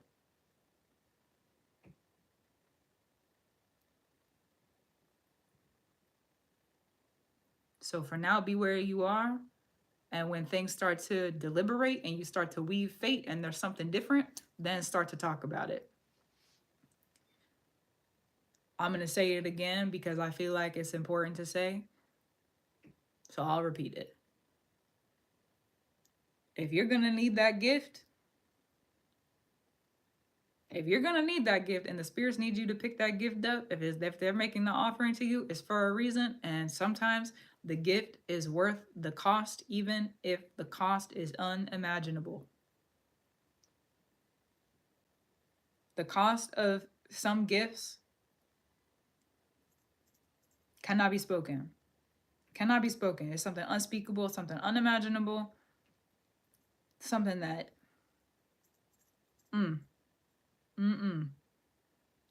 But if they're giving you a gift, even if it's going to cost you, is worth whatever that cost is worth that cost. If you're going to need it, if you're going to need that gift, which is what I hear, is that you're going to need that gift. You're going to need it in the future, 20, 30 years from now, you're going to need it. You're going to need it. You might not realize it, but you're going to need it.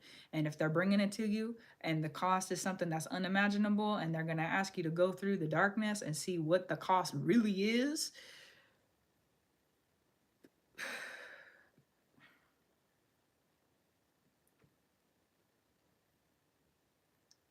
that's your practice. That's your practice. That's your practice. You're going to need that gift. I'm not going to turn you in either other direction.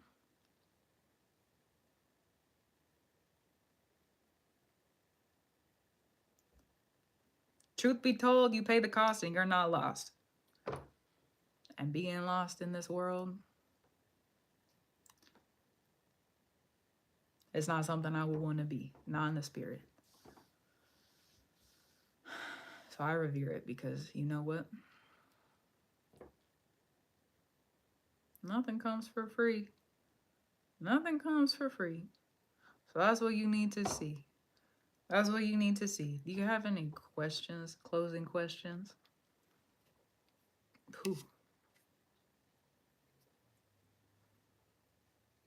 Bring them their water. Bring them their water. Is the cost a love thing or a knowledge thing? It's the truth. That's the cost, is the truth. I'm literally about to get up and go get some. I also heard stop talking to this lady, come talk to us. Stop talking to this lady, come talk to us. Yeah, go talk to them. Go talk to them. Go talk to them. Go talk to them. They're gonna be able to tell you more specific things than I'm gonna be able to tell you. Go talk to them. Oh goodness.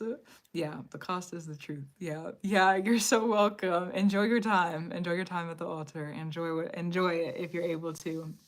Yeah. They play too much. Hey, listen, I'll be the lady. That's fine. I'll be the lady. Just make sure you go talk to them. That's what it is. Oh, goodness gracious. Yeah. Thank you for the support too. Oh my goodness. Yeah. Prepare. You got it. You got it. You got it. And thank you. Oh my goodness. Okay. So I'll close it out. I played too much. That's funny. Bring them. You know, it's always good. Listen, things in the spirit are so serious sometimes that a joke every once in a while, I'm not gonna complain. You know what I mean? Oh yeah, that is what it is. Oh my goodness. Okay, so up next is from Michael. Is it Michael or Michael? If it's Michael, rock on. If it's Michael, rock on. Either way. Is Michaela. Oh, there's no A at the end. Okay, apologies for that. Oh, there isn't the, okay, anyways, Michaela, thank you. Beautiful. Okay, let me go through. I spelled my own name wrong. You know what? We sometimes mess up a little bit, and that's all right. Don't worry about it. It's okay. It's okay. Let me read your note, and then we'll get into it.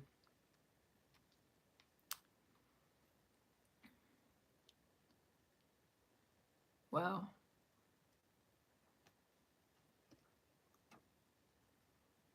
Okay, beautiful.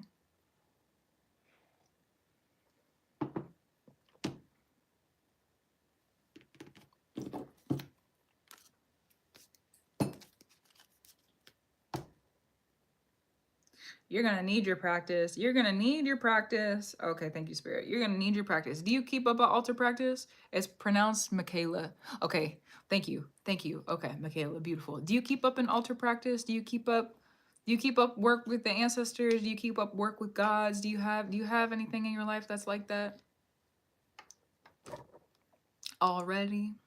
Or has it just been kind of like a spiritual strange thing that's happening? Ooh,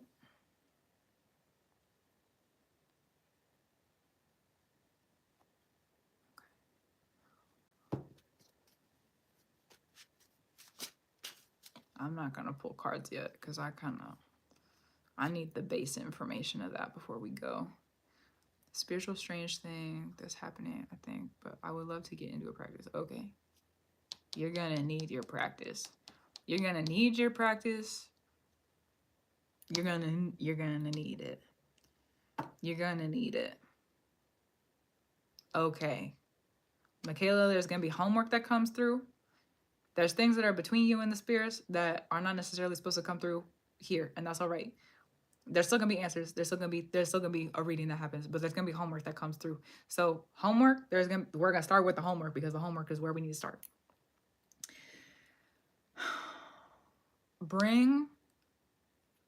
Start bringing offerings to your ancestors. You're pregnant? Bring offerings every couple days.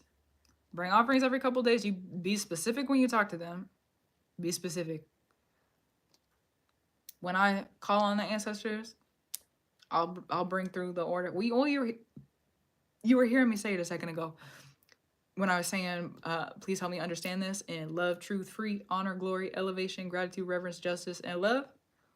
That's how I speak when I call on my ancestry, because I've learned that those are the energies that I need for myself, at least at this point in time, to be able to connect with them on a healthy level. So especially if you haven't started offering to them on like a consistent basis yet or anything like that, I was actually paying attention to that. Yeah. So be specific when you're calling on them, especially because you're pregnant. Okay. When you said all those certain words, yeah. Especially because you're pregnant. So, because this is ancestral magic, birthing magic, mother magic. There's a lot of magic going on that you're practicing right now. Oh, well. Whoa.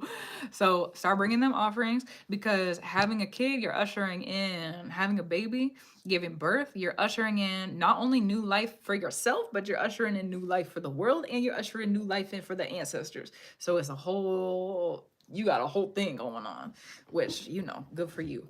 So, bring them offerings. Bring them offerings if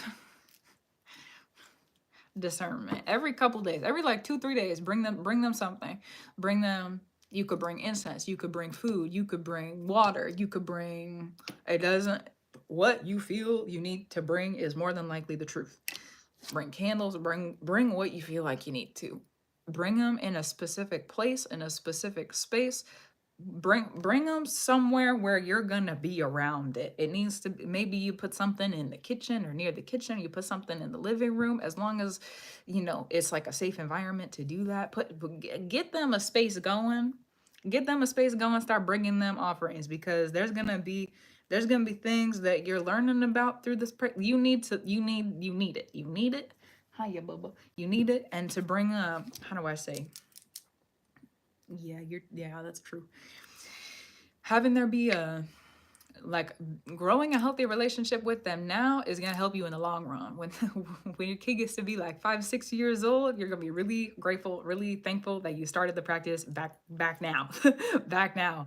So start bringing them offerings, start bringing them, and then when it comes time, it's not yet. It's not yet. It's not yet. It's not yet. It's not yet. It's not yet.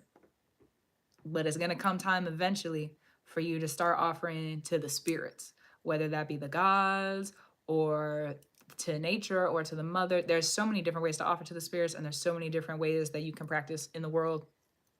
So when it comes time, there'll be a discernment within yourself of like, this is what I need to do. This is how I'm going to do it. Hi. Hold on. I also have a cat kid who needs me currently. So give me just a second. Hello. You want to come up? I love you too. I know. I've been on for so long, huh? You want to sit? You don't normally like to be held like this for too long. I know. You go get it. You go get it. You want to sit? I've said this in other live streams. He is very particular, and it buffered when you said my Kevin. I just say, okay, beautiful. Good thing I stopped them. Good thing I stopped then. Then you're gonna get to when your kiddo is like 5, 6 years old and be thankful that you started to practice back now with your ancestors. You're gonna be thankful. There's gonna be, I don't know what it is, just being a mom, just or a parent. I don't know how you would identify, but just being a parent, being a a life giver, having a kid running around. There's gonna be there's gonna be things going on where you're like really grateful that you have your ancestors coming through in the spirit to help you with whatever's happening. I don't know. Yeah. So there's also gonna come a time. There's gonna come. Let me pull the cards. Let me pull the cards. Hold on.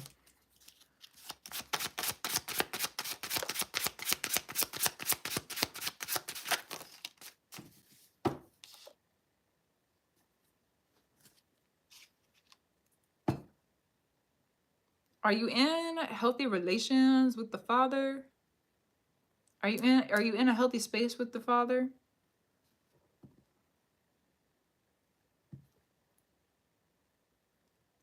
Okay. Let them fall. Let them fall. I don't know what they're doing. I don't know what they got going on. Don't try to pick them up. It's not your responsibility. It's your responsibility to take care of yourself. It's your responsibility to take care of that kid. It is not your responsibility to try and pick up a man who is not able to pick himself up. You let him fall. Even if it hurts your heart to do it. Try don't try to relate to someone who's, what I hear is drinking and smoking and not being healthy for themselves. I don't know if that's super accurate, but unexpected. I didn't know. Unexpected. Hold on, let me go back. This is embarrassing, but the pregnancy was unexpected. I was birth control and I didn't know. You know what? If it's embarrassing, that's all right. But there does not need to be, at least from my perspective, I'm not gonna shame you, you know? I still don't know who it is because I did a sketchy parental paternity test. Okay. You don't need to put somebody on the birth certificate if you don't want to. And then at least I don't think that that's a law. I might be wrong about that, but I think that's true. And then the other potential father died 2 months later. Okay. Okay. Yeah, there's no shame. Let me go back and reiterate that. I have no shame saying here about that. None. None. I got none coming from me towards you whatsoever. There's none here. There's none here. Safe space. You feel embarrassed about it? That's totally all right. And also, I am definitely not going to hold anything against you. We're human, you know. We're kind of messy sometimes. Sometimes we make mistakes, and sometimes those mistakes, I don't want to call your kid a mistake. That's not what I mean. Unexpected. The unexpectedness. Sometimes we do things that we don't mean to do, mistake or not. Sometimes we do things that we don't mean to do, and they have larger consequences than maybe other things that we didn't mean to do. And you know what? That's life sometimes. You know what I mean? Literally, literally, that's life sometimes. Literally, that's life sometimes. That, how many times have you heard a story? Well, I didn't mean, yeah, like how many times you heard the story? I didn't mean to get pregnant. So yeah, I just want to make sure that you know that I'm not in a place of like harshness of that. Yeah. So okay, let's return to what we got going on here. Let them fall. Let whatever's going on over there be what's going on over there. There's something that you're turning into. Hold on, hold on, hold on. There's not enough information. There's a Your life is gonna look very different. Your life is gonna look so different. Your life is gonna look so different. Oh goodness.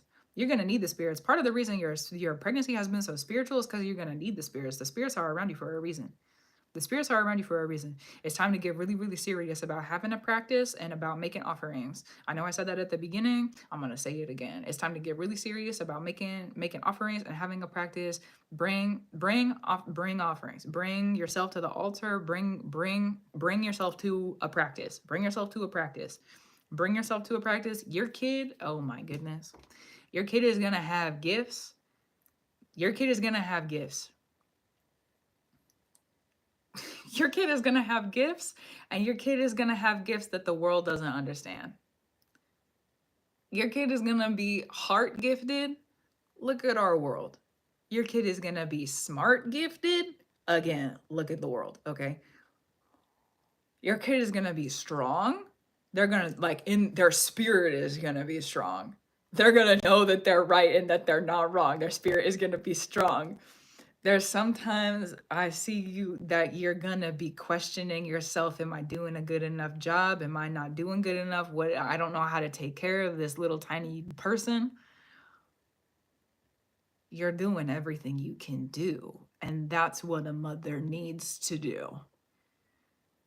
That's what a mother needs to do. If you are doing everything you can do, you're doing everything that you can do, and you're doing the best. If that's your best, that's your best. And you don't have to be stressed about it. You've just got to love yourself through it. You've just got to love yourself through it. Yeah, Bubba. Right. You've just got to love yourself through it. Again, with the cat kid. Hold on. Oh, you want to come sit up here, my guy? There you go. Try it out. See if you want to stay this time. Yeah.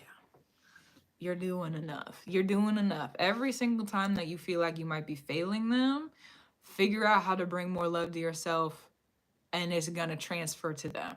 Every time you feel like you're not doing enough, more love for you, more love for the kid. That's the center of it. More love for you, more love for the kid. Every time, remind yourself. Make sure that you prepare your mental space to remind yourself to do that. Because sometimes in the middle of that stress, you're going to want to sit and be stressed.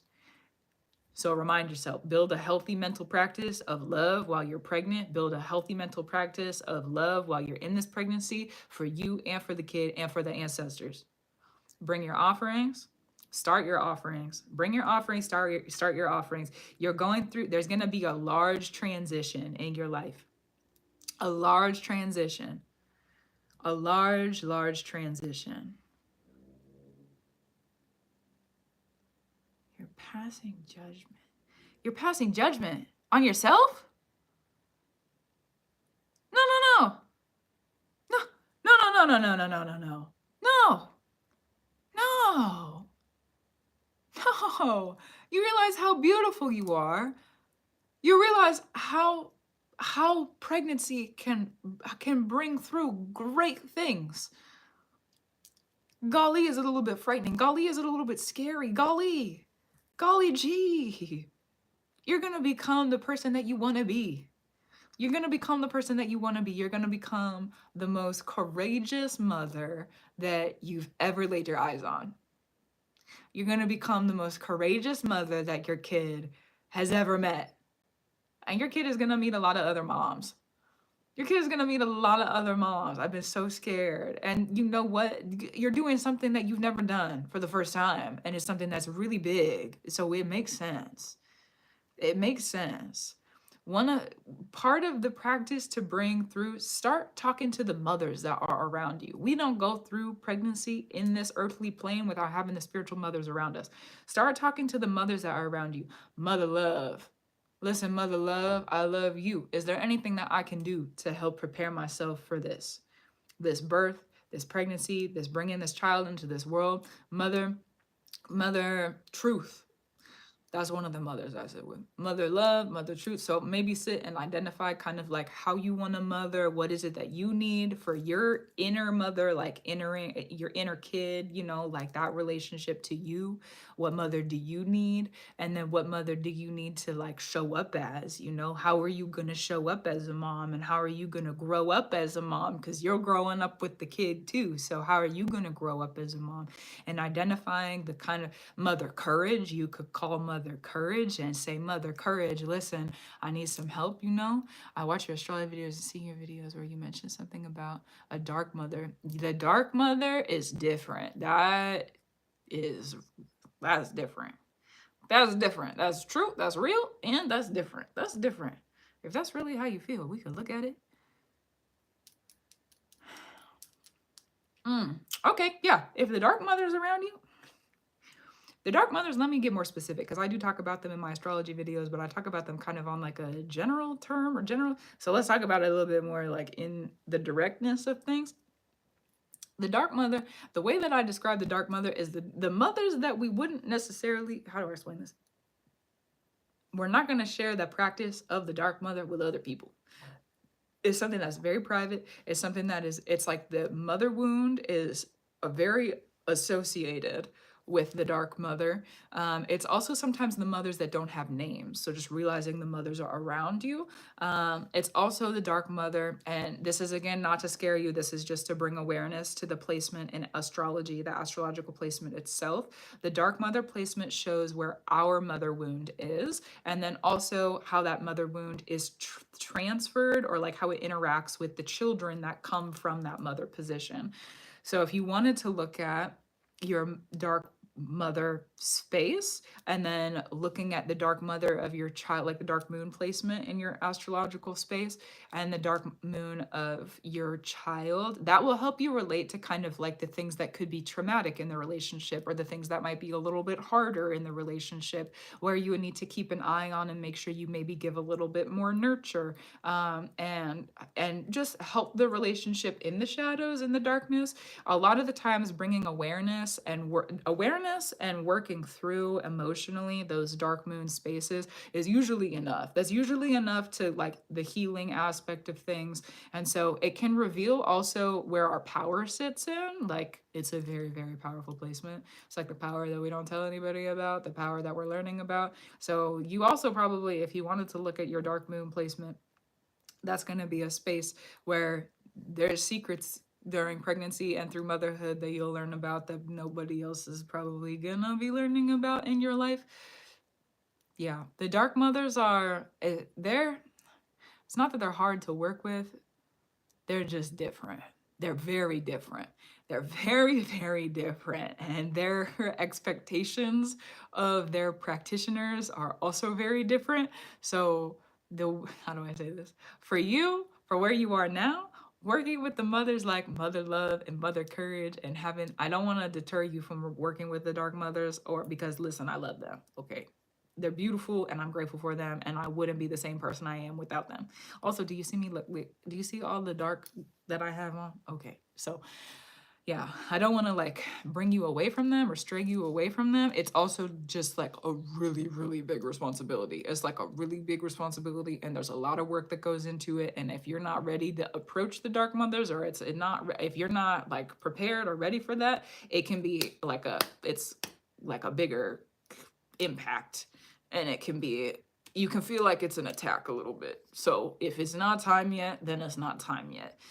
When it comes to, also when it how do I say this? Also when it comes to like Mother Love, there's going to be a shadow of that. Mother Courage, there's going to be a shadow of that too. So, discernment on that. When I say the dark mothers, I see. Okay, beautiful. Yeah, just more specifically, it's like the mothers that might be at an altar that are going to be a little bit more, it's not that Mother Love isn't serious, but it's Mother Love, Mother Courage, they're going to be there to kind of baby you up and make sure that you're doing good and make sure that you can work things in the light and be direct about things. But the dark mothers are going to make sure you know what's going on under the surface and that you don't miss anything. And that's a different practice. It's different.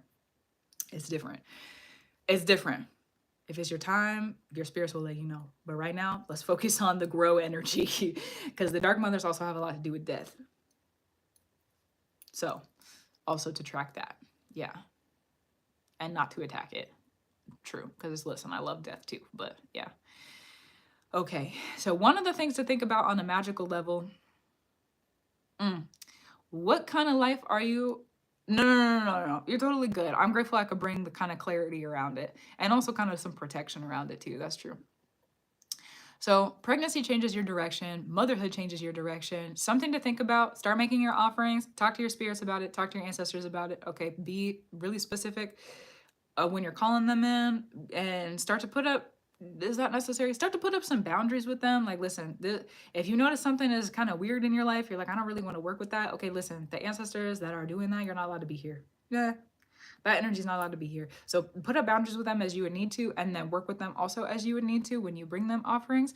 Because one thing about pregnancy is that you're ushering in a new life, which means you're also ushering in a new life. Okay, literally, like if you were to, how people talk about death and rebirth, like I've given myself this new life. That's what happens when you get pregnant, except for it happens during birth. It happens as the birth is happening. You bring in a new life, literally and spiritually. So start thinking about, what is your life going to look like once the child gets here? What do you need? What is that going to, because now it's time to set it up. Now it's time to get things ready. It's a, how do I say this?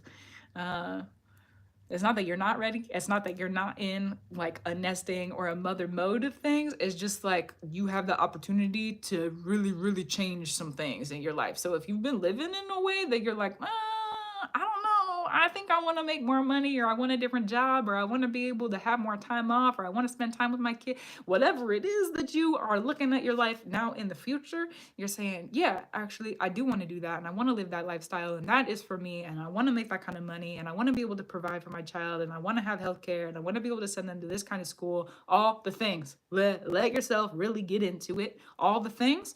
All right. When you bring that new life in to the world, that new life that you are asking for is going to arrive with it. So as long as you're doing the work, it doesn't happen if you don't actually do it, but if you do it, it's gonna be there.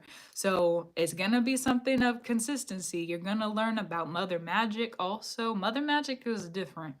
It's not bad, not good, it's just different. And so you're gonna learn about mother magic. When you're ready, couple years from now, start to practice with the spirits. Start to practice with the spirits. Couple years from now, give yourself time to adjust to the ancestors, because that's different too. If you're not used to that, that's a different practice.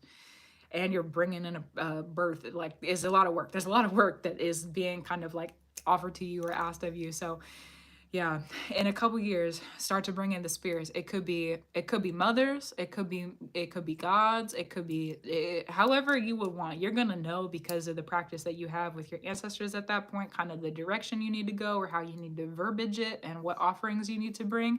About 2 years, one to 2 years, about 2 years, and then bring it in. About 2 years and then bring it in. Thank you. Okay. So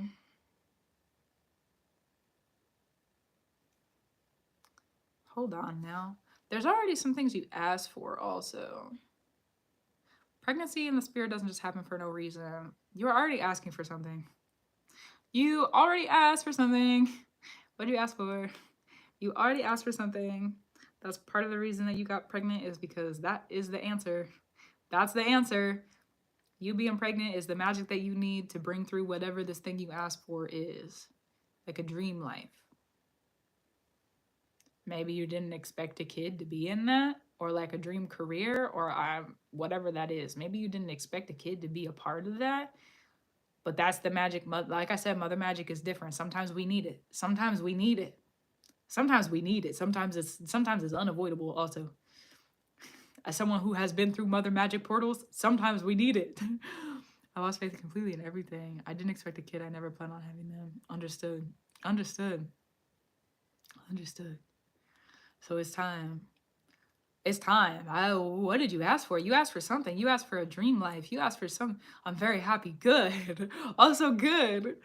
Good. Yeah, you asked for something. What? You already know what it is. You already know what it is. Just make sure that you can take care of the kid in the dream life. Make sure you're set up for that to happen. Make sure you're set up for that to happen. Make sure you're set up, because you already asked for something. You already asked for it. You've been dreaming about it for a while. You've been thinking about it for a long time, like years and years and years at this point. You've been thinking about it. You've been wanting it. And you were headed down a path that maybe you shouldn't have been headed down. So, okay, here's a kid. Take care of the kid, and your new life is coming through. It's going to take some time to adjust to the responsibility, but there's nothing wrong with that. Sometimes it takes time. Do you know what you asked for? I just want to check in and make sure that you know what you asked for. You know what you asked for? This dream life, this thing that you want? Does that part make sense to you?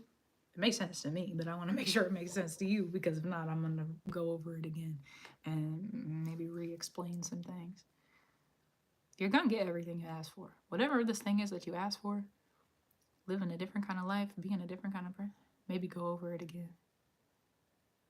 I'm going to use myself as an example, because I feel like that's kind of the only way that I'm able to like relate this. Yeah. For years and years and years and years and years and years and years, before I started doing this on the internet, I was, how do I say this? before I got pregnant, I didn't know that this is what I was gonna be doing. I thought I was gonna be painting. I have one of my paintings back here. I thought I was gonna be painting and making art, and I thought that's what was gonna be my thing on the internet. I always knew that I wanted to be someone who had a following. I always knew that. Ever since I was a kid, I was always on Tumblr, I was always on Twitter, I was like obsessed with social media stuff even as a young child. Like I knew this was something I wanted to do a long time ago. A long time ago. So I've been dreaming about it for a long time. Been dreaming about what it's going to look like, been dreaming about what it's going to feel like. And then I practiced some magic, kind of like not very serious at the time, but I did it. And then years later, I did it. I said, I want the fame. I want to be able to work for myself. I want to be able to have this career that I want. I want that thing. I'm gonna shake my head at younger me. So I said that. I thought it was gonna be art, but the whole time that I was getting a business set up for art and I was doing commissions for people, I was also spending literal hours a day meditating and studying books on different spiritual things and practicing magic. And it was already a big part of my life. Okay, it was already a big part of my life. So we get to 2020. Let's track it. We get to 2020. I unexpectedly also got pregnant. Oh, oops, I get it. Okay, I understand. That's why I said there's no shame. There's no shame here for you. None. Yeah, I accidentally got pregnant and I didn't mean to.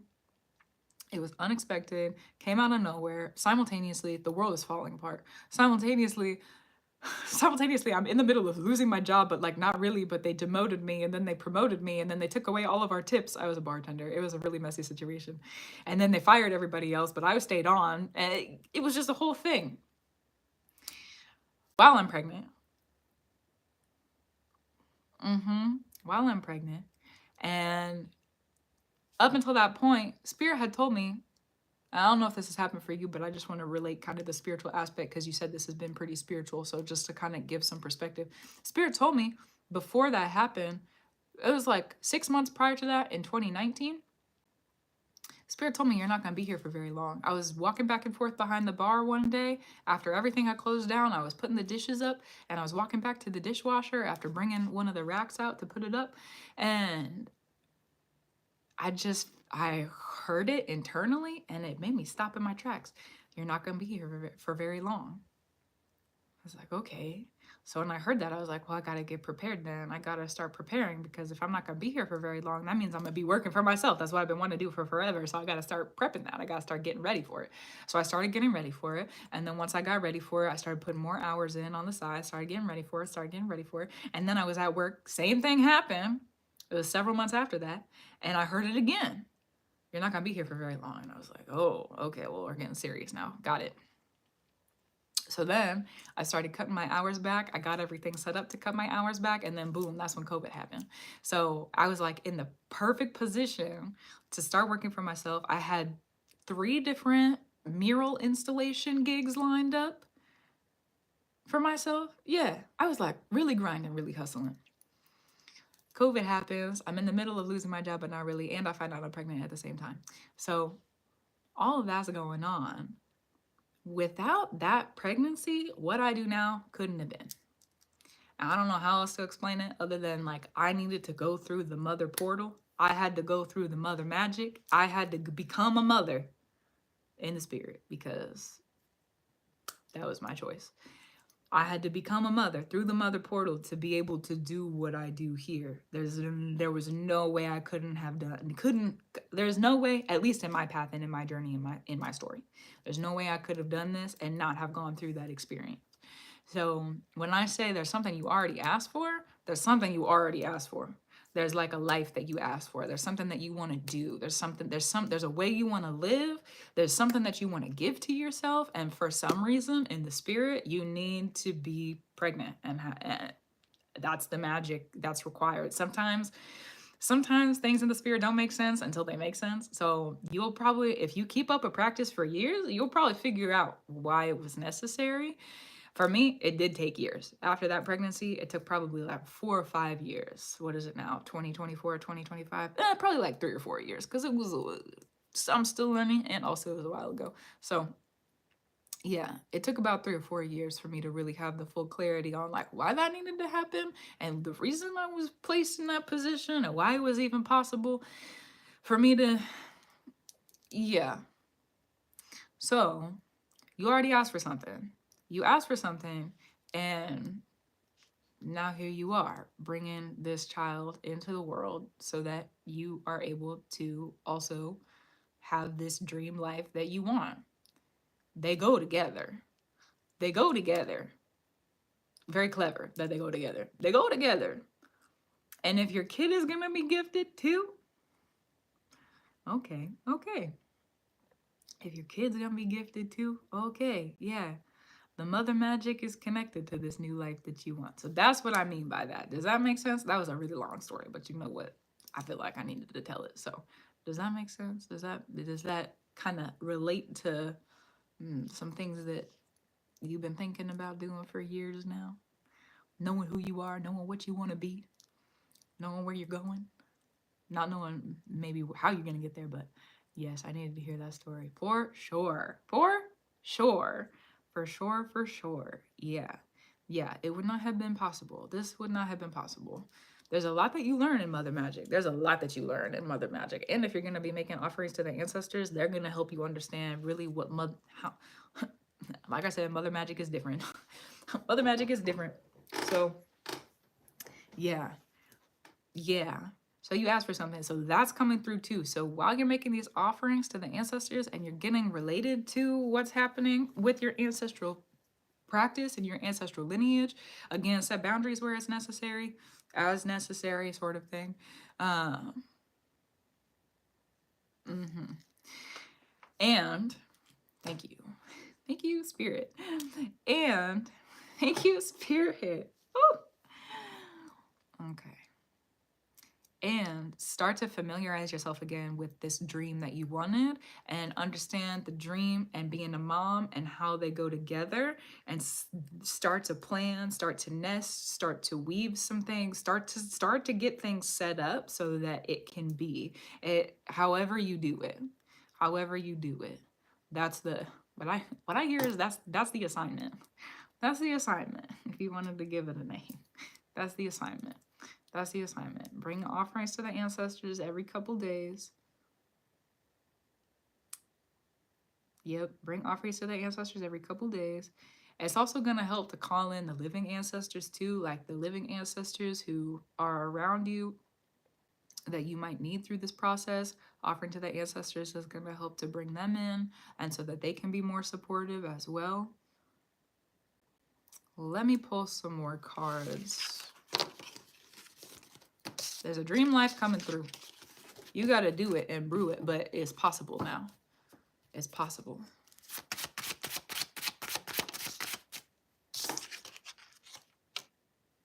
You're going to meet somebody one day who has everything you need. You're going to meet somebody one day. You can't see them. You don't know who they are. You're going to meet some. You're going to, oh man. Oh man. You're going to meet somebody one day who has everything you need. Everything. Everything. Everything. Literally. Literally. Down. The way that they look at you. Everything. Everything. The house, the money, the car, the status, the job, the support, the emotional care, everything. They're going to have everything. Look at him sleeping back there. Everything. They're going to have everything. You can't see him yet. You're not supposed to. You're not supposed to. And that's all right. There's a pregnancy number 2 if you want to have another kid. There's a pregnancy number 2 if you want to have another kid. If you're looking for somebody to actually like have a family with, you want someone who can support, they're going to be there. It's also possible that they would consider adopting your child as well. That's going to be between you and them, and that's not up to me, but it's possible. If that's something that you want, if that's something that you're considering, there's going to be a man one day who can give you everything. Who can give you everything. You're going to be set. You're not quite there yet, but you know what? you're going to turn into the person that you need to be able to receive that. And that's all right. Sometimes it takes time. Sometimes it takes time. So if you want to have a second kid, then a second kid, or, well, I was going to say maybe a third, and then I was like, why don't we start with one? Why don't we start with one? Hold on. If you want to have a second kid or like have a family, that's so funny because I've completely given up on love. You know what? Sometimes you need to like step away from it. I understand. Okay. Understood. Understood. Sometimes you gotta step away from it, strengthen yourself, figure some things out, and really like, arm up. It's time. It's time, right? So like, go in, protect yourself, get some things ready. You got things to do. You got things to do, So yeah, you can't see them yet, but they're coming in.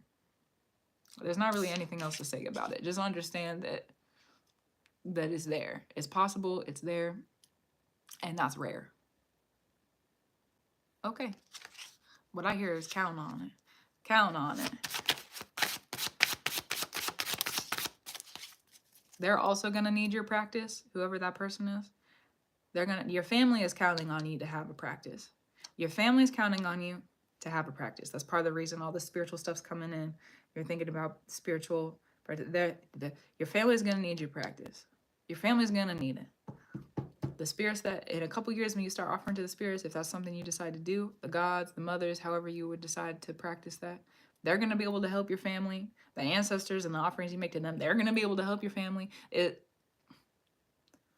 Your family's going to need your practice. That's part of the reason you're being called into a practice right now, is because you need the practice and your family's going to need the practice.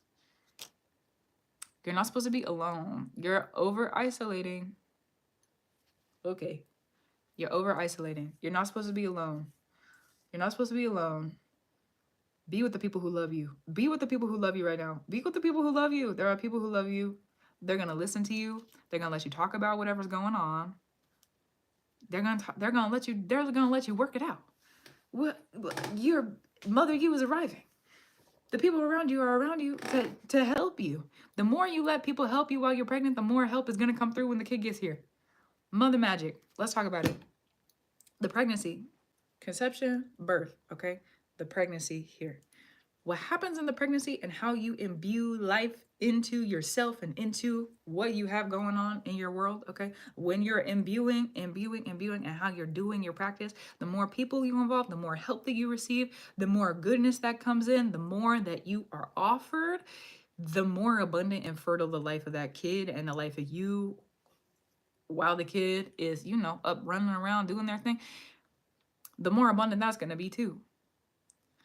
Let people come in and help you. You're not supposed to be alone and isolated. You stay alone and you stay isolated while this is going on, then you're going to be alone and isolated while you're a mom.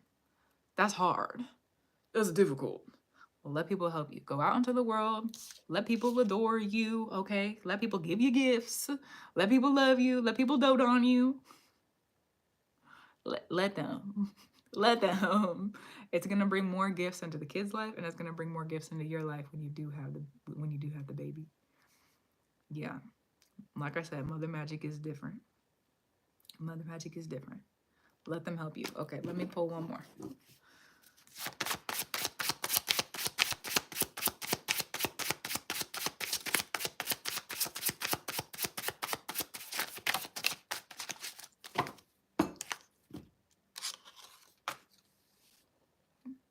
You've made up your mind. You've made up your mind.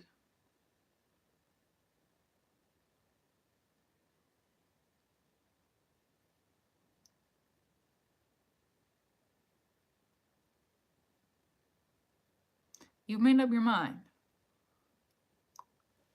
So what I hear, okay, in discernment, cause discernment, all right? What I hear is all right. Well, you made up your mind. Well, then go to war then. Fight for it.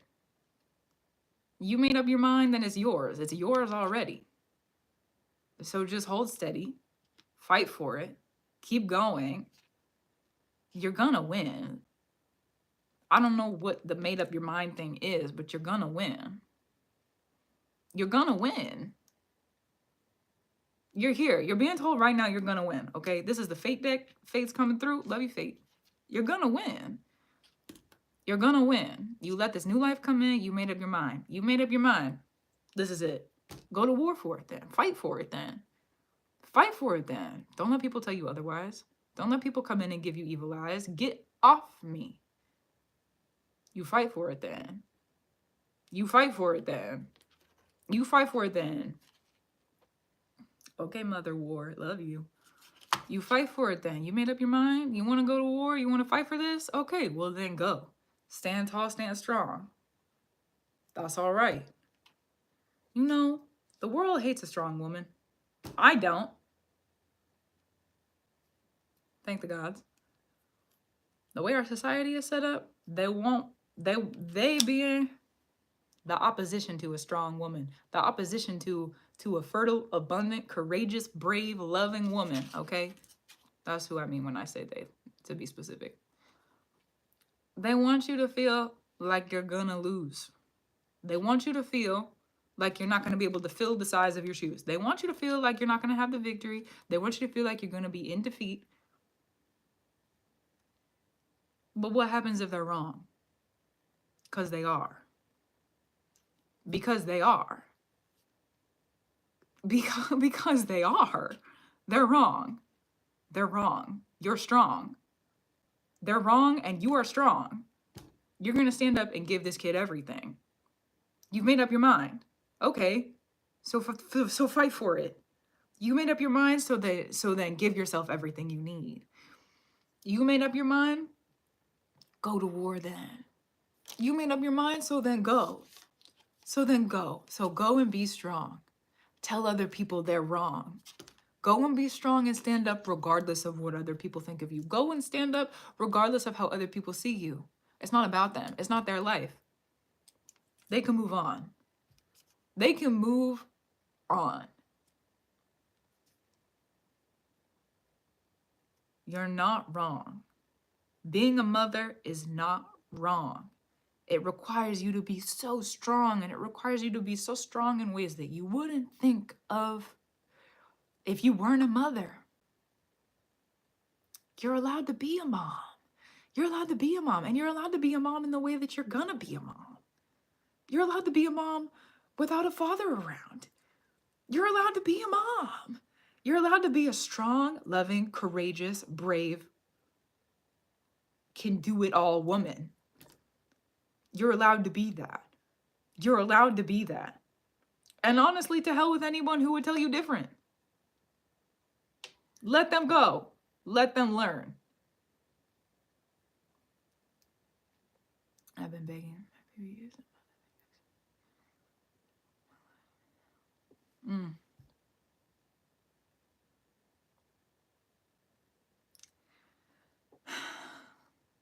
If your mind is made up,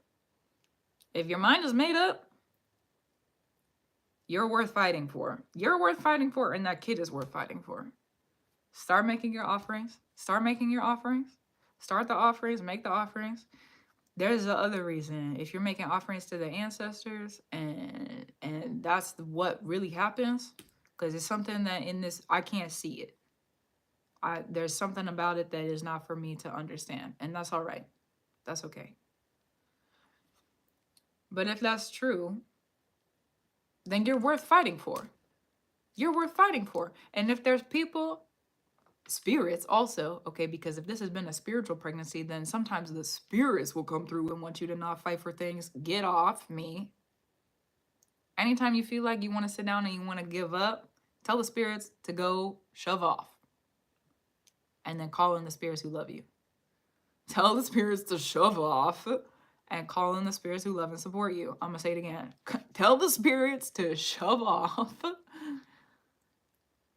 and then call in the spirits who love and support you. Okay. Because sometimes that's what, because of that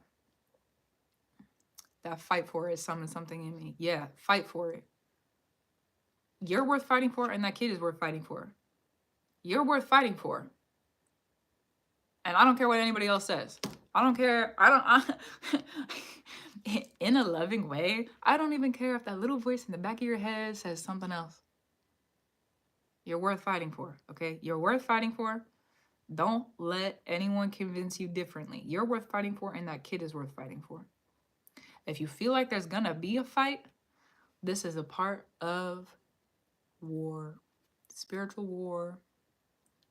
And if that's what you're preparing for, so make sure that you can fight for that kid.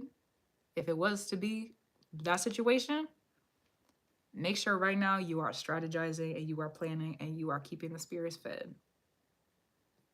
Because if you know that you're right in the spirit, if you know that you're good in the spirit, you're taking care of things, you're taking accountability, you're taking responsibility, you're understanding when you're wrong, and then you say, actually, if I'm wrong in that way, how can I be strong? Okay, that's a different kind of strength in a person. If you're doing that and you're taking care of it, you're doing what you need to do, you're keeping up your practice, be very disciplined, and don't let the spirits come over you and tell you not to practice, okay? Keep practicing, keep offering, keep doing what you need to do. There's a reason I say that in every single video if you've seen those, okay? Keep practicing and do what you need to do. Because if you keep practicing and you keep doing what you need to do, then if you were to go through that, the spirits are going to be with you. The spirits are going to be with you. And if that person, unjustified, however, I don't know. If that person unjustified comes through and tries to conquer you,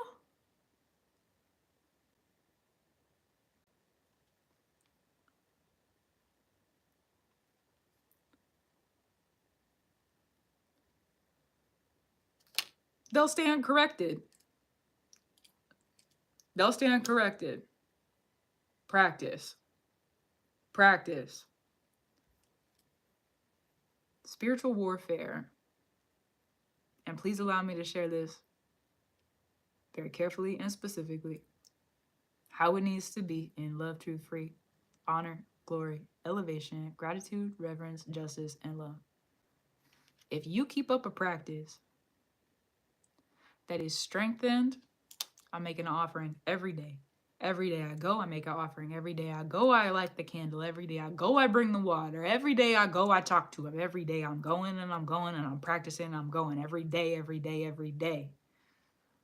I'm going. If you do that every day, and you do that over a long period of time, think about how strong your relationship is to the spirit and the spirits that you're making offerings to. And there's someone who hasn't been doing that, who hasn't been doing the spiritual work, who hasn't been offering, comes through and tries to wreck you. Maybe it throws you off for a second. That's the preparation. Those offerings are making sure that if ever anything was to go wrong, that's what I mean, your family's going to need those offerings. Your family's going to need your practice. It may not be just this situation, only this situation. There might be other things, right? It's like it puts you in this kind of like protective bubble. The spirit and the physical, they sometimes don't work always in union or unison. Sometimes things float around in the spirit and they're not on the earth yet. Sometimes things happen on the earth and it activates things in the spirit. Things go flying up and things are different. It's different. And it's all right. So if you keep those offerings, you keep the practice, that is you fighting. You keep the offerings and you keep the practice and you're learning and you're discerning and you're taking accountability and you're realizing when you're wrong and when you're strong and when you're wrong, how can you be strong? Okay, you're doing the work. That's you fighting. That's you fighting. That's you stepping up to fight. That's you stepping up to fight for you. That's you stepping up to fight for your kid. That's you stepping up to fight for anything in the future that could be good. That's you stepping up to fight. It's a birthright to practice. So you step up then, step up. If you, this is it then, step up, be the mom, be the one who makes the offerings, be the one who keeps the connection with the ancestors, be the one who goes to the altar, be the one who's the strength. Be the one who's the strength, because imagine that you make the offering every day, here's the offering, every day, here's the offering, every day, here's the offering. And then somebody comes up to you who hasn't made an offering or hasn't made an offering in a long time or doesn't have the whatever it is, okay? And they come up and they try to push you over. You, again, might get a little hoop, but those offerings are going to make sure that you're stuck. I'm not going anywhere. I'm not going anywhere. You want to come through? No, I can't move. I can because I can choose to do it. but I can't move just because you come up and you ask me to brew it. Absolutely not. I'm not doing it. I'm not doing it. I'm not moving. Mm-mm. I've already done the work that I need to do. I'm sitting here and I'm comfortable, and you can't take that from me because I've done the work to make sure that this is protected. So shove off. Thank you. Okay. So that's what I mean by fight for it. You get up, sometimes making offerings every day, you can do it. You can do it. And think about it this way, is like every once in a while, if you don't feel mentally strong or spiritually strong, think about people who go to the gym. You don't just get strong overnight. You got to do it over a long period of time. You got to eat the right food. You got to be disciplined. You got to discern when your body needs to rest. You know, like it's a practice for a reason. It's a practice for a reason. So go when you're able to. Make sure that you're keeping up the discipline. Be truthful and honest with yourself if you need to rest, if you need to take a break. But make your offerings. Go make your offerings and make sure that, because there's going to be sometimes in the spirit work comes through that is unexpected. Thank you, Spirit. Sometimes work comes through that's unexpected. We don't expect it. It's a different take on things. Well, I didn't realize, or something random pops up in our life, and it's like, wow, I didn't think about that. And also think about too, different kind of turn. And remember, I was talking about during the pregnancy itself, the more that you imbue into that, the more that you receive that is abundance, the more abundance and fertile the life of you and the kid is going to be. Think about if you're making offerings to the ancestors and you yourself are, you know, like in the practice, think about how much is going to be offered when the kid arrives. Okay. Okay. Okay. One of the other mothers that may be of reverence, Mother Justice. If you feel like this fight is something that you might go through, discernment. Mother Justice is a big spirit. Love Mother Justice. She's a big spirit. So if you feel like Mother Justice is a spirit that you might need around, then you could start talking to the mothers. Like I said earlier, start Mother Love, Mother Courage, Mother Justice, and be consistent. Be consistent. This is not something to do just once a week. This is not something to do just twice a week. Do this at least 3 to 4 times. 3 to 4 times a week. Have some time during your day where you make offerings and you talk to the mothers. Make your offerings to the ancestors. You can sit and talk with them too. And make sure that you're talking to the mothers. You don't necessarily have to bring them anything if you don't feel like it's necessary, because bringing offerings to the big spirits like that is big work. So you can, I'm not telling you not to. You can if you want to. You don't need to. With where you're at right now, it's not like a requirement within the space that you're in, but talk to them. That is something that needs to be done. Talk to them. Make sure you're talking to them. Because you do that, you keep up the work.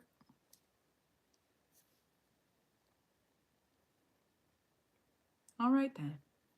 All right then. Well, okay. So, yeah. Is there any other questions you have before we close it? You're going to be a great mom. Oh, wow.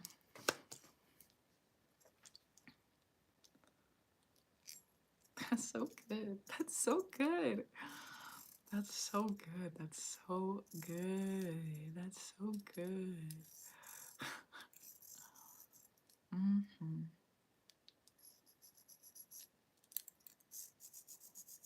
I think that's all I can think of any right now. Okay, beautiful.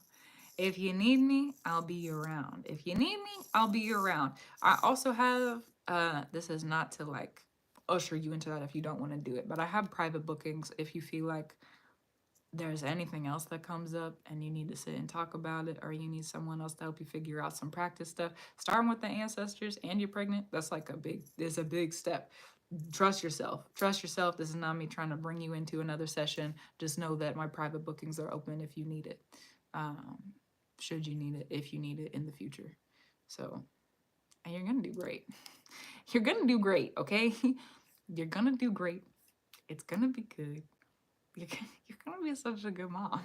I can feel it. I can feel it. Sometimes I know things and I know it. You're gonna be a great mom. Don't answer that. Yeah, you're welcome. You're so welcome. Beautiful. Oh, so good. Oh, what a beautiful final reading of the night. Oh my goodness. Oh my goodness. That's so good. Just wow, guys. Just wow. I don't have a lot of words actually for the end of for the end of this, for the end of that, for the end of this. Oh my goodness. Yeah, I don't have a lot of words for that. So I'm definitely uh have a good sleep. Yeah, have a good sleep. Have a good night, everybody. I'm definitely gonna go take care of myself, get some rest in, you know. But yeah, that's what it is. I'll talk to you soon. Thanks for being here for sure. Good night. Good night.